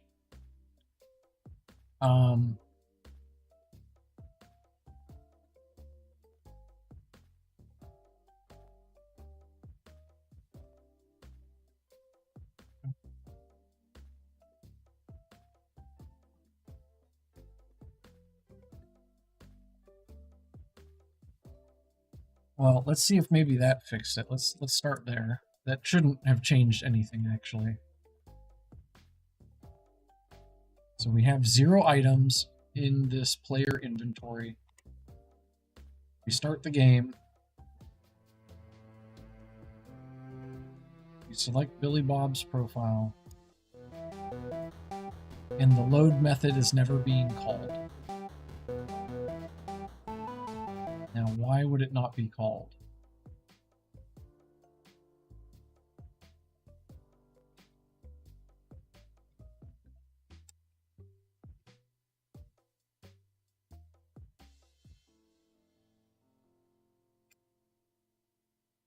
Maybe let's wait till the player spawned to call it.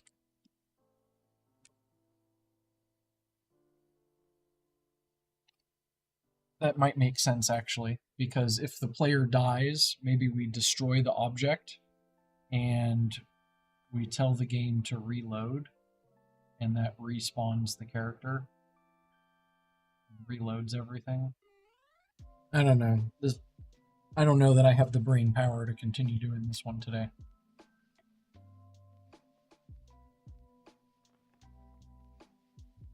Let's just see if that works, I guess, for now.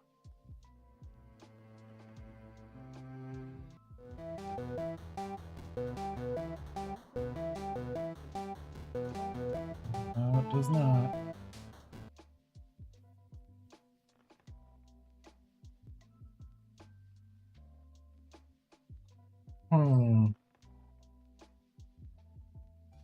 I guess the question is, when is this being called?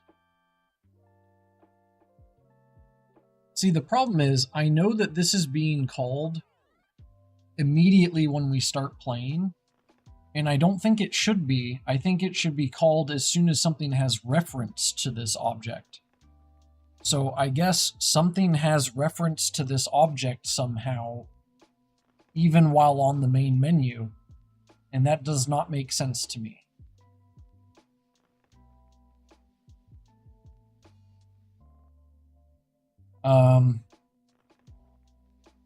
But I think it's registering to the save events, or it's registering to the save manager.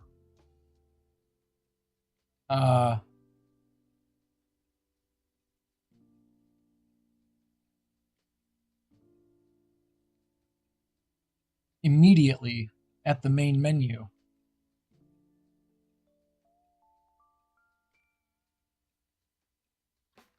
Well, I guess let's just debug here. Let's see, is the load method even being called at all? I don't think it is, or else it would have logged out something, but I don't think it's being called at all.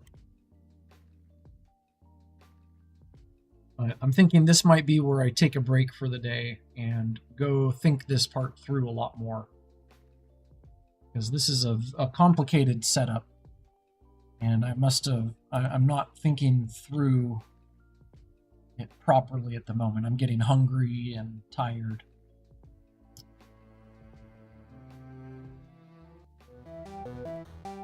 Yeah, so sure enough, we're not even hitting the breakpoint. So this object is never being told to load its data.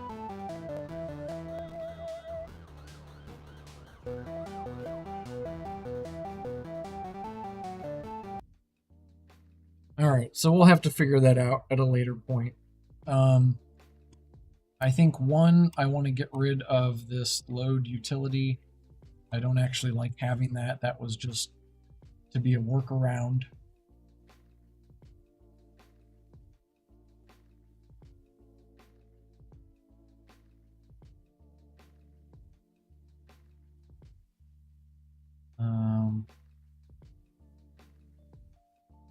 We will leave this as it is because that should technically work per the implementation that I have for my save system, but we might have to change it later. Whoops, what did I just do? I don't know. I'm gonna have to really think that one through. I guess what's really important today, though, is that we did get a lot of other things fixed. We figured out that bug. We have our pickup system working. We have something that represents an inventory so that when we pick up an item, it does get added to that inventory. We just need to figure out how best to persist that inventory once the item has been added to it. And I think that is an issue with my save system that I will have to figure out.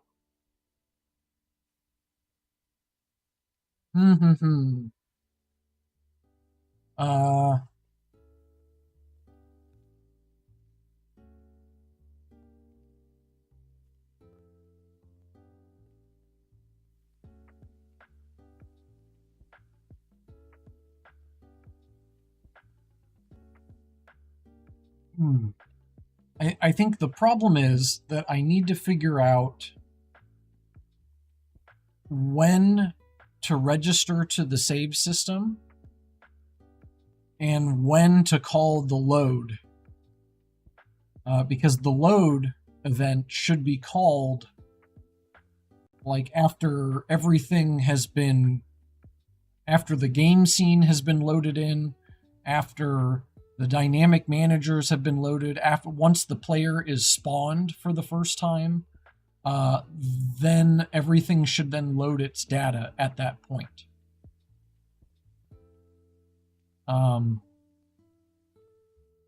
Because those are all things that might need to load data, and they will not register themselves until they've been created and loaded into a scene. And after all that happens, and after they've registered themselves, then they should load their data. So I think I actually have the right setup. I'm just calling it at the wrong time.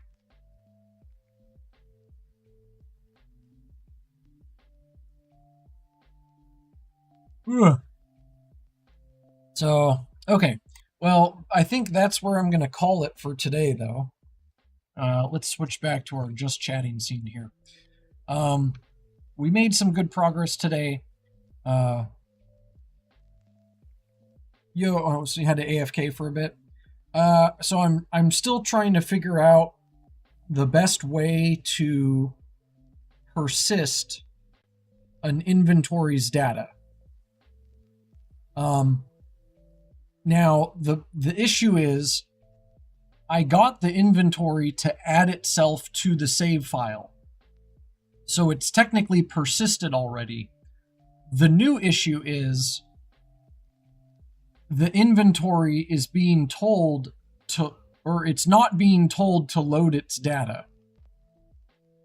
The load event is happening prior to the game scene being loaded in and the player being spawned.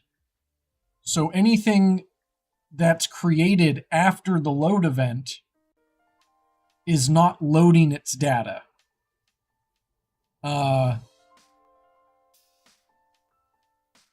Or the load event is being called in an incorrect order, basically. So I've kind of reached my limit for today. I'm pretty tired. I'm pretty hungry.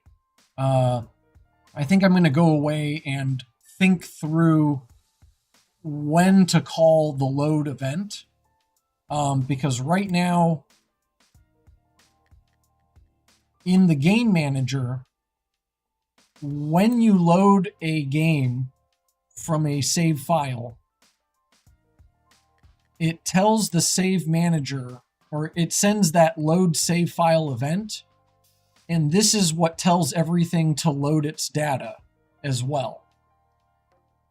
And that's happening before I load the game scene. And that's because when we get to the game scene, we have to have a save file already selected so the game scene knows how to set itself up. So that needs to be the order. And basically in my save manager, here is that load save file method. We are setting the current save file in this method, and then we're telling everything to load itself. So my idea is that I should probably remove the load method from here, or maybe even keep it, it doesn't matter. But once the game scene has been loaded, then I would call like save events load so that everything knows to check the current save file to get its persisted data. But yeah, basically there's another order of operations problem. And I can't quite think through how best I want to handle it because I'm tired and hungry. Oh, I'm not even showing you my screen. Sorry, hold on. Let me switch back here. So, before, what I was saying is, the game manager is told to load a game with a save file.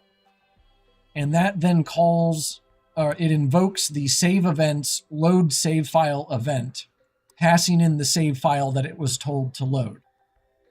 And then down in this method is where we set the current save file to the save file that was passed in, and we call load, which notifies everything that has persisted data to then check the save file and load in its persisted data. Now the problem is that's happening first, and then we're loading the game scene. So the save file is being selected, everything is being told to load its data, and then the game scene gets loaded. And we need to wait for the game scene to be loaded in, and then call save events.load after the game scene has been loaded in. And I don't know if immediately calling it here is going to be enough time for everything to load in first. Because what's happening is everything's being told to load its data, and then the game scene is being created. So anything that's created after the fact is then not loading its data because that load call was already invoked. So I need to tell everything to load its data after that game scene has been loaded in, or been created, I guess, but however you want to say that. And I don't know that immediately calling it is going to solve the problem, because things might still be instantiating themselves into the scene at that time. So basically, I need some sort of delay here, so that the game scene has time to load everything.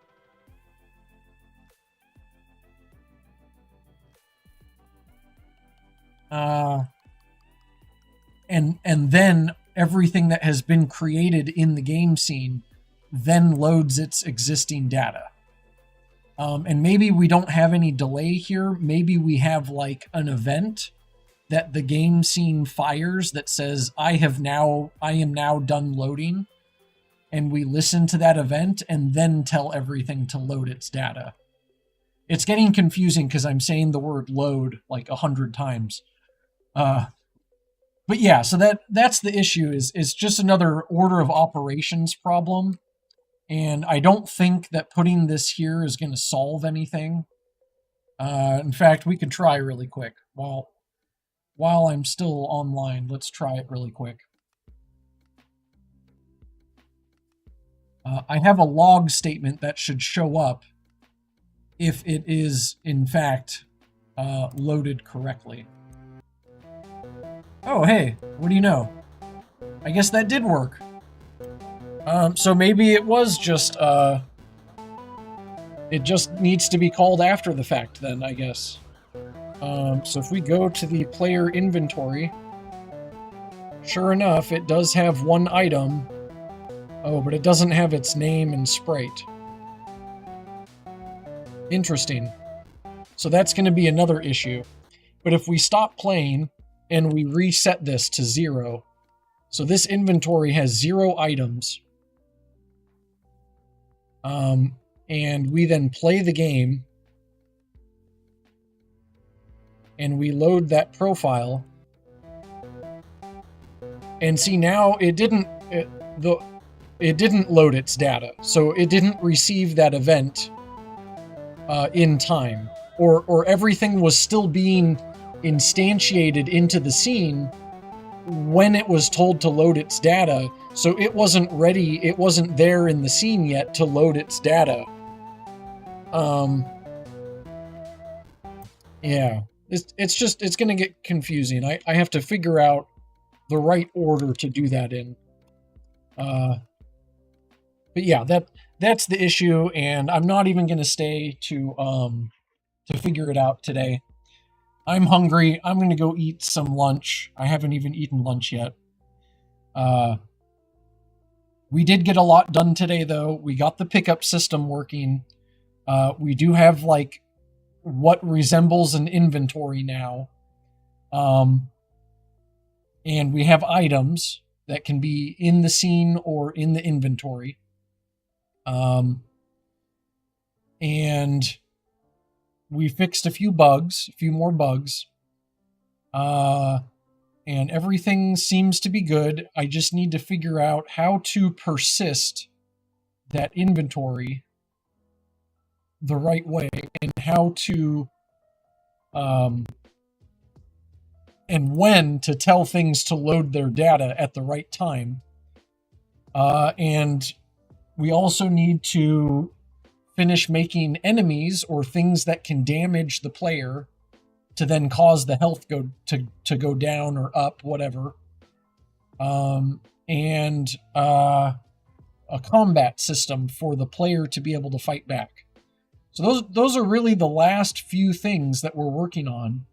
And we did add a map screen today as well.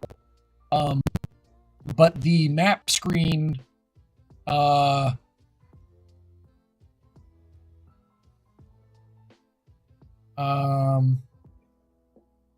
is just empty right. Sorry, I lost my train of thought. The map screen is just empty right now. So at some point we also want to create the map system. And that's a whole nother project for another day. But we're getting close. We're getting really close. We have a pretty set up prototype here. And once we get a few of these final things in and finalized and working the way that we want them to, everything from there is just really easy to expand upon, or to scale up, I guess, however you want to say that. So we're getting really close. Every day we're making good progress, and that's what matters. We made good progress again today. So yeah. So next time, I am hoping to figure out when is the best time for anything to load its data. And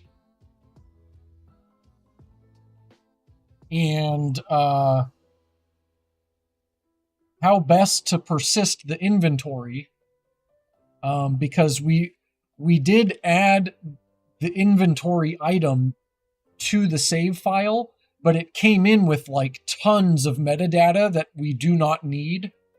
So we're going to have to think of a better system for that as well. So loading data, persisting the inventory, or inventories, I should say, because there's going to be multiple inventories. And then enemies and a combat system. Those are our last 4 major features that we need to figure out and finalize. And once those are all in, everything from there just scales up really easily. It's really easy to create a new location, to set up the doorways and paths that you can navigate to that location from, to then fill that location with enemies or items or save points, whatever. And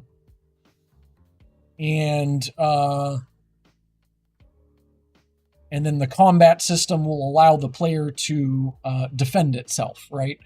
So yeah, we're making good progress. We're very close. I said that like 100 times already. I'm just trying to reaffirm it in my own head. But yeah, on that note, guys, I'm gonna call it here. I'm not gonna say that I'll be back later, because I keep making a habit of saying I'm gonna try to be back later, and then something comes up with the family, or I fall asleep on the couch, and I never actually make it back. So I would like to be back later. I don't know that it'll happen, because based on the past, my past reputation here, it is probably not likely to happen until tomorrow morning. But if I come back, please come check me out. And thank you guys all so much for watching today and supporting the stream. If you like what you see, don't forget to follow the channel. And thank you all again for being part of this awesome community. I'm going to step away, go get some food, and take a break here. And we'll probably be gone for the day. So I appreciate you guys, and I will catch you guys later.